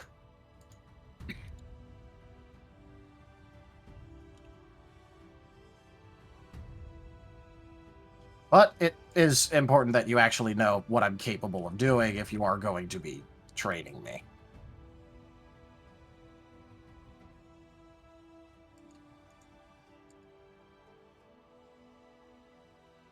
Alright. Well, seems like, at least in terms of combat, You've got your style down, so I'm just not gonna touch that. No real point. Well, I mean, For I have other plenty of things- other ideas I still need to pursue, but the basics, yes. Okay.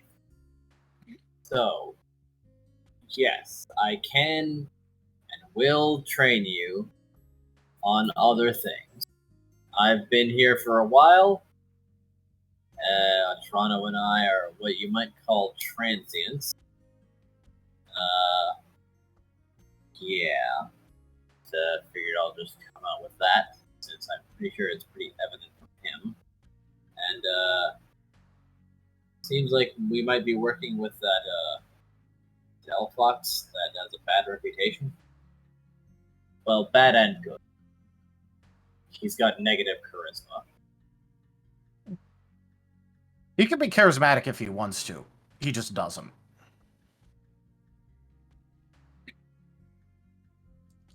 Noted.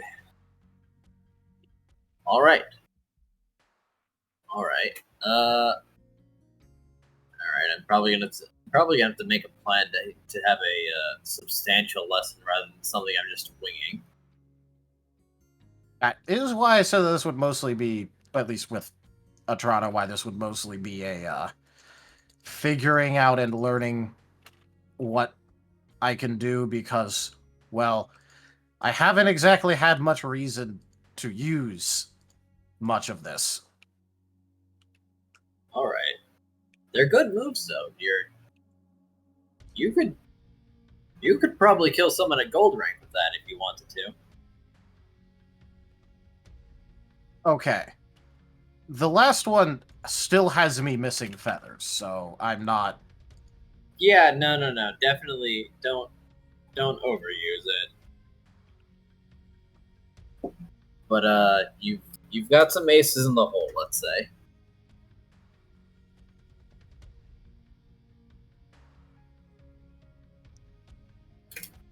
Alright, well, is there anything else, or...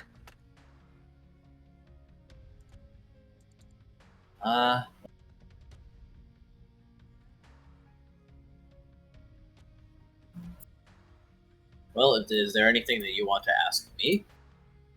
Nothing explicitly comes to mind right at the moment, and that little guy right there is still kind of odd. I don't mind him though. He's just very decidedly different from most things.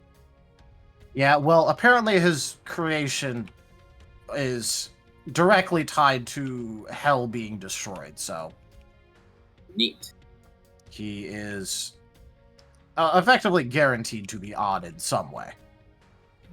Neat. At least he is benign and not, you know, evil or something. I love the response of neat. Neat. Yep. I'm just fucking imagining Alucard from Hellsinger Bridged. Neat. Yeah.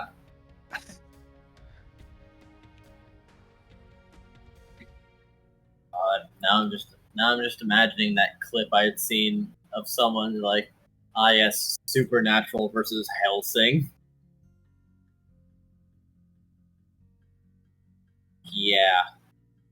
Yeah, sorry, those idiots don't have a fucking chance.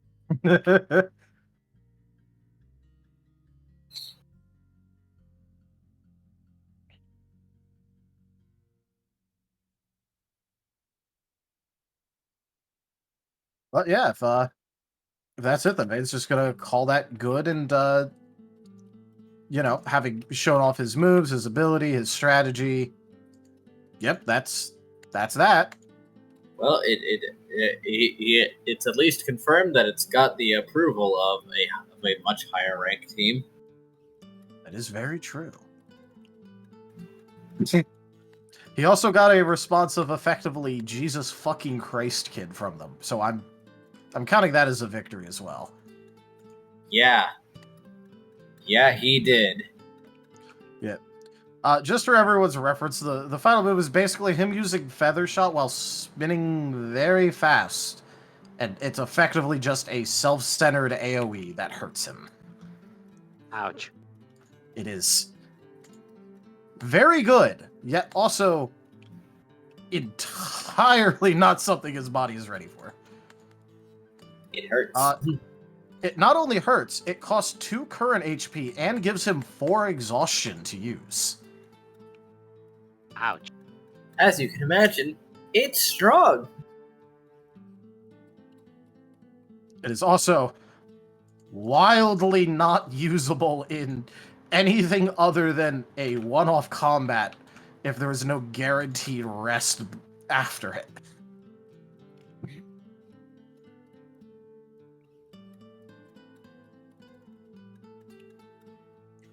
But basically, he wanted to have some form of mass AoE ever since the Monster House thing happened. And, like, the team was outnumbered more than 2-1. That makes sense, actually. So, ever since then, he was like, I'm going to be, attempting to get something to deal with that. And so, Feathershot was the first part of it. The second part is basically him having a modified version of it. He is wildly unable to use it more than, 1 or 2 times a day. And then he has to rest a lot. Makes sense. But yeah, so Vane will be leaving after that. Basically, saying goodbye to all of them. And then leaving. And coming back. And attempting to find the team. We'd probably be heading back to his house since that was the last place that we met together if we're waiting for Bane. At least that's what I'm saying.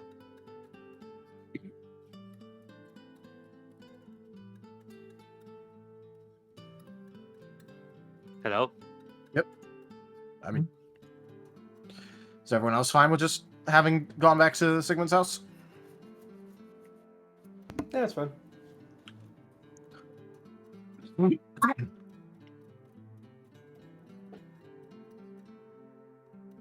Scruff is attached to Kaza.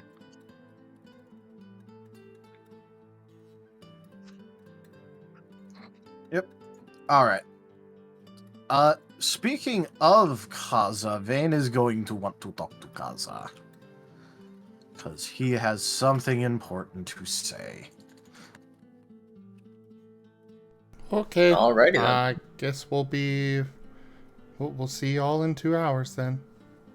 No, this is literally just going to be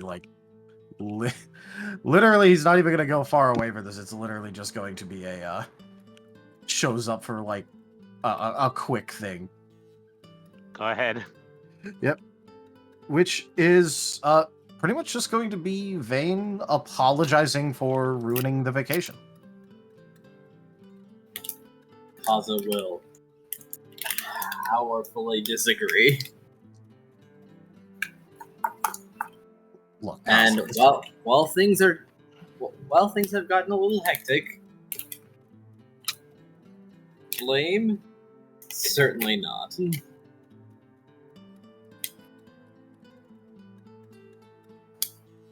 yeah, Vane is still on the train of, this is the first actual decision you've made for the team, is to have a vacation, and I kind of ruined the vacation portion of the vacation. So No. yeah, he is attempting to apologize still.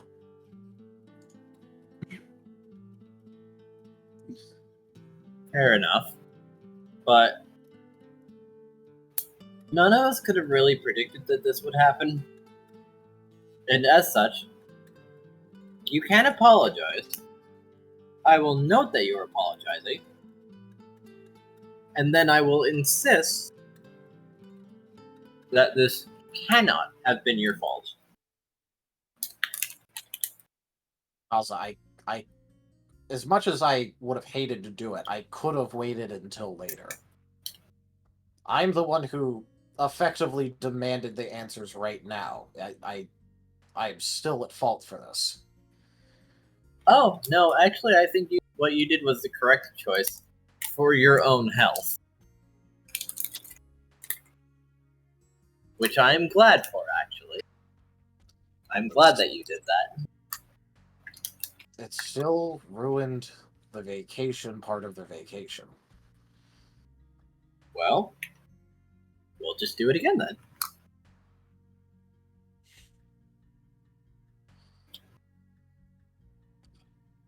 Well, all right then. Also, is Scruff okay? He's just there. He's been quiet, but I think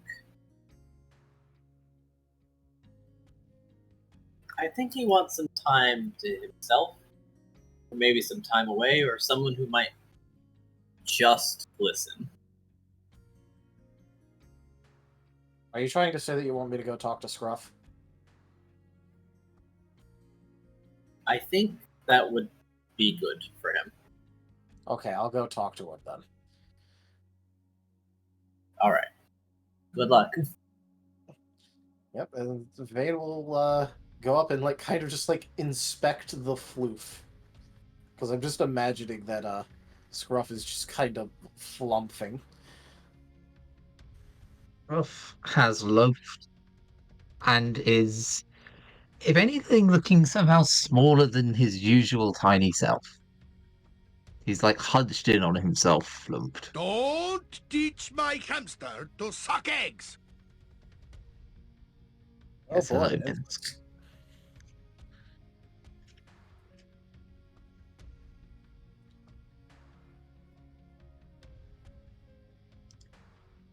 I'm going to deny this one.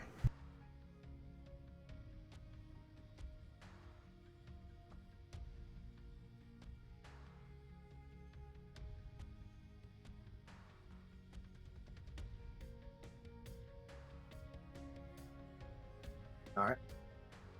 So, Scruff. You doing okay? You're just kinda... I don't know how to describe it, but it looks like you're kind of scrunched into yourself a bit. Which I didn't know you could do, but... Scruff is mostly floof, so yeah. If the floof, theoretically, if the floof compresses, he'd be even smaller, but Scruff will take a moment and he'll kind of look down at himself. And there's almost a little snap release of tension, and he seems to expand a little bit of just the floof relaxes and stands back up into the normal fuzzy bedraggled mess. A little bit as he sort of realizes, oh, I am. Okay, so I wasn't really there for it, but apparently Void Parasite happened. Did you get, an awful memory or something? What's... Apparently, my void parasite menaced being with a knife. And I did a lot of damage to Chomper. I lashed out in the moment, and I think I hurt him real bad because he was still. I think he's afraid of me. What, was he trying to, grab you with the Void Parasite? No, did you hear about the earthquake? Yeah, Wade mentioned that it was a Pokemon doing it for sure, so I went off to try and figure out who was doing it to tell him to cut it out. Turns out it was Groudon, but... Another feckin' god, of course. Right. That's in bit of trouble, that lot. I don't really remember much of it, but I were on the ground when the second one happened. And the next I knew I was in the library. But I lashed out and hit Jumper when he grabbed me. I know he did a lot of damage. Noah said something about rearranging his ribs back into place.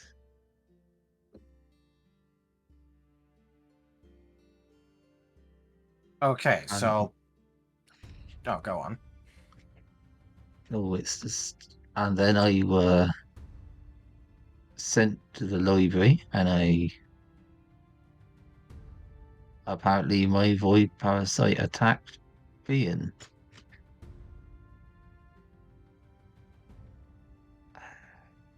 So, from the sounds of it, I mean, you used to work on a mountain, right? I think so. I don't remember anywhere else but the mountain. Okay. Well, I doubt that an earthquake would be a good thing on a mountain. So, probably have some sort of traumatic thing relating to that at some point.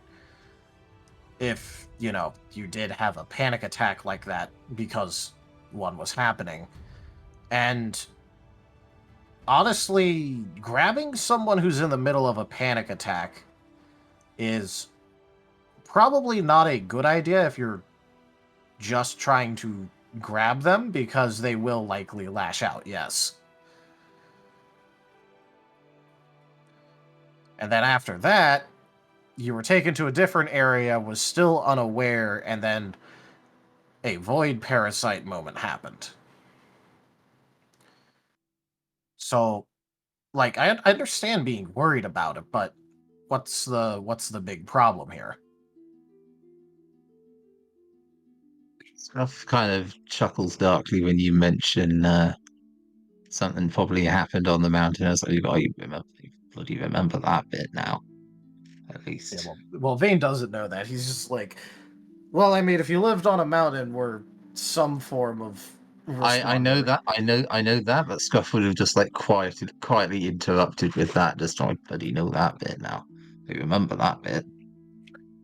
Just doing a quick ask. Are we all in the scene at the moment? Probably. We should be, Vane, yeah. Yeah, Vane didn't like leave or anything. It was just apologize to Kaza, just like a couple steps away, and then go and talk to Scruff. Yeah, we all should be here, yeah. We're probably listening in. Yeah, just make sure. Well, remember that Kaza said, maybe just someone who will just listen to Scruff. Yeah. I imagine Kaza is like staring over the pair of them, like at the rest of the team, just like no. Yep. Because Fair enough. Vane is basically just asking prodding questions. Okay, so very well.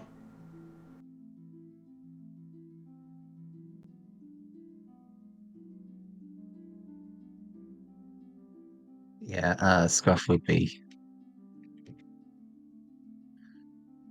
After this scene will be ending for tonight. Oh, okay.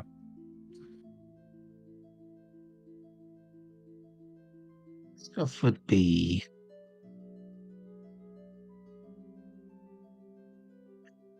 There's a deep sigh, and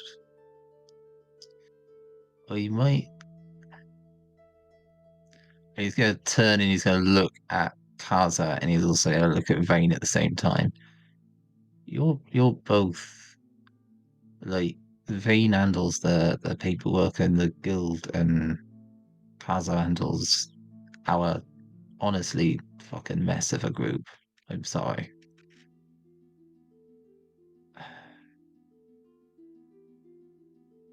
I might have to step back. I don't know. I don't want to hurt people.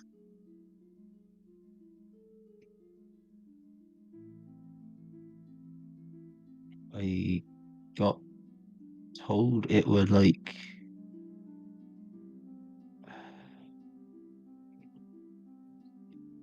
it were like when Kaza got a rather large sharp object stuck in him.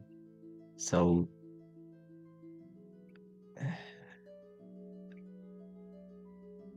either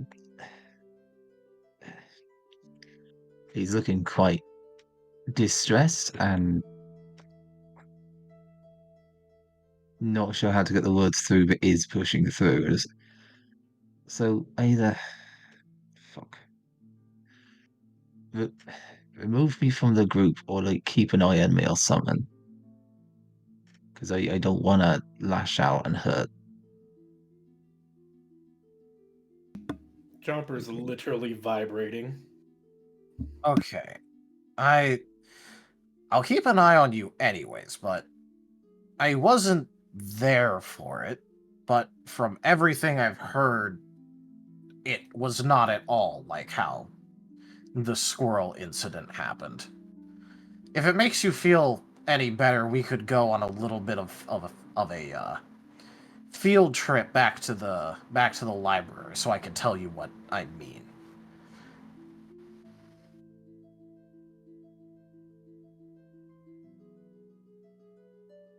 What do you mean? Okay. Scruff, did you ever end up going through the area afterwards? What do you mean? After, Squirrel escaped. Did you ever end up going through the area, or did you just avoid it? Scruff chuckles a bit to himself as I think I avoided it. I think I'm pretty sure I glued myself to Kaza. Well, not a bad thing to do, but... Well, I think it's probably a good idea to explain to you some differences if you're associating having a panic attack and hitting someone who tried to grab you in the middle of it with the squirrel situation.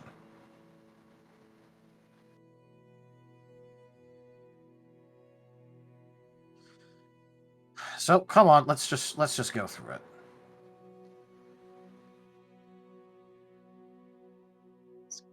Scruff like quickly glances between Vane and Kaza, like I guess we're going somewhere now. Yep. And Vane is like addressing basically the entire group to like just come along at this point. Okay. The rest of the group isn't there at all. What do you mean? They're right there. You what? Look, Oh, they're you right there. said Everyone that is right there. You said that Scruff wanted to talk by themselves with you. Yeah, I've been being quiet because we're being pushed to like not say anything. Oh no, you guys are all right but there. You're all right there. You're all right there. Like Kaza's looking over our heads at you two, but like everyone the is rest of the right there. party is right basically there. finger to lip, like it's a weird like personal moment, but like the whole group is there listening in and can see. You guys kind of gave mixed signals at the start Yeah. of it. We were Yeah, confused here. the three of us understood it as you wanted us to be completely private, so you were away from the group. We had no listening in. We were not involved at all. This Wait, was why are you private. saying in the moment I was going to say said that something, he was only a couple steps away and then went back to the group to talk stuff. That is on record what I said.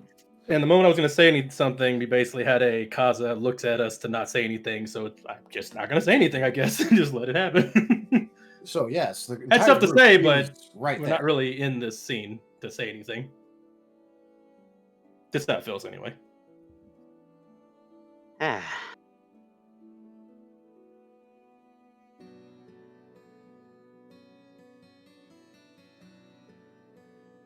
So yes, Vane would just you tell the whole group, all right, let's go. I guess we follow along silently, I suppose. Is this something that we have to do right now? Well, technically no, but I mean, I don't think Scruff's doing too well, and might as well resolve that. I mean, if you have something else you'd rather be doing, I mean, go ahead. I'm just inviting everyone along on this if you want to come with. Chomper totally wants to be a part of this. Chomper wants to say something like 15 times. He's actually like fidgeting because he's having an anxiety attack. Me, as a player, I want to, be included too. It's just that the signals are saying that we don't say anything here, and it's y'all's scene at the moment. So I'm gonna follow. Chomper's gonna follow for sure. I'm just telling you out of character. That's how I feel about it. Kaza. I mean, if you want to say some things, now is probably the time because it's just going to be walking back to the fucking library for a good few minutes. We are now allowed to talk. You have Kaza permission.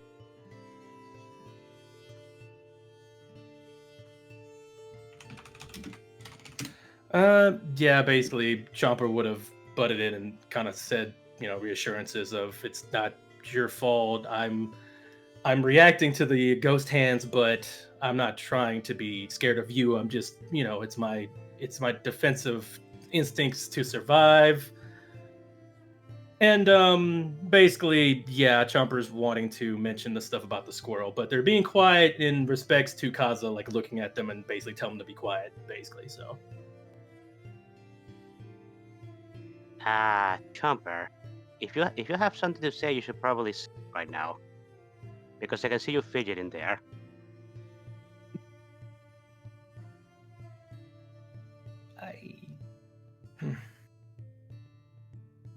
It may be my fault that he thinks so much. If he is thinking it's something to do, like he's putting it all towards school and he's worried about, things, having to leave the group or, being scared, me being scared. I'm just, I can't help it when something hurts me. I have to be defensive about it, but I'm not scared of you, Scruff. You're still my friend. I care about you. I want you to be here. And if anything, the only thing that I'd bring up when it comes to Squirrel is I just don't want anybody else to see you as a threat, from something like this happening. It isn't so much I'm scared of you doing anything, just to be clear. It's just, the last time we had somebody have a panic attack of some sort due to something in their past, lash out and hurt one of our party members, we had our own party members saying they'd kill him. And that's scary to me. I don't want that to happen again, and I don't want you to even think that.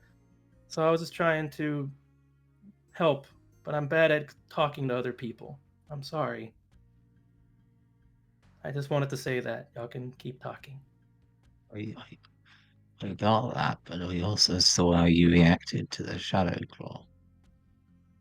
Yeah, I can't help it. There's a lot of things in this world that wants to, hurt us, either physically or in our head.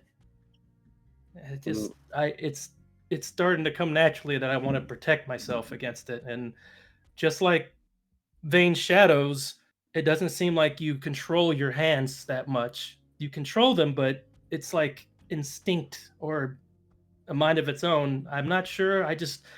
It's not your fault. You're just learning how to use them. You don't even you can't even talk to us like the same. You say things that seem like they come from another person or something, just like how Paz is. Wade, I know it's not your fault. It's just something that, you got to work on, but yeah, I want to say it's not your fault. Scruff just tilts his head at the talking like Paz, and it's just wait, what? You seem like you haven't. I know it's not like you have another person in you, but Kaza, you remember when he starts talking different? I thought you told him about that. Wait, Scruff, we already talked about this. We already talked about this earlier when we were at the library. Did you forget? This is what I mean, Scruff. You just seem like you just have a trouble, and it just needs to be understood. I don't understand it that well either, but I know it's not your fault. You just have something going on in your head. Well, and I don't want somebody to look at it and see it's dangerous or something. I'm sorry that I'm scared about your hands, but I'm more scared about people not understanding you and making you run away like Squirrel. Calti did say that he's deliberately making himself forget about something. I didn't think they would also make him forget what he realized that he's forgetting.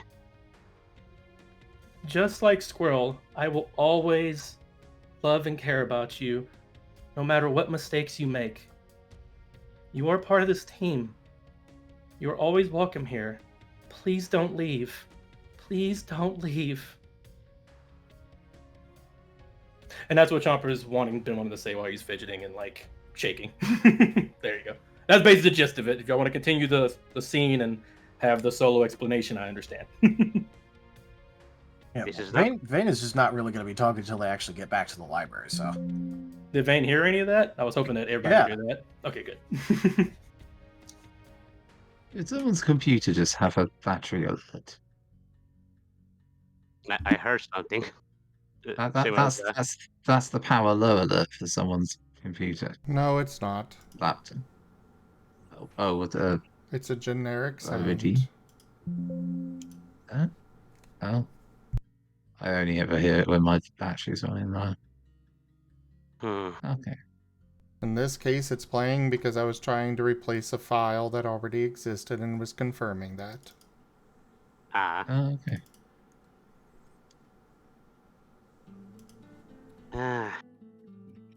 Well,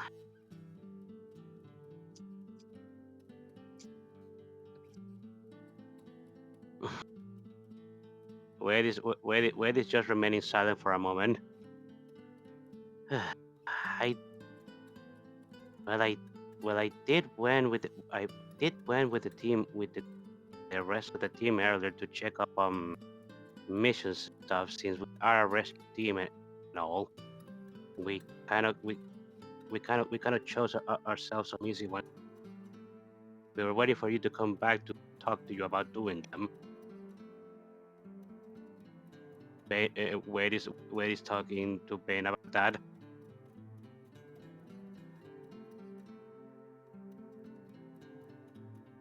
Could you repeat that last bit? Sorry, Ah, I was adjusting my headset, and then I heard that's what I'm saying. I went, oh shit, I was adjusting my headset. No. Whoops. Whoops. Oh yeah, no. Paz was basically saying that about going to the guild hub earlier with the rest of the team to check up on missions, since we are a rescue and all. So Yeah, okay. yeah. We decided to get some easy ones for us to do, and we were talking. We basically Wade said that we were waiting for you to come back to talk to you about doing them. Yeah, I think that it's probably fine to go ahead and do those in a bit. I just want to take care of this as quickly as I can. Okay. I mean, by the way, to note, it does look like Vade just got done with like a trading session, so. Okay. Yeah, that's fair enough.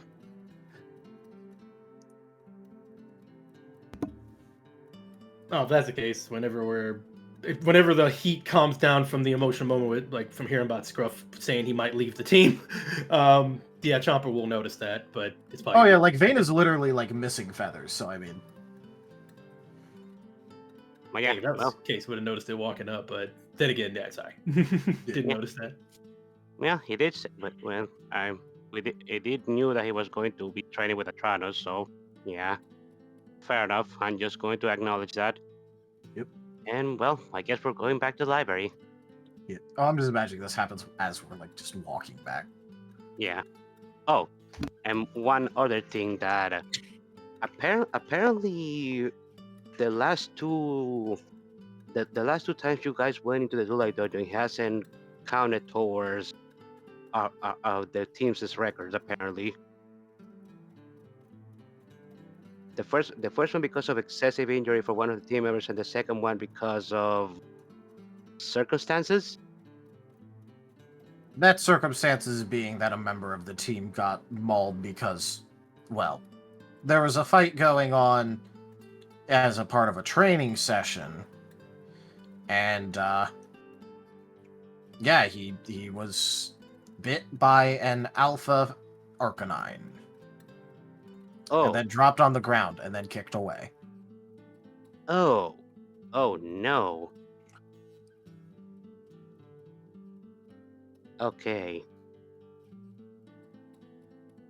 So I don't exactly understand why they're counting that against the team exactly, but bureaucracy can be weird like that sometimes, unfortunately. Well, I already did what I could by spending, an entire portion of a day just going and putting in responses to all of the stuff in our team's file. Well, all right. Well, I'm just saying that we may want to try and do that. Try and go through it one more time to Oh, actually that is to actually that is to, a act- to actually have it on the record as a good outcome. that is probably a good idea. Just make sure to actually put it by Kaza first, because he's Mhm. in charge of all that stuff, and it was his idea to go on vacation, and I'm not sure how he's squaring away the whole vacation thing right now. He did say he wanted to do it again, but Yeah, I'll talk with Casa about. I guess we can talk about it with Casa right now. The missions we got don't involve the dungeons, so we don't need to worry about that. okay. Okay, and why is Don speaking there? All right. Does anyone have anything else they want to bring up?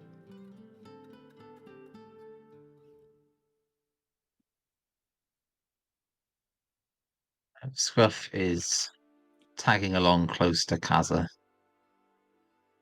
but also looking noticeably less compacted. His fur is back to more of his usual floof. That is a good sign. The issue is out in the open. It is yet unresolved. It is no longer being bottled up. Yep.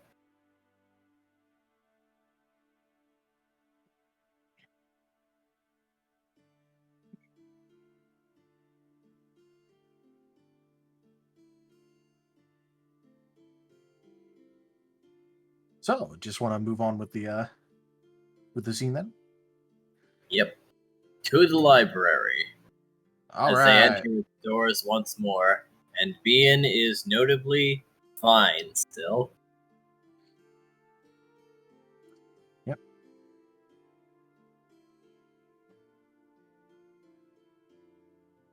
Vane's just gonna give a nod to Bean and just keep moving towards the rooms. Scruff would pause at Bean and just quietly go, sorry for getting you muddled with the power site. Mess.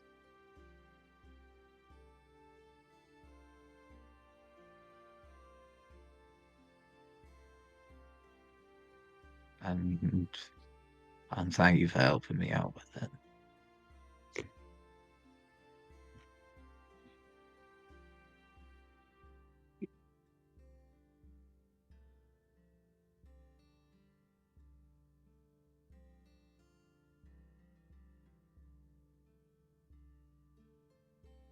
DJ, are you there?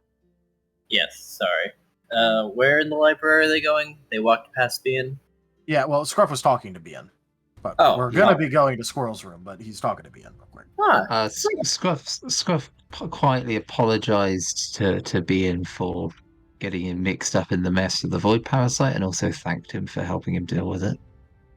oh, it's perfectly alright. I'm fairly confident it wouldn't have been able to do anything to me even if it tried. You see, I have a few special tricks, let's call them. A natural ability, even. You mean your Wonder Gar? That's the one.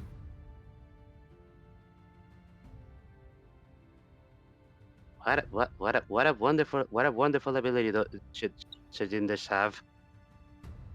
Well, it does come with a caveat. I am aware.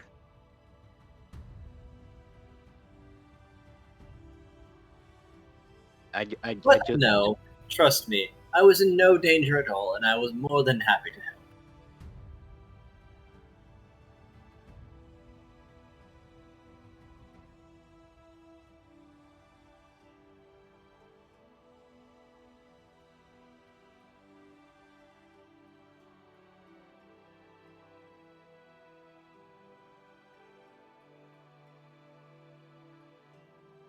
Scruff will just quietly nod and then realise that Kaza kept walking, and he will scurry to catch up.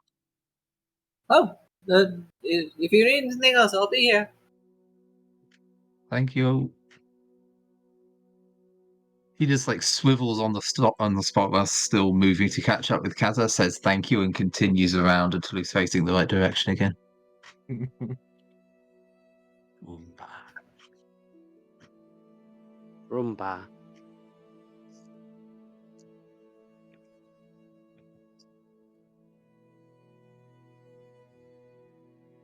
Just a little bit of room. Although then again, I also do like the idea that Scruff, like when he gets his mind into moving towards something, makes little miniature train noises. Choo choo.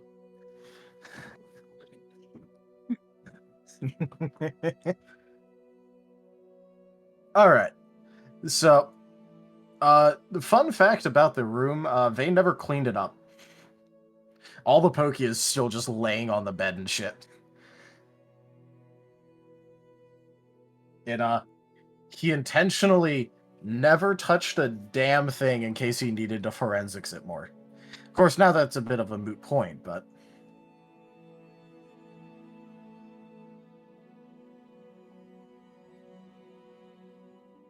can you guys hear me? Just to make sure. Yep. Yeah. Alright. So, Van's gonna sigh a bit, like, just make sure everyone was following along in this there, especially Scruff.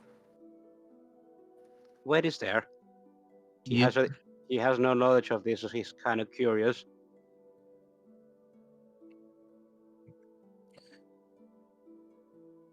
Alright, so this here is Squirrel's room. This is where he was when the incident occurred and started.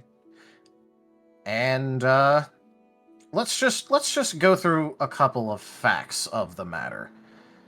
Scruff, you were having a panic attack in the moment. You were unaware of who or what was around you. You just had someone approach you, try to grab you, and so you responded with force. Does anyone think anything else happened with that? No.